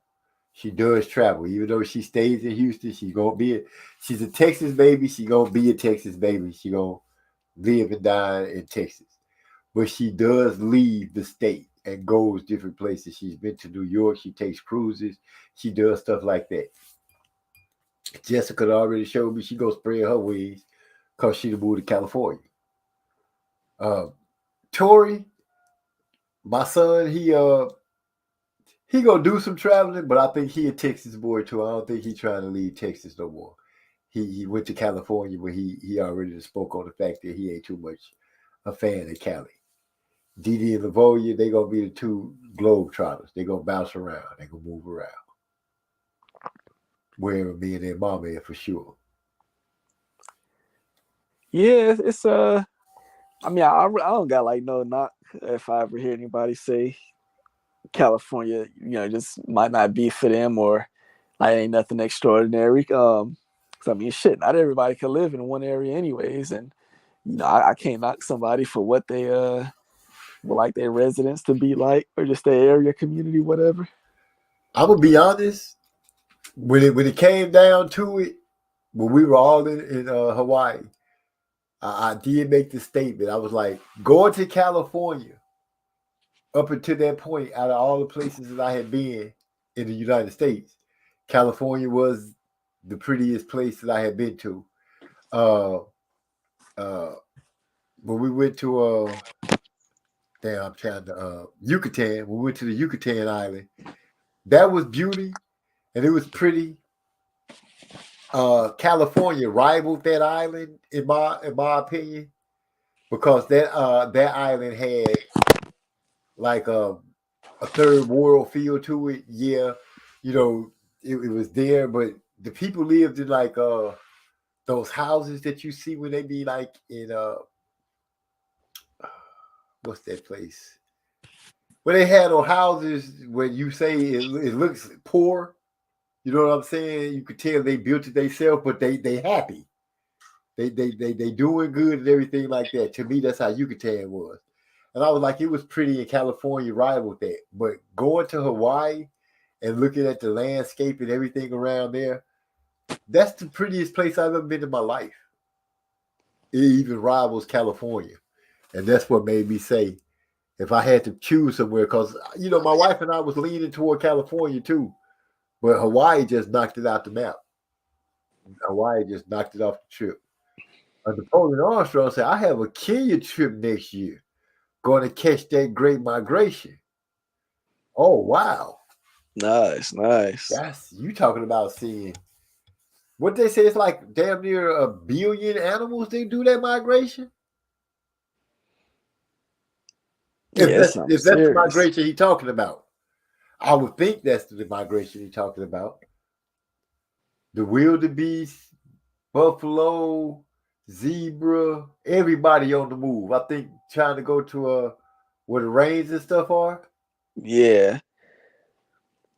Man, I bet that's gonna be amazing. Especially if you get to be in a spot where you could like If he could be up on an elevated spot where he could look down on it just to see the vast number of it, man, I could just imagine. You got to tell us about that, bro. When Yeah, you I be come back. watching them type of videos on YouTube and shit. You got to That take shit some. be You looking got to nice. take some. You just got to share that. For me, I like. I mean, in the perfect world, you would be able to take a little bit of something from everywhere, and live like in a perfect spot. But yeah, I could definitely see why. Like every place would have pros and cons according to everybody, just based off what they like and everything. Um, and I would definitely agree with you. I definitely feel like Hawaii is definitely nicer than just the overall landscape. Yeah, it's definitely nicer than California, in my preference. Uh, to me, the type of homes that I like, at least in the USA, I like I like the homes in the South. Those brick homes because they're just Uh-huh. so much stronger. And I grew up, all my family members have those types of homes, but I also like these Arizona homes. Um, y'all would just have to look them up, but it's just these they just like square. They're just like kind of like plain in structure, but they just so fucking durable. Right. Yeah, Southern Arizona homes.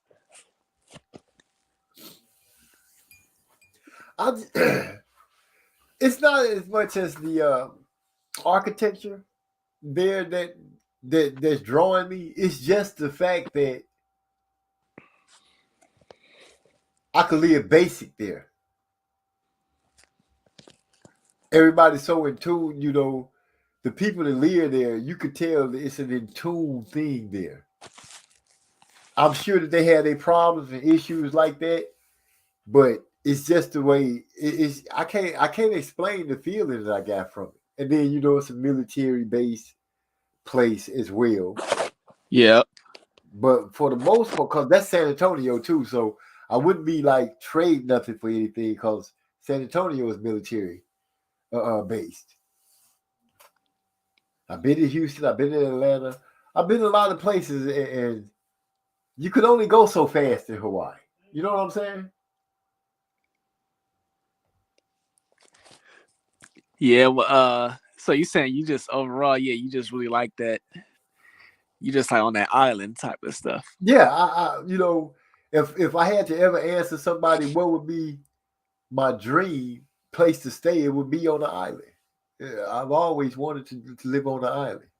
Napoleon Armstrong said, "Yes, sir. My kids went a few years ago with the grandparents.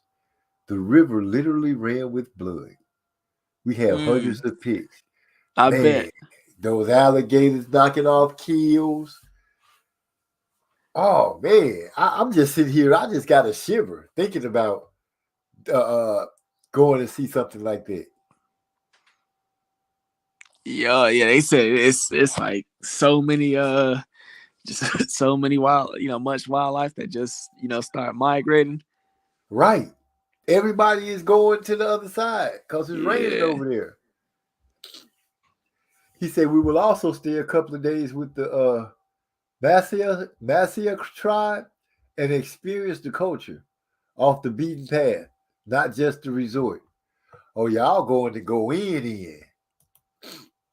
Y'all gonna go get deep, deep. La la Dina feeling. Look how late she is. Why are you even still woke, sis? On the cool. Shit. Now she wrote a long time last time. She said, MC! Throwing up the 2 crowns. What's up, sis? Glad to see you coming through. We just here chewing the fat. Talking about possibly moving to Hawaii and other places on the planet that people have been. But yeah, Yeah. I've always, if I had to choose or have a place, I'm always, she said, I actually just woke up. Okay. Everybody waking up late. But if I had the choice to pick where I could be, island life would be the life for me. Trig say, there you go smelling ass. She said, hyphy. Um the next island I'm gonna go to, because I only got to spend like a real limited amount of time there. Honduras. Okay.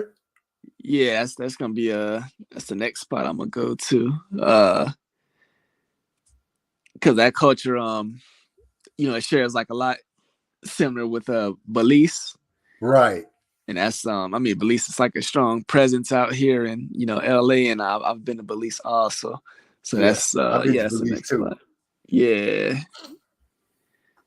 I've been there too. You can tell they used to be up under what was it, the Spanish Rain or the French? It was one of those queens that had her hands all over that messing with stuff.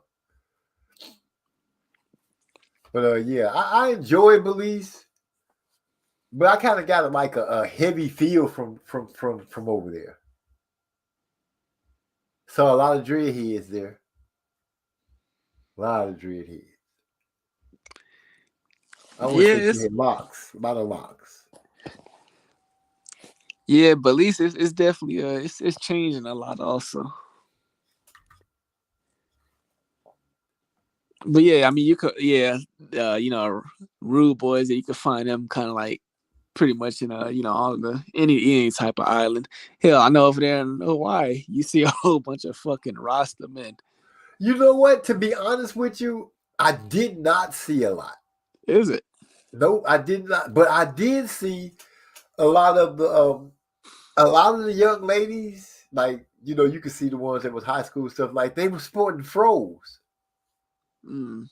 But the afro, they had those different kind of afros. It was an afro, and you could tell that it was coarse, but it just looked different.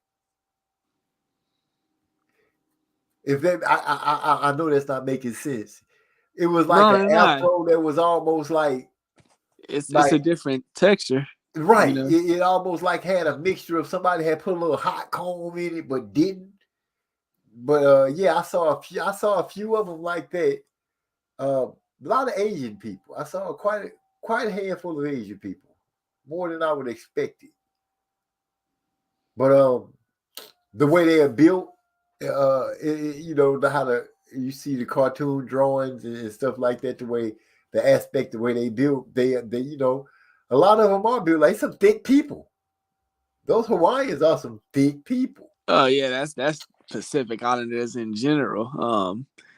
Yeah, them some big. You get some big boys coming from out of here, and the women.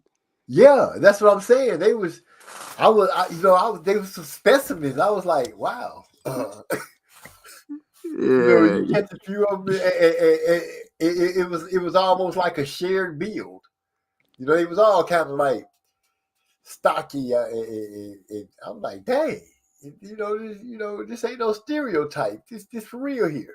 Yeah, they got like some of the women they would have just these I would say like some male features, skeletal structures. For example, like a lot of them they just have like that strong male look like type jaw.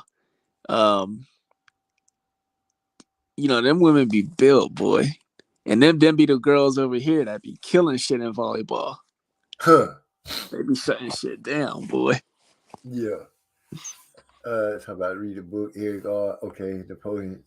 Lala just speaking to everybody. Eric, Napoleon Armstrong said Costa Rica fire around Carnival. They have a Hispanic side of the country and a black side. Carnival, boy. I wouldn't pass up no Carnival. What's you talking about? One of the cruises? It's just like the parade. Oh, okay. You talking about something that they culturally doing over there? Yeah. Now, see, I'm like those spots I haven't been to. I only know, info just based like talking to people, and of course, like y'all just watching shit on YouTube. But hell yeah. Right. La D said Belize has a lot of Crips. Yeah. To basically explain that, it's like Belize, because like 20% of Belize population has they somehow some way made its way to LA. And so basically what happens is those people, they go back and forth, go back home and stuff. So basically, almost every relevant LA gang is also in Belize. It's just under a different name. So yeah, it's a lot of Bloods and Crips out there, but that's why they would tell you, like when you in the city, like Belize City, yeah, you got like watch yourself, after dark and shit. Yeah, because you can get into some trouble. So like a lot of people, yeah, they stay on the outskirts and shit. Trey X shot fired. Trey X versus La La D this week. Turn on the lights in here, baby. Extra bright. I want y'all to see this. It's going down. Please don't go. Instead, please say Belize. He said you got to sing it like James Brown when you say Belize. Hey, how she feel about? We recently heard some words about Jamal and Demetrius. Heard they was on the phone discussing a fight in the very near future. So I want to get her thoughts on that. Kulala. Yeah. Okay. Armstrong said, I almost died in Costa Rica trying to go fishing in the river. I didn't know they had huge aggressive crocodiles comparable to the size of the Nile crocs. Why was you in the river? Why wouldn't you stand on the beach, on the bank, and fish? Why would you have to get in the water? I'm just not understanding that. Lala says Carnival has the same meaning as Mardi Gras around the world. I feel you, sis. I got it when they had broke it down. Like Samuel L. Jackson said, yeah, the nigga fat. What you want him to do? Eat some more. Hey, yeah, because I mean, y'all, maybe y'all know out here we got like all of them, Pacific Islands. Whether it be like I'm gonna say from New Zealand and on westward, we got all those populations out here in LA, and like all them motherfuckers out here, like them niggas gang bang. Them is just like some straight hood niggas just like us. They all got they gangs out here, Tongans, motherfuckers from, Fiji, obviously, Hawaiians and shit, like all type of shit. Samoa. Yeah, so them be some big ass niggas. Street niggas. Yeah, well, it is what it is. Damn, I'm lunching. Just smashed the like button. My bad, OG. Ain't nobody tripping. The drug trade for the Crips go through Belize. So says La D. He said, don't shadow ban me, bloodbath. Big coke trade in Belize. God damn, y'all know about all the drugs and stuff. I'm glad I don't know nothing about none of this stuff. Oh, yeah. They calling it breaking news. But Maul said that about a month ago. I hope it happens.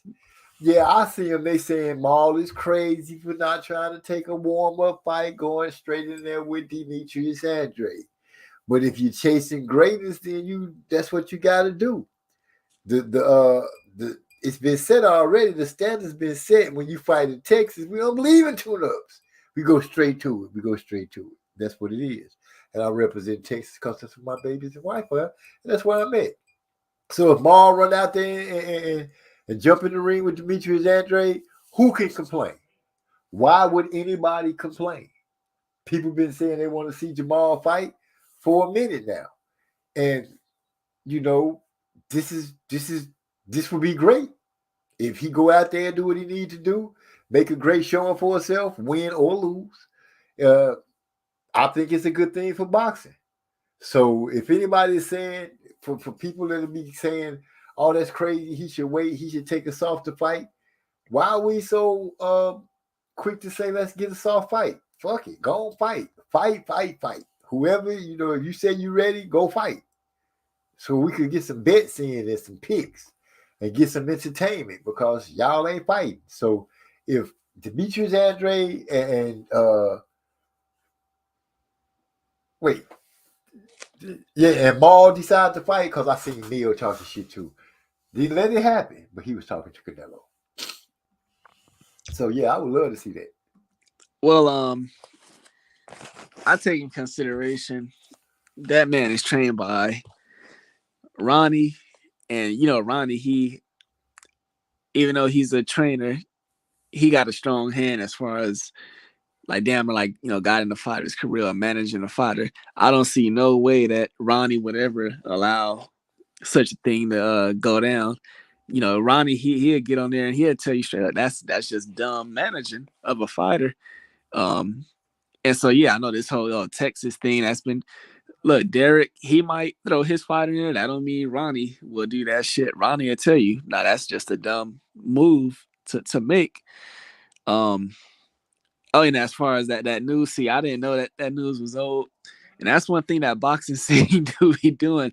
These motherfuckers, they'll go take some shit off a tweet from 2 months ago just to put some filler out there, and they'll go and put some shit. So yeah, that's one thing you definitely gotta watch for, and I guess I feel a victim of that shit. Eric also, Napoleon Armstrong, next time fill your pockets with rubber bands, close their mouth and wrap it around their lips. One time you'll be fine. They got Manny Pacquiao on. Oh my days. Lala D said, even with the 2-year layoff, Maul is doing Andre the favor by fighting him. I appreciate him for that. He said, yeah, you go ahead and try to. I saw, jumping off subject, I saw a guy, an old white dude. I'm going to say white dude because that's what he was. He called himself trying to do one of the Steve, jump on the back of the crocodile and push his mouth closed and wrap him up. That crocodile fucked around, grabbed that man's arms, snatching his ass all over the place. They got him away from the dude. You know what I'm saying? Hey, ragdolling his ass. He ragdolled the shit out of him, though. I was like, that's what your ass get. Nobody told you to go out there and jump your ass on that alligator. That alligator, crocodile, whatever the fuck it was minding his own business, sitting up on the bank. But nah, you seen it happen on TV and figured you could do it too. And went out there and got his ass chewed on a little bit. He said, I did fish on the bank. But again, I like to go experience the country and the culture. So I go off the beaten path. Wasn't in the water, but going fishing along the bank. Oh, so he like jumped up and tried to get you. See, I like enjoying the culture and shit too. But I have learned that shit will get you. So I'm playing a little safe. You might got young legs and arms and stuff, and you can get away from stuff real fast still. I can't. So I would play it safe right out the get-go. I still want to jump out of the plane and do the skydiving thing because my kids did that without me. I'm still feeling some type of way.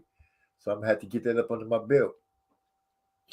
He said I would have gotten snatched like an animal coming to drink. Shit, I feel you. Eric R. jumps in and says, Canelo dumbass should have called out Maul to get ready for Bivol. I don't even think that's a good comparison. I think Bivol will beat up Maul right now. Oh, man.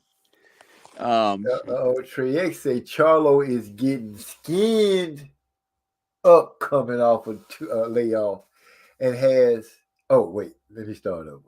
Charlo is getting skinned up coming off a layoff, and he hasn't impressed me in years. That's what Trey X said.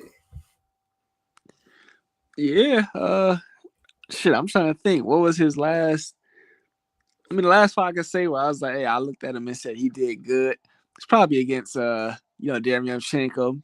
I mean, unfortunately, I feel like Derevyanchenko always should have been at 154. It's not a here or there, but those other guys, those guys like Dennis Hogan, the Brandon Adams, those is like 154-pound guys. He got so much hype because he knocked down that was that Sebastian Highland guy who came in a fight with a fucked up leg. Oh, he knocked him down with a jab.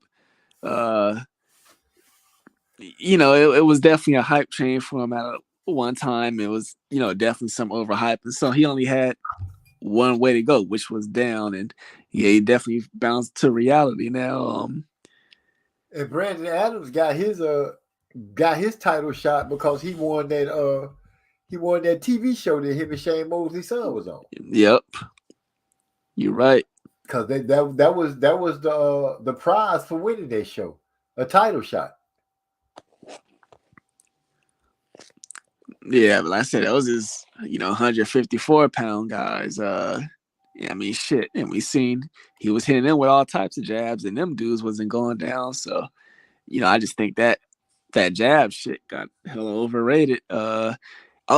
Speaking of him, he also fought Korobov. We all seen that fight. You got some people. That's another thing too. A lot of people feel like Maul got a gift in that fight, and that made a lot of people hate him because it was just that whole this PBC gift shit. Yeah, a lot of people turned on Maul after that fight against Korobov.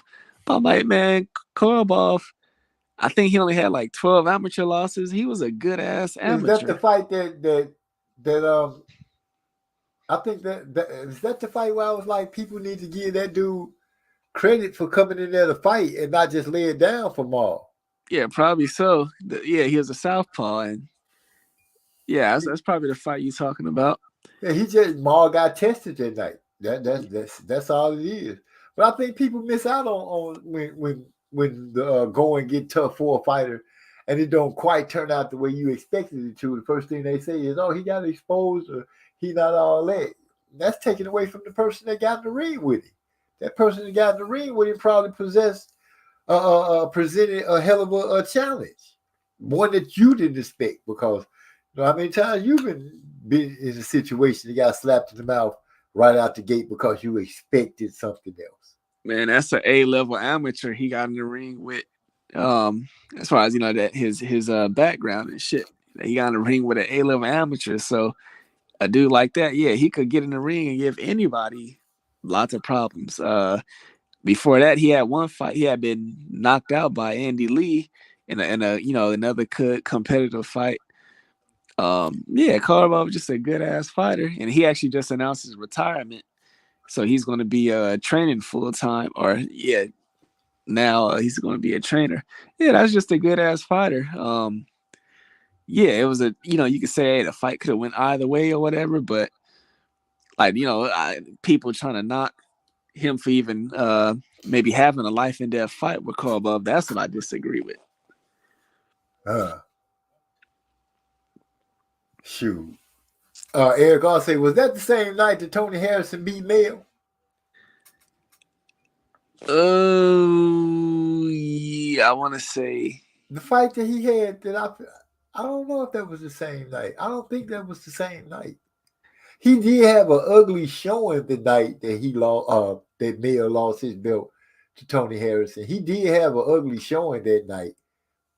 Less than stellar. Let me put it like that. He had a less than stellar showing that night, but I don't think that's the fight that I'm talking about. I think it's the fight after that. So I'm the fight. Okay, the fight you talking about? Did he have a tough fight, or was it just like not an unimpressive fight? No, it was a tough fight. It was a tough fight. That was probably Korobov, unless you're talking about his last fight, which was Montiel. Was it Montiel? It might be Montiel. Yeah, because the Montiel win was a lot more clear than the Korobov fight. That Korobov fight, that was tough. I actually have to see him to know which one. But I know it was one of them that I was like, that dude came to fight. We just not giving him his credit. Maul had to overcome something, but that dude came to fight. Yeah, well, what you saying, that's what happened in that Korobov fight. So, I mean, what you saying applies to that fight for sure. Yeah.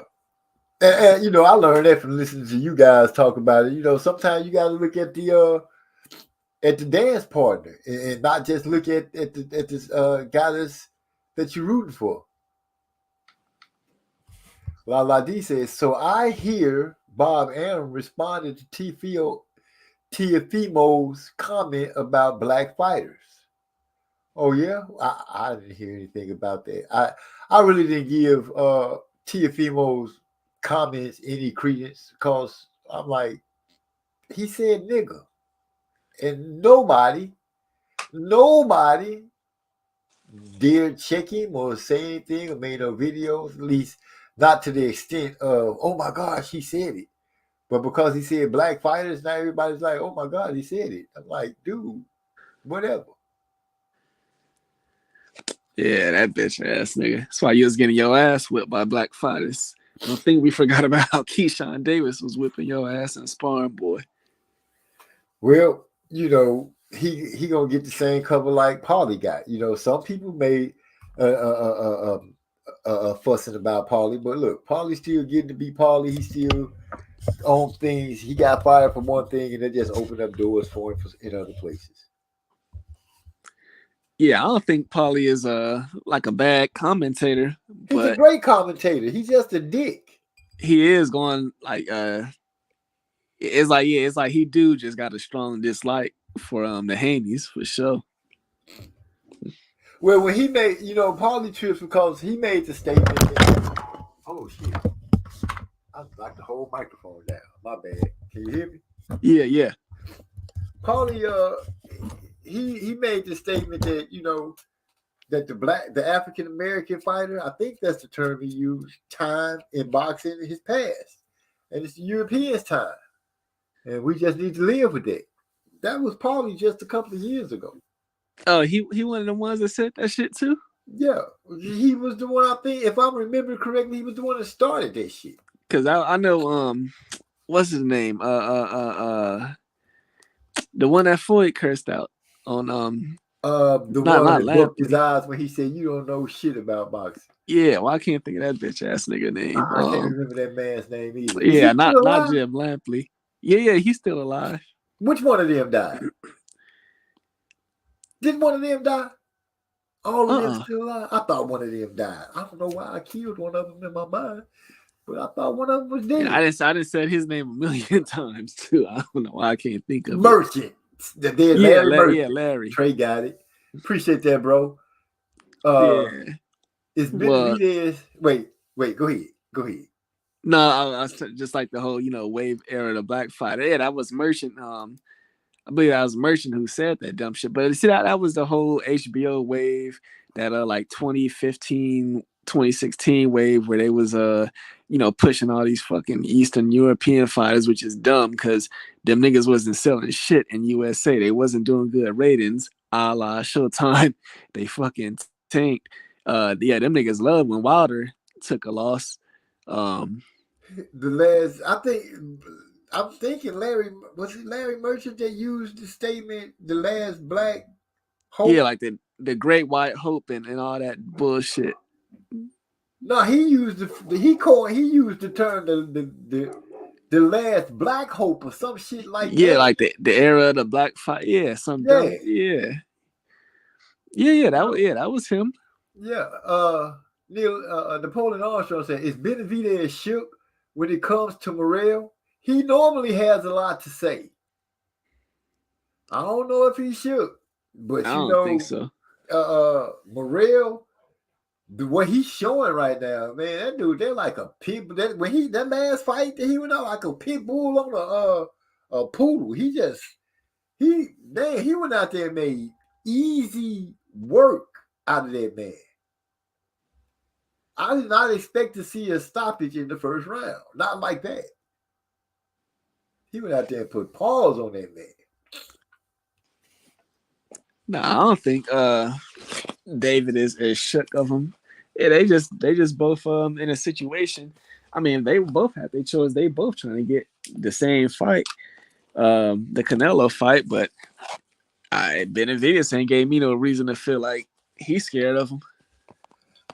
Or reluctant.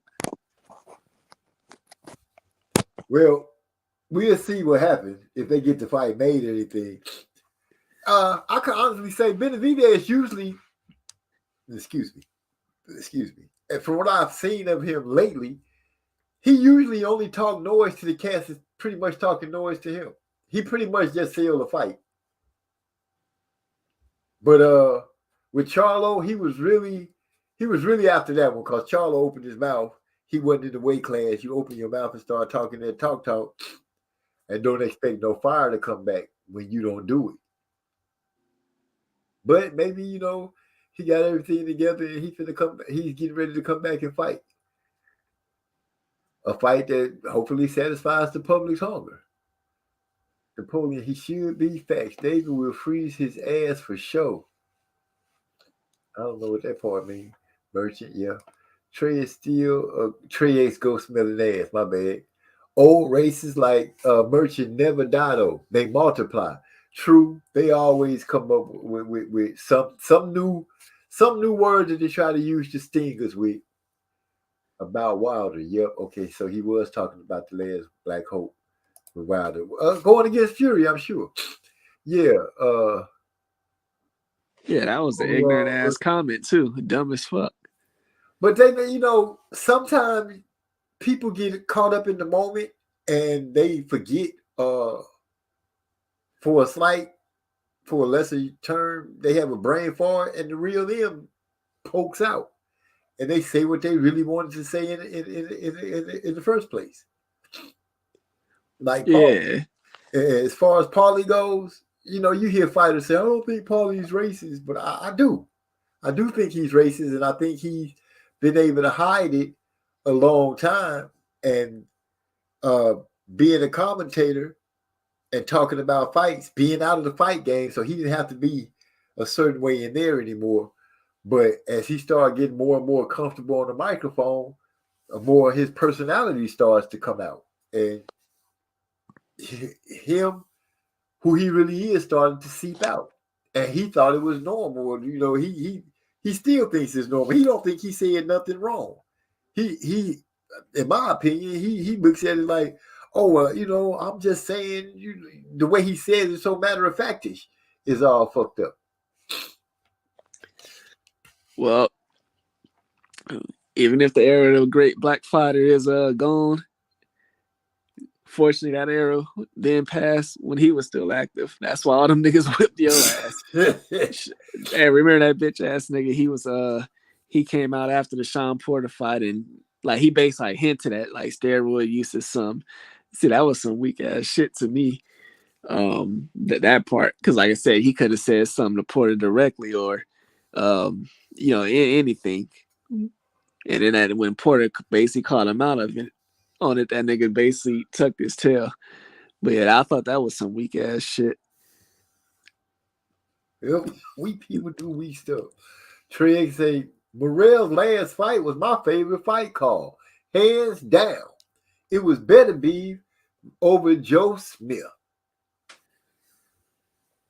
I gained a lot of respect for Joe Smith. Seeing him fight Beterbiev. Beterbiev just some kind of different kind of fighter dude. Jim Gray got a smart ass mouth too. Napoleon Armstrong. Yeah, Jim Gray. I didn't appreciate the day when he brought up because Tank was like, ain't no Glock on his safety. He was being himself. Oh, let's not, the country is going through. It was a white boy that shot up that school. I'm sorry. Did I say that out? I sure did. My bad. But that's what happened. But you want to sit up there and try to check this man in his moment. This is his moment. If he said the Glock don't got a safety, let him say it. It's his moment. He just won the fight. But I feel what you're saying, Napoleon Armstrong. Yeah, as Paulie gets older, the Bensonhurst comes out of him more and more.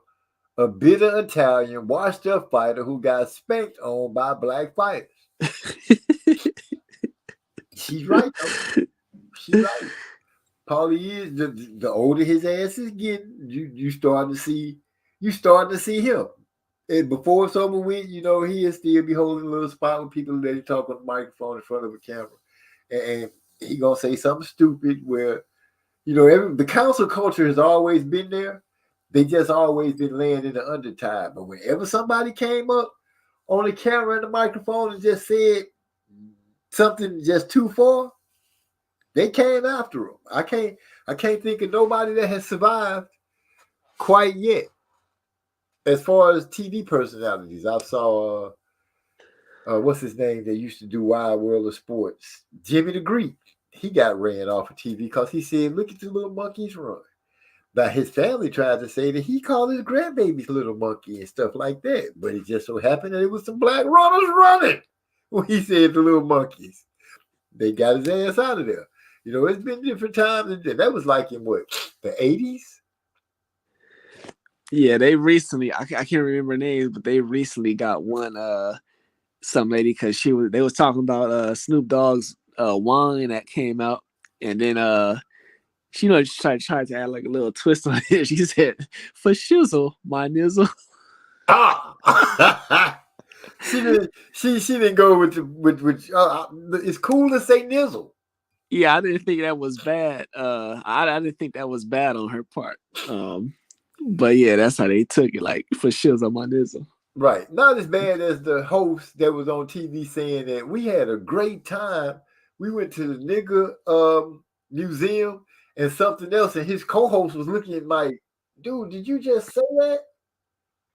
Now, I was running it through my mind, thinking hard, could you accidentally say this word, confuse this word with another word by mistake? Negro, uh, uh, Negro museum, nigga museum, Negro Hall of Fame. You know, thinking of ways to accidentally say it, and I have come to the realization that the only way you accidentally pronounce a word if you be saying that word.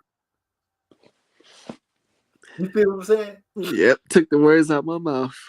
So when these people be saying, "Oh, I don't use that word," I don't know. I was just upset. That's the first time I ever used that word. That's a lie. You just don't accidentally say that. You know, you don't accidentally say crackers unless you asking for saltines. At least that's what happens with me. Or I'll say specifically, pass me a Ritz. But I just ain't run around saying cracker. That word is just too hard to say by accident. You know, I'm trying. What are you confusing that word with that you accidentally said on the camera in front of millions of people while you're doing a show? And a lot of your audience is black. I just thought I'd throw that out there. I did see that I can't remember what show it was the dude was on, but he was a host. I don't know if they got rid of him or what, but he said they had a great day and they had went to the nigga to the nigga museum or something like that, and he kept on going because he didn't realize that he had said it. That's how comfortable he was. Oh yeah, just kept that about that shit just gonna pass through customs. Okay, yeah. See, I might even know what I'm talking about. Napoleon Armstrong, yeah, he's the one who tried to check Tank for saying no lights on the Glock. And his ass knew what Tank meant.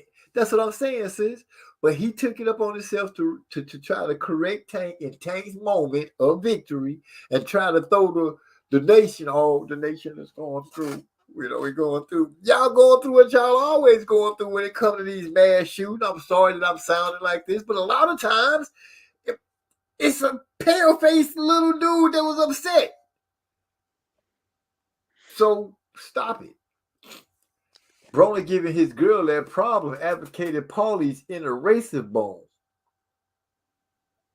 Oh, you talking about when Broner? Oh yeah, Broner did say I beat him up and I took his gal, took his thigh piece, and the killer about that was it actually touched the nerve with Paulie because he was arguing, talking about all this, but don't say you took my side piece because I'm like, dude. First of all, you call it a side piece. Why are you arguing about that?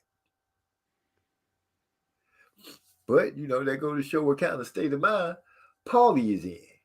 And how he think.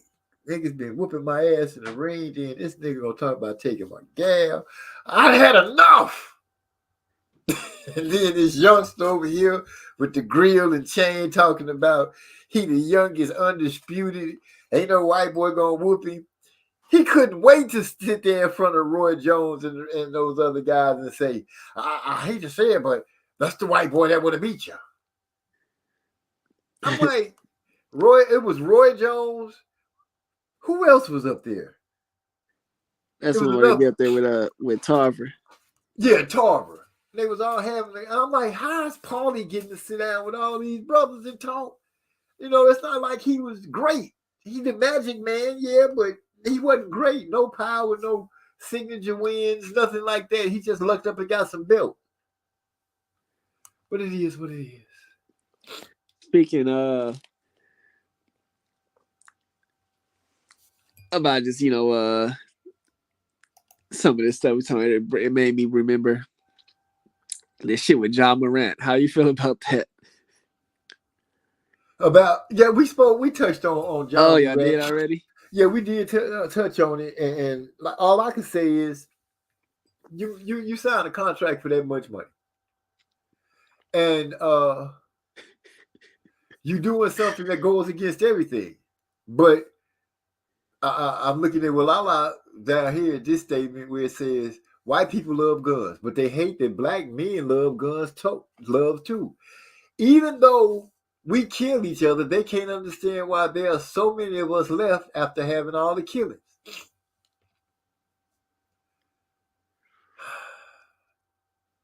That's a good one, because apparently we are killing ourselves, just not at the rate that they would like for people to believe. My brother ain't going down to the mall, shooting up 30, 40 people. We should be posing the question of, why is it every time we have a mass shooting, it's one of them at the end of the gun? Why is nobody doing special studies to find out what's going on with little Timmy, or little Sue-Ann, whoever the hell this kid's name is, that's out here doing these crazy things, going to the mall? As soon as I got back, Trey X say blacks kill blacks, whites kill whites, Chinese kill Chinese, Africans kill Africans. You are right. You kill what's closest to you.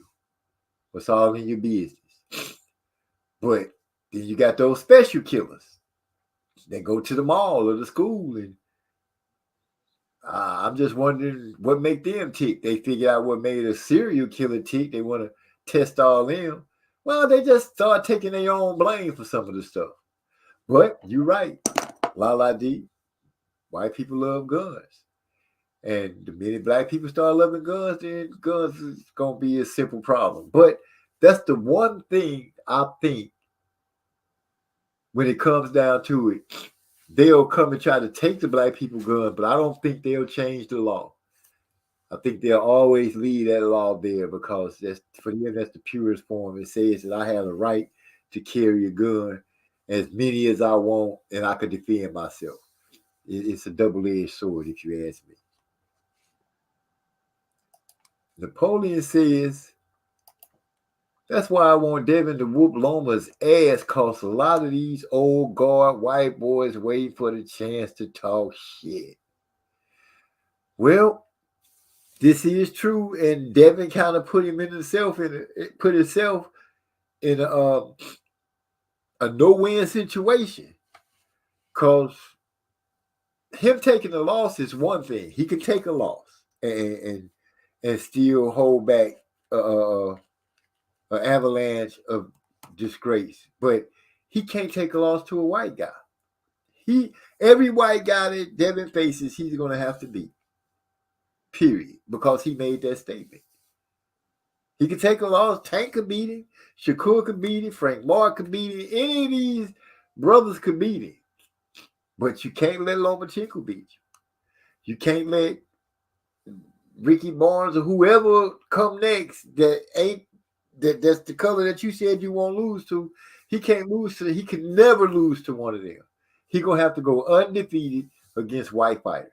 I'm sorry, that's because he put his mouth there. He opened his mouth, and that's what he said. So it is what it is.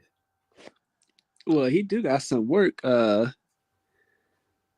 if he was to move up to 140, he got some work. Who, Devin? Yeah, I mean, yeah, he got some cool competition, around them weight classes.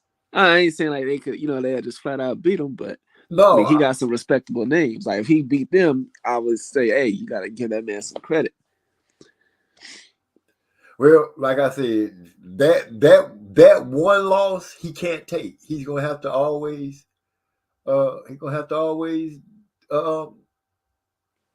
he gonna always have to beat the white boy because he Yeah, spoke on it. He got to always beat the white boy.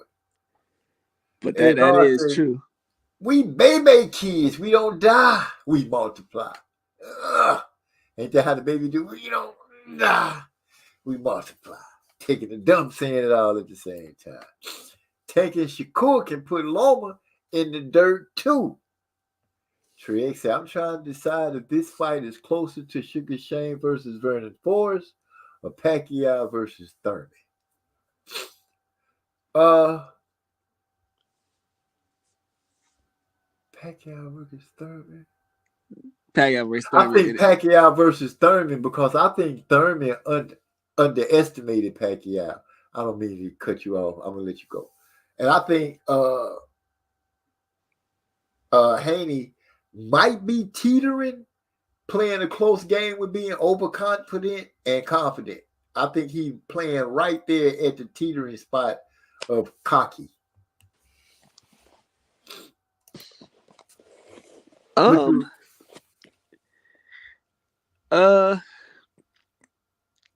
Damn. That's now it's a good comparison because I start to think about this whole new image revitalization that Devin is going through. The nigga that dyed his hair. Now he popping out with the grill, showing up to the presser with glasses on. What I'm saying? It's just rubbing like a lot of people off the wrong way. Like this dude, he trying too hard. Shit, I mean, from what I've seen, it looked like he got married to a woman out as well. So I don't like this. The problem that Ryan Garcia had fighting Javante. He was spending way too much time focused on his image and brand and not the fight. I think he knew he wasn't gonna beat that boy, but that's hindsight. Now, what I'm gonna say for Devin, is he married? Let me answer that. Get that first. Is he married or is this just a girlfriend? Man, is he married or is she just a girlfriend? Well, look, this a channel Lala put me on. From what I seen, it looked like the motherfucker got married.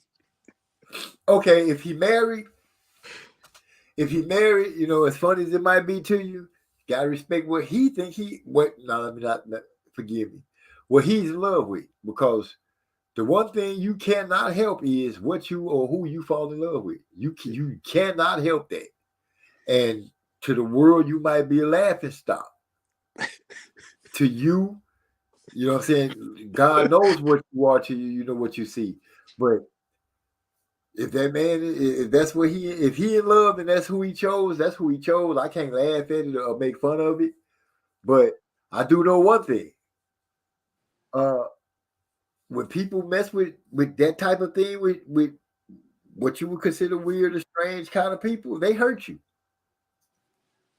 I mean, that's just something to throw out there. Maybe it's a good thing that ain't no fighter said nothing about who Devin with, because he might hurt him. Lala D say, I can't wait for Saturday.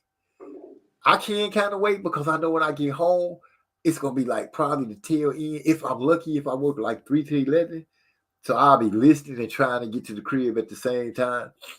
But I'm excited too because I want to know what's gonna happen. I want to know if Devin is going to take a step toward greatness, or if Lomachenko is going to submit himself as what ESPN has always been trying to make. If he gets undisputed, well, they finna try to rewrite the book. Lomachenko finna be like right there with Ali. It's gonna be like Ali Lomachenko, like right there. It's gonna be like right there. You laughing, but they already tried to change this man's win-loss column and give him some undisputed record on TV in front of the world. They tried that, so I have no doubt that if he becomes undisputed, it's gonna be something. It's gonna be something. So the way Devin talking, it better be like Mayweather versus Gotti. I don't see that happening. But hey, we could always be surprised. Maybe Vargas versus De La Hoya. As Trey would say, Lomachenko has looked pedestrian before. Blah, blah, blah. As Trey would say, Lomachenko has looked pedestrian before, and I believe that's before and after the loss, not Devin.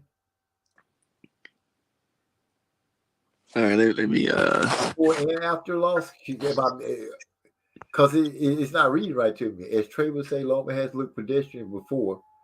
Okay, I see. Before and lost. Oh yeah, and he's lost also. Not Devin. Yeah. Well, his first loss, I think that dude just caught him slipping. The second loss, I'm gonna keep saying it, even though T.O. won, the stars and everything just happened to be aligned just right for that night. And whatever spell was cast upon Loma the first half of the fight, it wore off, and he couldn't overcome whatever it was he needed to overcome. That night he just didn't have it. Devin might hope that Devin might want to hope that Lomachenko show up. Then he could make it look like an easy night.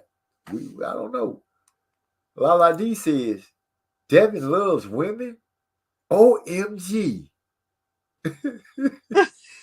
If he is married, he's going to have several women. He loves changing women. Really? Devin is a womanizer? Man. Yeah, Playboy. I ain't looked that deep into Devin like that. I don't know. Devin playing women. He got the girls like that. Lala needs to start playing dumb because she know the person who put that info out. That's the channel she be up in here telling us about. She know. She seen the same video I'm talking about. Well, consider me like first time knowing. I'm like, wow, this is news to me. So I'm still asking the question, changing hoes like he changes clothes. What? Devin doing it like that, Trex? Thanks, Trex. You see, Trifey don't want to give me the information. Lala D went the long way around the block being all cute with it. Somebody just give me what I'm asking for. So the boy is a Mac. He a player. And see, that's where I gotta cut you. Cause to me, you hooking up with bitches that's like in that basically like professional escorts. That's not no Mac and no player shit to me. Wait, what? Yeah. So basically the get down is you remember you would see Haney at these fights like ringside and shit with a little chick on his arm. Yeah. So I kind of just found this out too. So basically that's a chick who she didn't like just been tossed around the whole like the rapper and NBA scene for some years now. Like niggas been running all through that. Oh, that's terrible.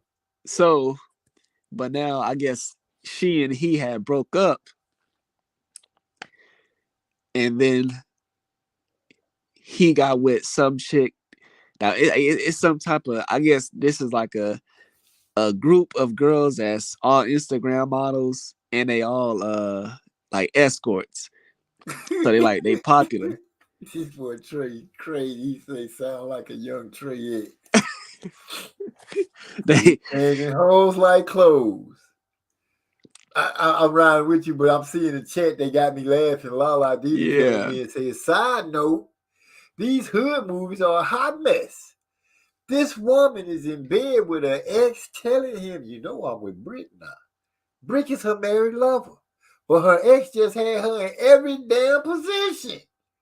Damn." She be watching them like them hood movies and series. Hood movies are off the damn chain.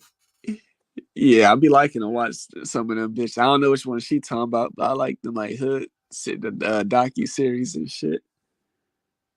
I'm still tripping on the side note. She in bed with her ex, telling her, "Hey, I'm with Brick now. Her married lover. This boy, he just ran all through you all kind of ways. Just take it, leave it, take it." Yeah, them the type of girls Devin out here marrying, according to Stop what we see. Maybe she changed. But Oh, Trey but I X was saying saying. Devin is flipping them. You saying? Go ahead. Tell me what you say. So yeah, he basically like I said, it's there's a group, these Instagram models, they like in a group called Taz Angels. So they basically just escorts for like rappers and ball players. Who is He Taz? That's just the name of a group. But one of these girls, that's who he married.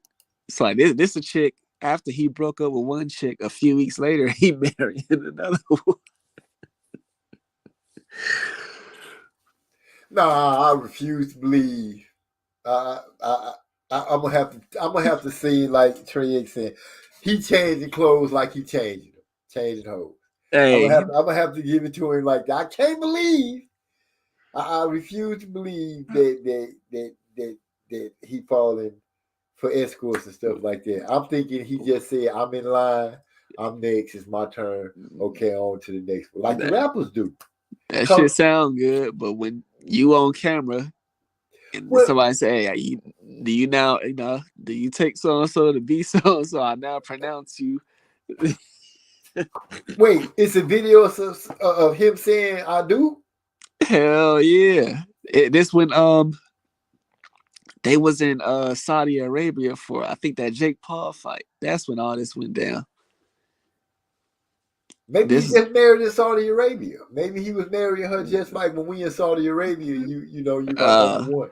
all right. Well, if that's some But player shit to when we you, in the states, then you get what it is. Maybe he shit. doing that. I don't know. You know what I'm saying? I don't know what this new generation is into. You know what I'm saying? Back in my day, it was a simpler way to do things. Nowadays it's a little confusing. You don't even know who's who, what's what. So, La D, Tubi? Yes, Tubi. She said, hyphy, watch the Dirty D. D stands for Detroit. Napoleon, make sure you don't accidentally watch the Dirty D 2 first. There was 2 Dirty D's. Watch Man. part 1 first. La D put y'all on some games. The Dirty Detroit got me back. I don't want to put Tubi on my sling, but I guess I'm gonna have to if I want to see it, so I can just know what's going on. Shot in one outfit and died seconds later in a new. You see Yeah, on Tubi, budget. you get shot in one outfit. When you die, you got on a whole new wardrobe.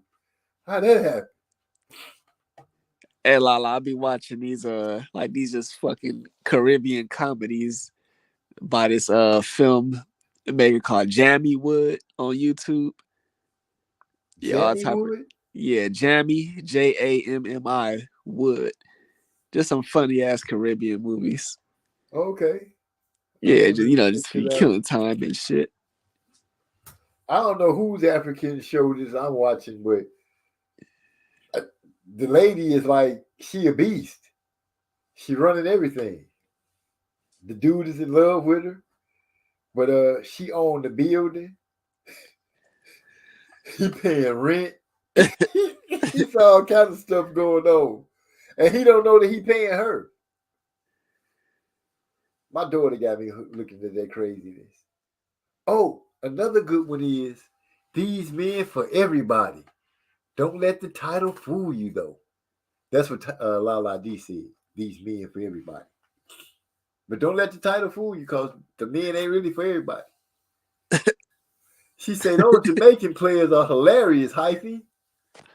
Oh, I don't know if she's talking about the plays. I'll be watching that shit too. Like them all like early 2000 improv plays and shit, Pasa Pasa and all them type of fucking play. All that shit be hilarious. Wow.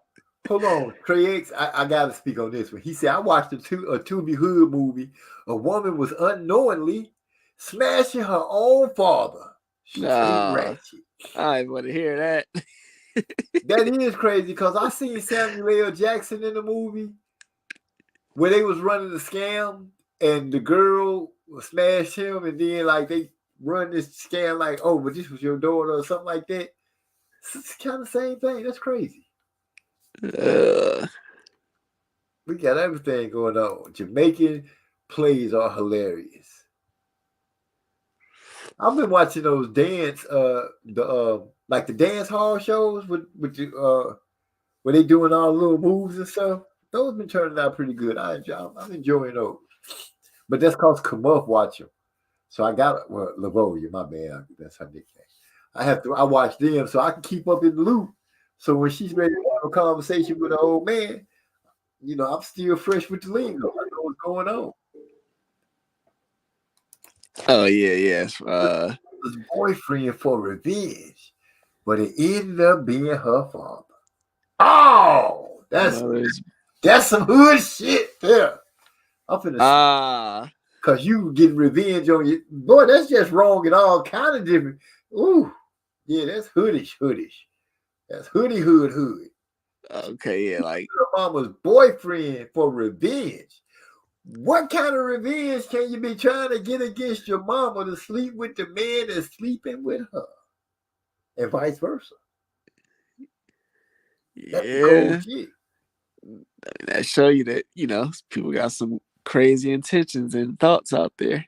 Ideas of revenge is wicked. Boy.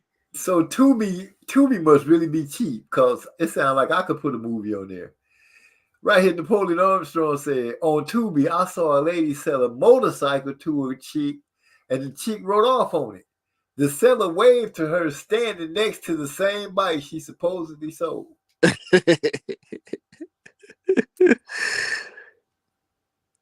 Sound like the movies that have good ideas, but couldn't get the budget. Yeah, they're on a limited ass budget. Like some of these films, whenever it's like some type of killing, like you don't even see like a flash from the gun, you just hear a shot. Right. Or they just black the screen. Okay, hurry up, change the scene around. Lights coming on in 3, 2, 1. Who the fuck left the Coke can right there? Too late now, gotta keep it going. Next screen, get that out of there. Coke peering and disappearing. Lala D say those Nigerian movies are okay too. You can bet money someone is going to get poisoned. Laughing out loud. And they'll poison your ass in real life too. Hey, Lala know about all the murderers, all the drug pipelines. Who is she? Sis, you making me nervous. Yeah, she got all the movies because it's a whole bunch of movies. Like even right here on YouTube, indie low budget films, and some of them be good. It's just a matter of finding them. I had signed up for that YouTube thing for a minute while I was watching their movies. That premium stuff. Yeah, I think that's why I saw the Eminem sponsored movie. I guess I want to say with the white boy that was battle rapping that lost his gal and all that stuff because he wanted to be a rapper in college. Yeah, I probably never came across that one. The concept of what they was trying to do was cool. It was a music thing. Lala Blanco. Man, shit, while we talking about, movies and stuff, reference, if anybody need like a site just to catch movies, your TV shows you like and stuff, it's a site called DiviCast. That's DIVICAST. That's one of them sites that, it just got all the stuff up there and it's no ads. So, yeah, nigga, all the shit they want you to pay for on Netflix and Hulu, Amazon, and all that stuff, all that shit is for free. Right. Trey said, I pay for YouTube Premium. I hate the commercials. That's what made me pay for it. I can't remember what made me stop paying for it. I have to go through what it was, but I stopped for something. Can't remember what it was. I think I started watching other stuff more than so I wasn't really dealing with YouTube like I was to watch that. Say MFs be dying, but I still be moving and blinking. Non-acting MFs. Hey, but Yeah, you look. Tell me how many times you sat down and you was like, you saw something on TV and you eat and you like, this some corny ass shit, but you never turn from it and you end up watching a pretty decent movie. yeah, hey, all them movies, cause like I said, it's just real low budget shit. Half of them motherfuckers can't act. Those be the ones you be like, dang.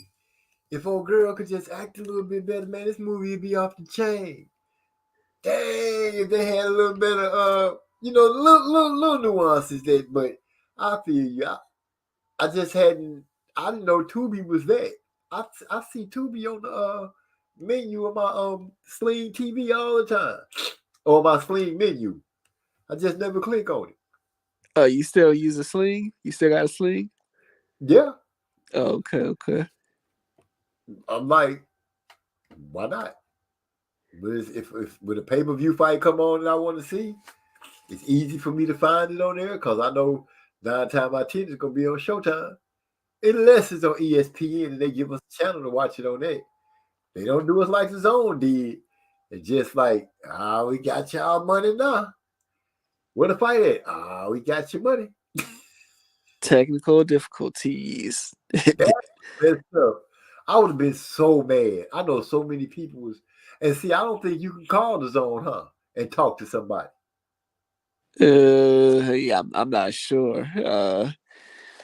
Good question though. But you know what? Speaking of the zone technical difficulties, that might be a reason why Canelo vs. Ryder pay-per-views didn't do so well because people had trouble trying to order that Garcia versus Javante fight. I don't know, but yeah, I heard people complain about it. I think Oh yeah. one of our own people made complaints about it. I think it was D'Lo, but I can't remember exactly who it was, so I won't speak on it. Oh, La D, that is.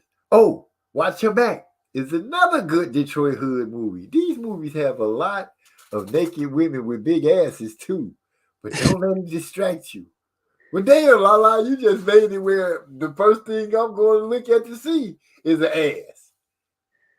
I'm distracted already. She put it right out there. Okay. He say, I don't turn corny shit off. I laugh like a MF. What's that cushy bear? What's that? Oh, cocaine. Thanks, La. I was gonna say, damn, that's a crap. I don't know what that is, but cocaine. What's a cocaine bear? She said these women have what color are the women in the Detroit movies, La? They sisters? Cause it's one thing to watch a bad acting sister. It's another thing to watch a bad acting white girl. They just really suck. It's just terrible. It's just horrible. So y'all got hood movies going on. So Tubi is the hood movie thing. You know what I'm saying? That's where I go to watch, Detroit 1 and 2. Is it wait, let me scroll up. Making sure I'm doing this right. Is this something good on the YouTube premium lately, bro? Since you still getting it, I might decide to jump on there and see if I can't find a gem hidden a diamond in the rough. I'm trying to think of something to watch tonight. I gotta get up tomorrow. Ooh, my wife said we gotta cut the grass tomorrow. Backyard looks real bad. You know that's a weekend task. Well, this is my weekend. Today and tomorrow is my weekend. And she already said that she gonna be out there with me. So since she want to get in the yard, that's what we're gonna do. We're gonna go out there and cut it down. She gonna put her color flowers out and all that, have it all cute looking. Then they gonna let their badass dog out there. He gonna run around for 5 minutes, come back in the house, look outside, shit all fucked up. And I'll be wanting to say, hey, put the collar on him so we could shock his ass when he started doing stuff that you don't want him to do. They want to feel sorry for, oh, we can't shock him like that. Shit, when they don't be here, it's just me and him. And I said, hey, sit down, and he keep moving around like you don't hear me. Bzz. All right, sit your ass down. It worked every time. He getting the message. They trying to play. Hey, so y'all keep that like the collar on. That's like a daily thing. It's a training thing. We take it off when it's time to go to bed because you know it's 12 hours that he needed to be off. While his ass is asleep, those hours when we around and it's time to start doing stuff because you know he'll walk into another room and start chewing on some shit. Can't have it. When you go in another room, you go in there and sit your ass down or sniff around, make sure ain't nothing out of line, out of pocket. Bring your ass out of there. Don't stop and make a snack out of my shoe or anything else that don't belong to you. You got dog bones and toys and stuff like that for you to chew on. Don't chew on nobody's shit. So yes, sir, when he up and everybody moving, it's a training tool. When it's time to tell him to stop and he not listening, we shock his ass. But before he gets shocked, it's a beep. You know, that beeps to get his attention and say, hey, stop. And then it's a buzzer that buzzes to let you know, hey, you know, we ain't playing, stop. You know what happened after the buzz. you got a couple of seconds to get that shit together. You gonna stop and you finna get shocked. Which one is it? Lala say, no, the actor isn't that bad. Okay. It's just that, you know, you see the actresses and the actors they use, sometimes you say, oh, okay, I can see where they was trying to go with this. If they could have afforded this actress, they would have got this one. But since this girl is looking like, we're going to roll with what kind of looks like. This smartphone is actually dumb. Not posting what I type, but suggesting words. They think I meant to type. Yeah, I hate that too. You be trying to get a point across your smartphone to change the whole damn sentence around. These movies show a club getting shot up and don't be no holes in the wall and no glasses or bottles get broke. Dang, they can't afford to fix those windows or pay for those glasses that those people in the club own. So we gonna shoot some caps and we're gonna make some glass breaking sounds. And we're going to act like all the shots hit right at floor level. Or they hit the people. You lay there with ketchup stains on your shirt. Y'all doing the hood movies bad. But like I said, now I'm interested in them. I want to go watch something tonight. It's 2 in the morning. I'm rolling like it's all gravy and biscuits. Thinking gravy and biscuits, I'm kind of hungry. I could go to the taco place right now.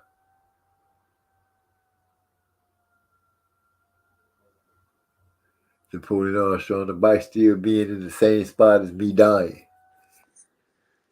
Hey, I said, yo, one spot, that shit open at what, like 3 a.m., huh?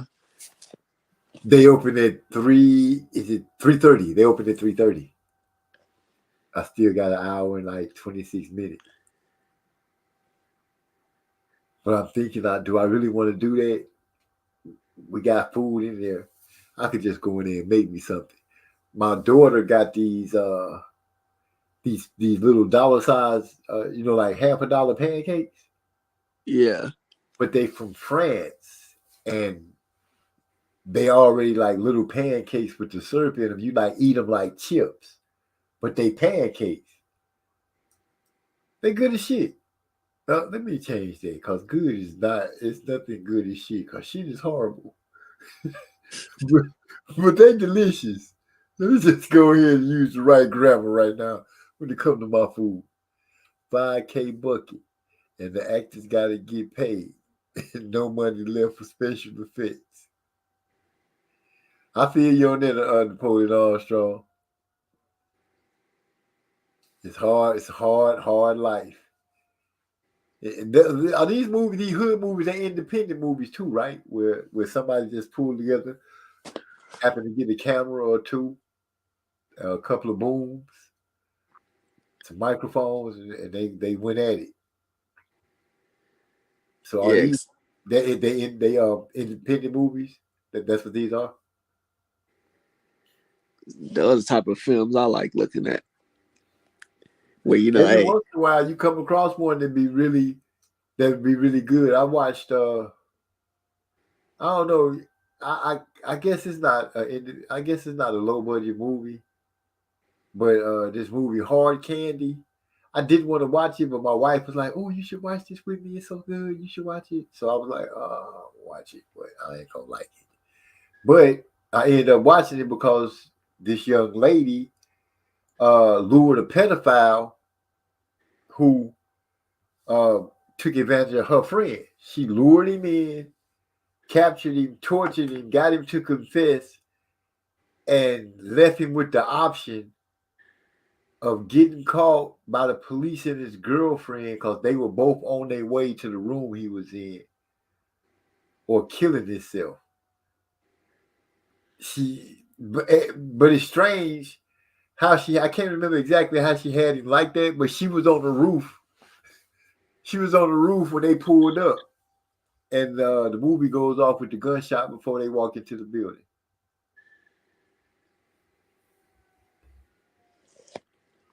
hey, some of those movies you can tell that ain't nobody got paid. Look A at they, movie where nobody got paid. yeah, like, I'm talking just like the little like indie movies. I can't think of ever hearing of a movie where people say they didn't get paid. I heard they get paid like a little bit of money, but they've always received something. And a lot of times you hear them say they were just excited to be able to get a role and do it. Kind of like Friday blew up to be a cultural iconic movie. What bike did she just leave on? Did I see an MF get stabbed? Yeah, had a brush cut. The chick dragged his body from under the bed. Had a fro. Hell no. And so they just changing up outfits and hair looks all throughout the movie. Yeah, I got one person playing 3 different characters and shit.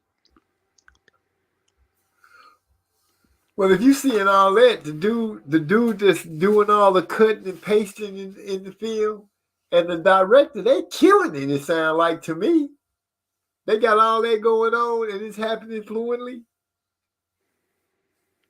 Here to the director and the cameraman, and the person that's splicing and cutting it together.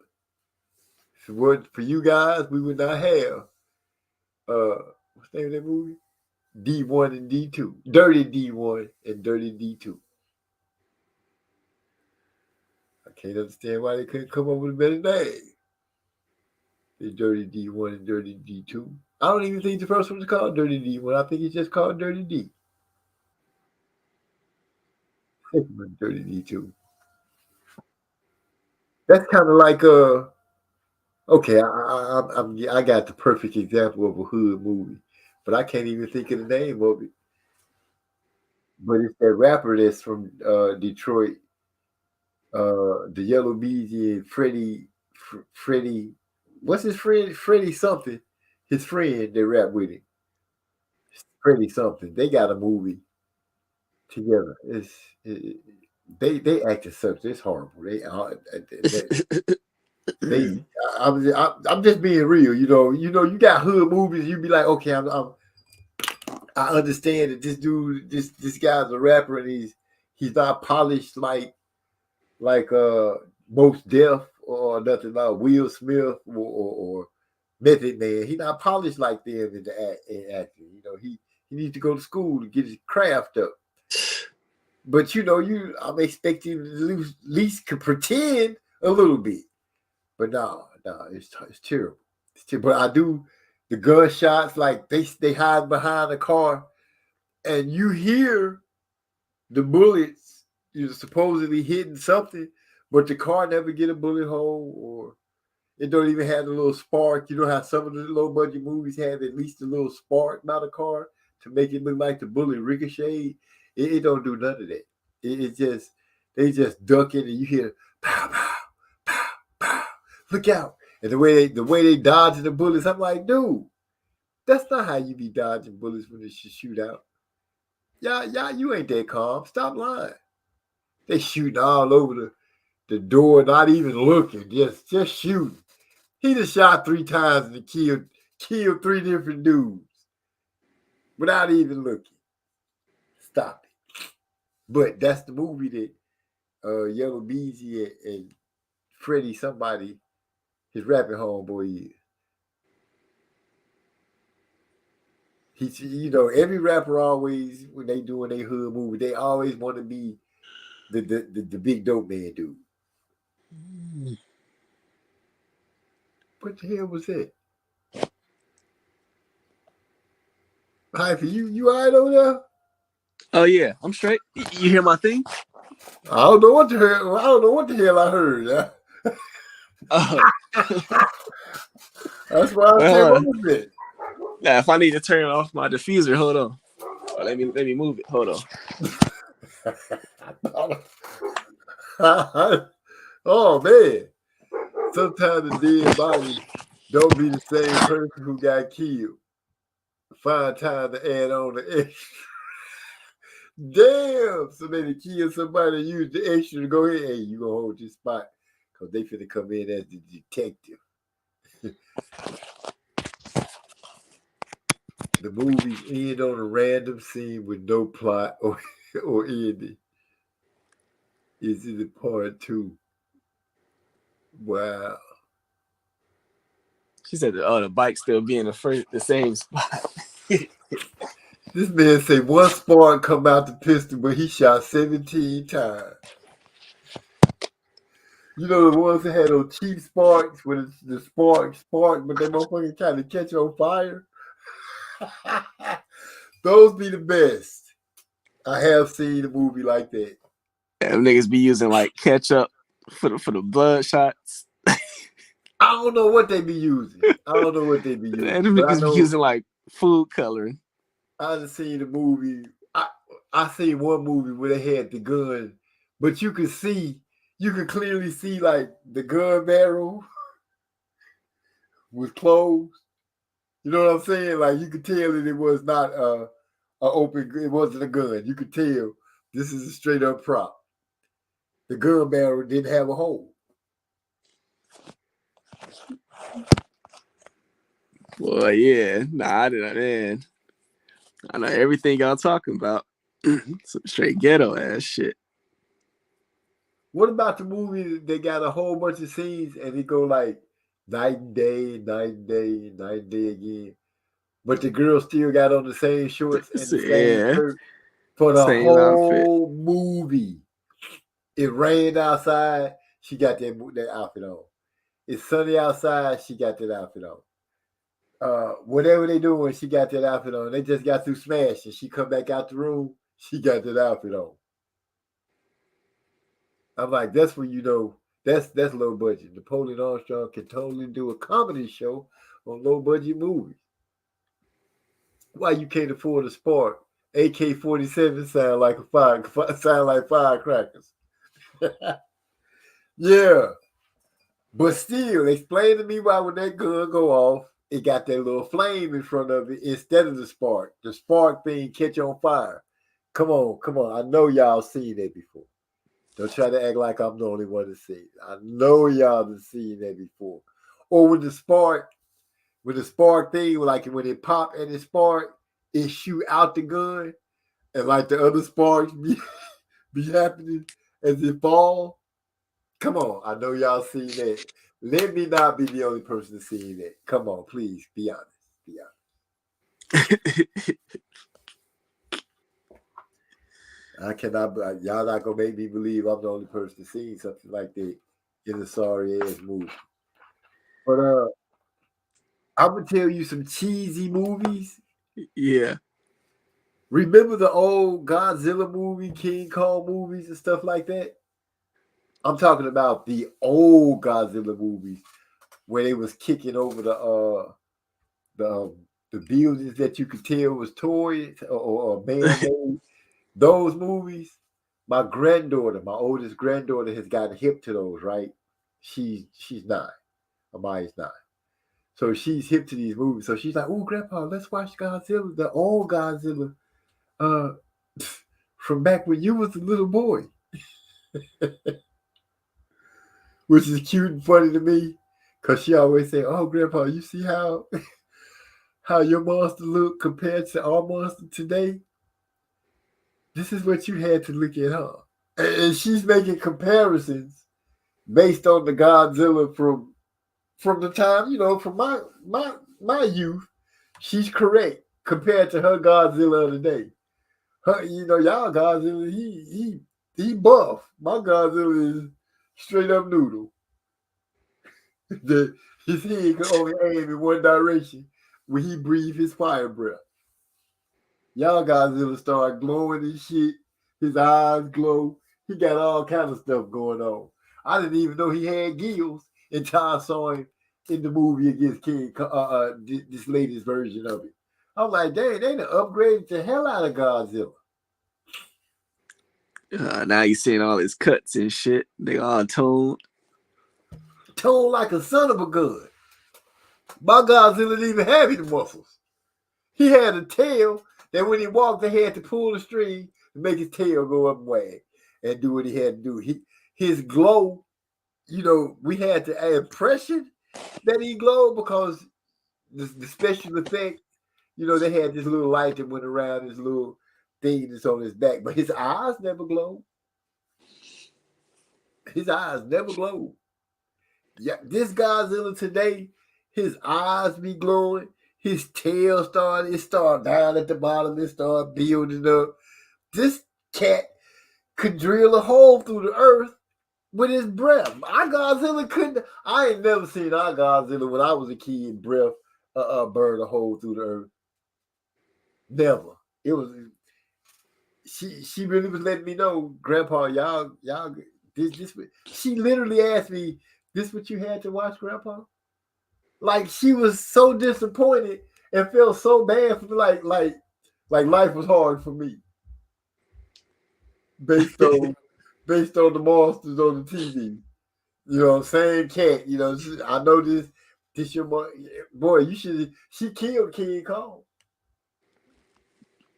She was like, Grandpa, he he's not even big on the building. That's a dog. I'm like, girl. She's like, Grandpa, our monster is alive on the building. I'm telling you, dude, you have to hear. If I could just, I'm not gonna ever put her on like that. But if y'all could see her and hear her how she's going on about that, it's hilarious. And she's so sincere with it. Like she really feeling bad that I'm like, girl, stop. My King Kong Godzilla was the shit. Yeah, like all that old stuff boring. Boring? Oh man. I looked at one where Godzilla was fighting the smog monster, and as a kid, I was like, "Oh, this movie go hard." But me and my granddaughter watched it, and she watching it with her made me realize that our monster movie sucks. Terrible. The Godzilla for today's shit, y'all got it going on. I bow down all the way. Our Godzilla, King Kong, they might as well put them in like a vote and close the vote and just be like, look, this was a time that never happened. It did, the grandpa there was watching this. This is how easily they was fooled. So just think about what y'all can be doing to them right now. Don't fall for it, children. Don't fall for it. But yeah, I realized I got our monster movies suck, dude. Suck. Balls. Martha, she big ass. They got a big ass butterfly moth with strings, pulling the strings. You know what I'm saying? The fight between Godzilla and that one radiation breath. Martha got caught on fire at the end of the fight. It was like, come on, man. Godzilla got beat up by two earthworms. They wrapped him up in some silk, but he could be a giant gorilla.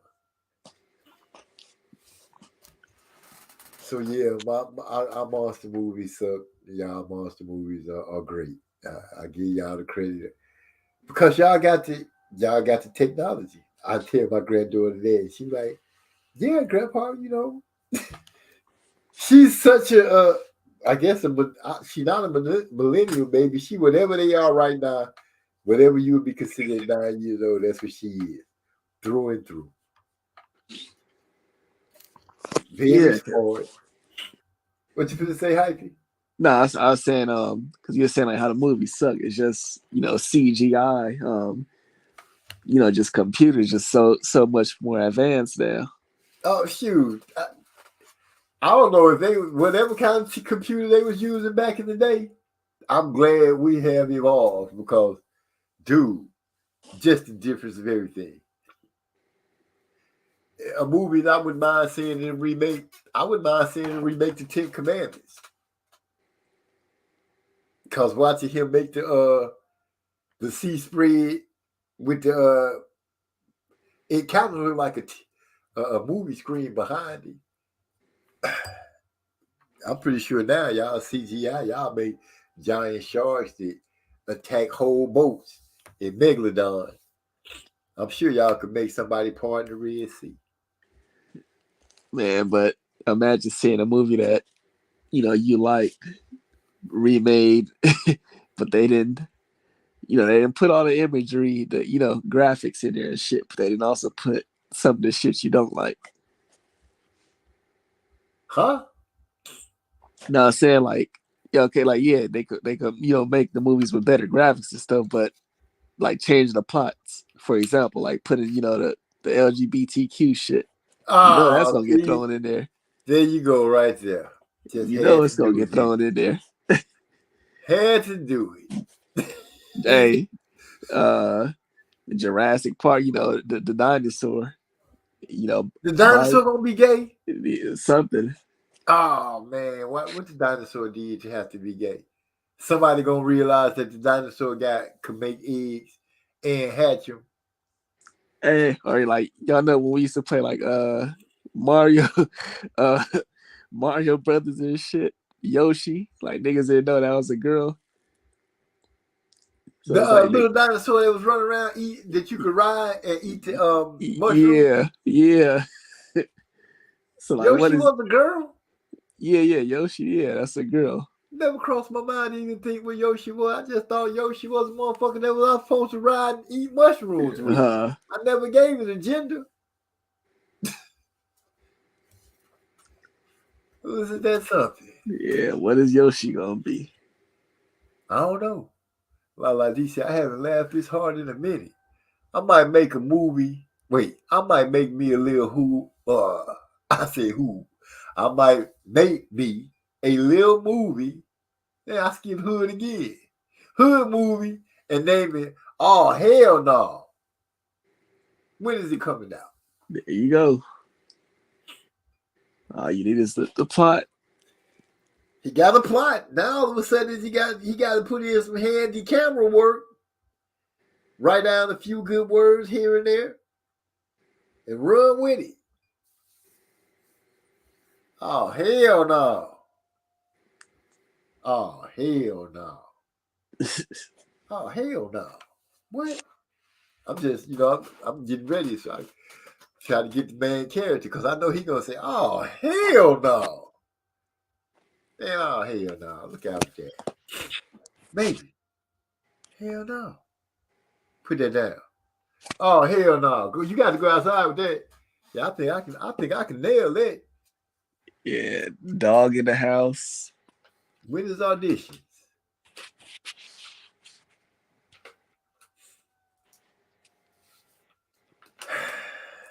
Do I go and get a taco from my spot tonight, or do I go in there? I mentioned those pancakes.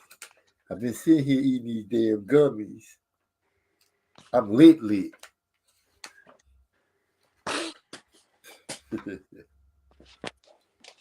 Oh, you over there thinking about what to go put down, huh? Yeah, I am. I'm trying to figure out. I'm finna go in here and tamper something in the refrigerator. The only thing I got on my mind is some more water. Oh my gosh. So I didn't know Chuck Norris had a water. Did you? Nah. I put a picture of it in there in the Discord. But Chuck Norris got a water. It tastes pretty all right. It tastes like water hose water. From back in the day when I was young, water hose water was good. I'm just saying. Chuck Norris water tastes pretty good. Hey, I remember when niggas used to drink water hose water, like, you know, to get you by for like the last hour before it was time to go inside. Cause, you know, you couldn't just go inside and like you had to be outside. Shit, and when it was getting close to the end, if you went in, you had to stay in. Yeah. Oh, you in now? You might well go ahead and stay and go take your bath and stuff. I used to hate that. Come marching in thinking I'm finna go right back out. Oh no, where you going? I'm finna go back outside. Oh no, you ain't. You finna go up there and take your bath. Cause coming up in the projects, they wasn't taking no showers. Cause they didn't have no showers. They just had baths. If you wanted to take a shower, you went to Bilo's, which was the grocery store, and you brought this rubber hose that had a shower head at the end of it that you stuck on the nozzle where the water come out in the tub. Uh-huh. And that's how you took a shower in the projects with my auntie stayed. And I bullshit you not, hyphy. Other than that, you was taking a bath. They did not have showers. Ain't that unbelievable? What kind of cruel shit is that? But that's what it was. No showers. I remember when they brought the new tub to put into my auntie's house. They was doing an upgrade to the project. Everybody was getting new tubs. And I saw the way they installed this tube. And I was so I was hurt. You know what I'm saying? I was really hurt because all they did was bring a fiberglass shape of a tub Yeah. and laid it inside the other tub, which means that tub was smaller than the original tub. Because it had to fit inside the tub. And all they did was set it inside it, screw the drain with a longer neck from that tub to the tub on the bottom, and connect the that's how they did it. I was like, wow. They just gave them a tub Yeah, like face. Like a cover and shit. Yeah. Yeah. And everybody in the project was like, oh man, we got a new tub, man. And I'm sitting there like thinking, and I wonder at my mama house. You know what I'm saying? The thoughts going through my mind, do we got this bullshit ass tub like this that could just come up like that? I'm at the house looking at my mama tub, investigating, trying to see if I can find a seam or anything that suggests that everybody tubs is like this. Cause I was pretty impressed thinking that that's what it was. Yeah. Nah, I can tell you definitely like a lot of these houses, you know, built back in the time. That's around today. Yeah, they got a fiberglass cover over a metal tub. Cause you know that metal tub, that shit'll last forever. That cast iron tub. Hell yeah, that's durable as a bitch. You just want to put something over it to have it look better. That's that saves you if a bomb blow up across the street and projectiles Yeah. coming up. They hit that tub. Whew. Yeah, I remember that though. I remember when they upgraded the windows. They took those old crank windows out. You know how you crank the window? Yep. And it slid outward. Yep. All the projects had those, and those windows suck. It was hot. Oh my gosh. You be Oh trying to yeah, cause crank that hole, that bitch don't. Whoo! And they don't yeah, let heat in, they don't let a breeze in. Cause they yeah, crank don't in let the much angle. in. It just sucked all the way around. You had to have fans. And in my auntie house, fans went to those who had rank. I had no rank. I was the baby of my mama family and my auntie family. So everybody got access to a fan but me. Unless one of my cousins was sharing it. And you could just imagine a room with one, two, three boys plus their little cousin, all stuffed into the same room. 2 bunk beds and a full bed and a pallet on the floor. I'm the pallet on the floor. Worried about somebody gonna jump out the bed. Always horrified me. Free it was gonna jump out the top bunk and just step on me. So I'm kind of sleeping under Lee's bed, trying to dodge, make sure I don't even want to talk about it. It's terrible. It was lovely. It was great because I love being there with my cousin and my auntie now. But at the same time, it was terrible. I can't really explain it any better than that. I love the whole deal of it. With that being said, Hyphy, dang, it's 2:31. I see you got it. I'm just gonna go ahead and get some of these pancakes. Yeah, just go up in there and make some happen. No, I don't have to make them. That's the thing. I can just go in there and grab them like some chips and start eating them. Oh yeah, it sound like, I mean, how you saying it sound like it's kind of like a fritter type snack, because you said they got syrup in the middle and shit. But it's like when you eat it, it already tastes like syrup been like baked into it or something. But it's fluffy like a pancake. It's got the texture of a pancake and everything, but it's like, yeah, just get you a bag of pancakes, sit back and chill. Oh yeah, shit, I'm over here trying to fucking hydrate myself again real quick. That's the only thing I hate about these summer nights when they get hot like this. Man, niggas get stuffy nose. I got the window open, fan on, my oil diffuser going. I can honestly say my allergies, my nose getting stopped up, or nothing like that. None of that happened out there in Hawaii. Good. That weather is different. It's humid, but it's moist humid, and it's not a humid that it's gonna make you. You know what I'm saying? You could always pretty much say today is gonna be some shorts and a t-shirt kind of day, and it pretty much is gonna be that. Yeah. That's just like being a Caribbean type way. That's what I like about that too. At most you might throw on like a hoodie at night. That's it. Yeah. So that's it. My son still woke. If he up at this time, he must not be going to work tomorrow. I have to go ahead and have a discussion with him, find out what's going on. Oh shit! It's No, about no, that not like time. that. Not like that. I just want to know because if he not going to work, that means we get to hang out tomorrow. I like hanging out with my son.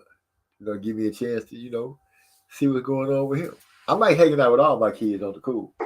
Well, like you said, y'all got yard work to do. So, like you said, I might give you a hand anyways, huh? Oh heck yeah! Come on out there with me, son. Cause his mama finna be out there. She already this what she want to do. This is okay. Spend time with baby. She like to go out there, do her thing in the yard. Who am I to deny? I'll go out there and push the lawnmower. That's what I bought it for, so I can cut the grass. I got a weed eater. So all the shit that Yeah. you know what I'm saying? I done looked at all the stuff that Pawpaw had and say, okay, I need to have a lawnmower. I need to have the weed eater. I got a leaf blower. I got all the essentials. I got the little thing that you can line up the side of the yard from the sidewalk with, make that nice little line, you know what I'm saying, and have it dressed up real good. Oh, you got an edger? Yeah, I got that. the one that the edge is the yard, not the bushes.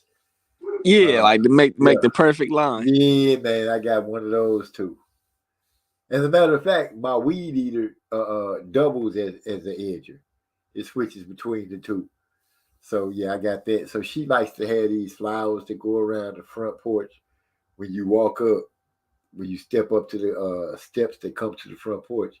She likes to have that lined up with colorful flowers. So I know she's finna attack that. She want me to cut the backyard. I got to figure out how to strengthen the fence. Cause that dog in the backyard, man, he a nemesis. Oh, well, it's like a piece of wood or something where he getting through. Yeah, he getting through the gate. Cause you know it's the lines like you know how you see an old western fence where the 2x4s are horizontal instead of vertical. Uh-huh. And he gets through there. So I'm trying to figure out how to fortify it and put this gate down. And I want to put the gate kind of buried up under the dirt where he digs at to try to uncover my AT&T line. Because I'm just sick of him doing that. Oh yes, but I mean like any part of the gate where it's like that first 2x4, he could pretty much get under. Right. Through. Yeah, so I'm gonna go out there and tighten it up. You know, take the chance to do that tomorrow. But I'm gonna knock the yard out quick. So I'm not gonna go out there and mess around. Go out there and chop it down quick. Get my part out the way. Cause I know yeah, when I come back in the house. Prune them branches and all that. I gotta go buy. I gotta go get a chainsaw. You just said that just made me real. I gotta go get a chainsaw tomorrow. Cause we had this tall tree. One of the like an old fern. Mm-hmm. We had one of those standing on the side of the garage. And the other day we had a big storm. When we had the freeze, that tree froze and died. When we had this storm the other day, it fell over in my driveway, right on the side of my the car that I don't drive, right on the side of it. It could have fell on the car. I need to cut that up tomorrow, so I need to get a hack. I got to go to like Home Depot. I think you could rent them. If I can rent it over buying it, I'm most definitely gonna rent it.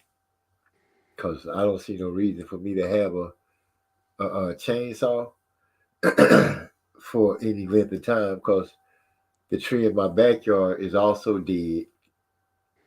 I don't know what goes on around. Everybody else's trees is growing nice. My front tree is doing real good, but that tree that was on the side of the garage, like I said, it froze. And the other tree, it was dead when we got here in the backyard. It looked like it went through something. So, yeah, I don't need I just need it for a few hours, maybe just an hour. So I'm hoping they'll rent it to me. Because if not, then I'm gonna go to the pawn shop and find one. I don't want a chainsaw, so if I got to get one, I'm gonna get it from the pawn shop. You got any like any of these trees? You got like big trees and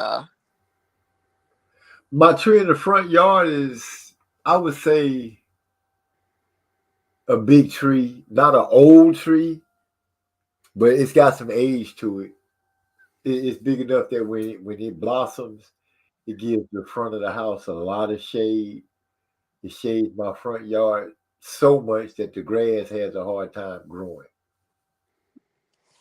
Oh yeah, it's always shaded. Yeah. So that tree, it does its thing. My wife was saying we got to get it cut some because it's starting to reach over to the neighbor's house. Yeah, that's well, I mean, I don't know if that's within your height, like within a height reach. Oh no, I can't mess with it. I'm gonna have to call Pancho and his brothers. Uh-huh. Come on out here and do something. But no, I ain't gonna do that. Pancho and them can handle it though. Yeah. Matter of fact, yeah. Yep. If you take that trip That's where to find them at. Now, I ain't gotta take no trip. I bet people think I'm being funny when I say Poncho never have it, but the yard company people name is Poncho. That's what the dude name is for real. So, I ain't being, what's the word? I ain't being racist because his name is Poncho. Call Poncho up. See if Poncho and his boys can't come and do something about that tree. Oh, they might could do something about the dead. Now, I really want to cut it up myself. So, yeah. I just want to get the chainsaw and chop it up real quick and take it back. But I want to do it. You know what I'm saying? I don't want to let somebody else do it. I want to be the one to get to chop it up. Yeah, shit. Good luck on that. Get that yard looking nice and right. I hear you. Get my son to help me start that mug. You know how hard it's hard for me to start pull string.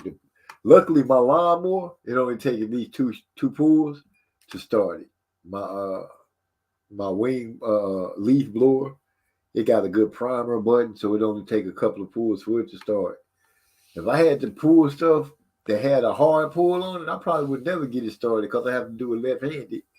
And the way I have to stand in order, because I can't hold the equipment with the right hand solid enough to pull the string without it twisting something. Man, it'd be all kind of shit going on, but I get it done.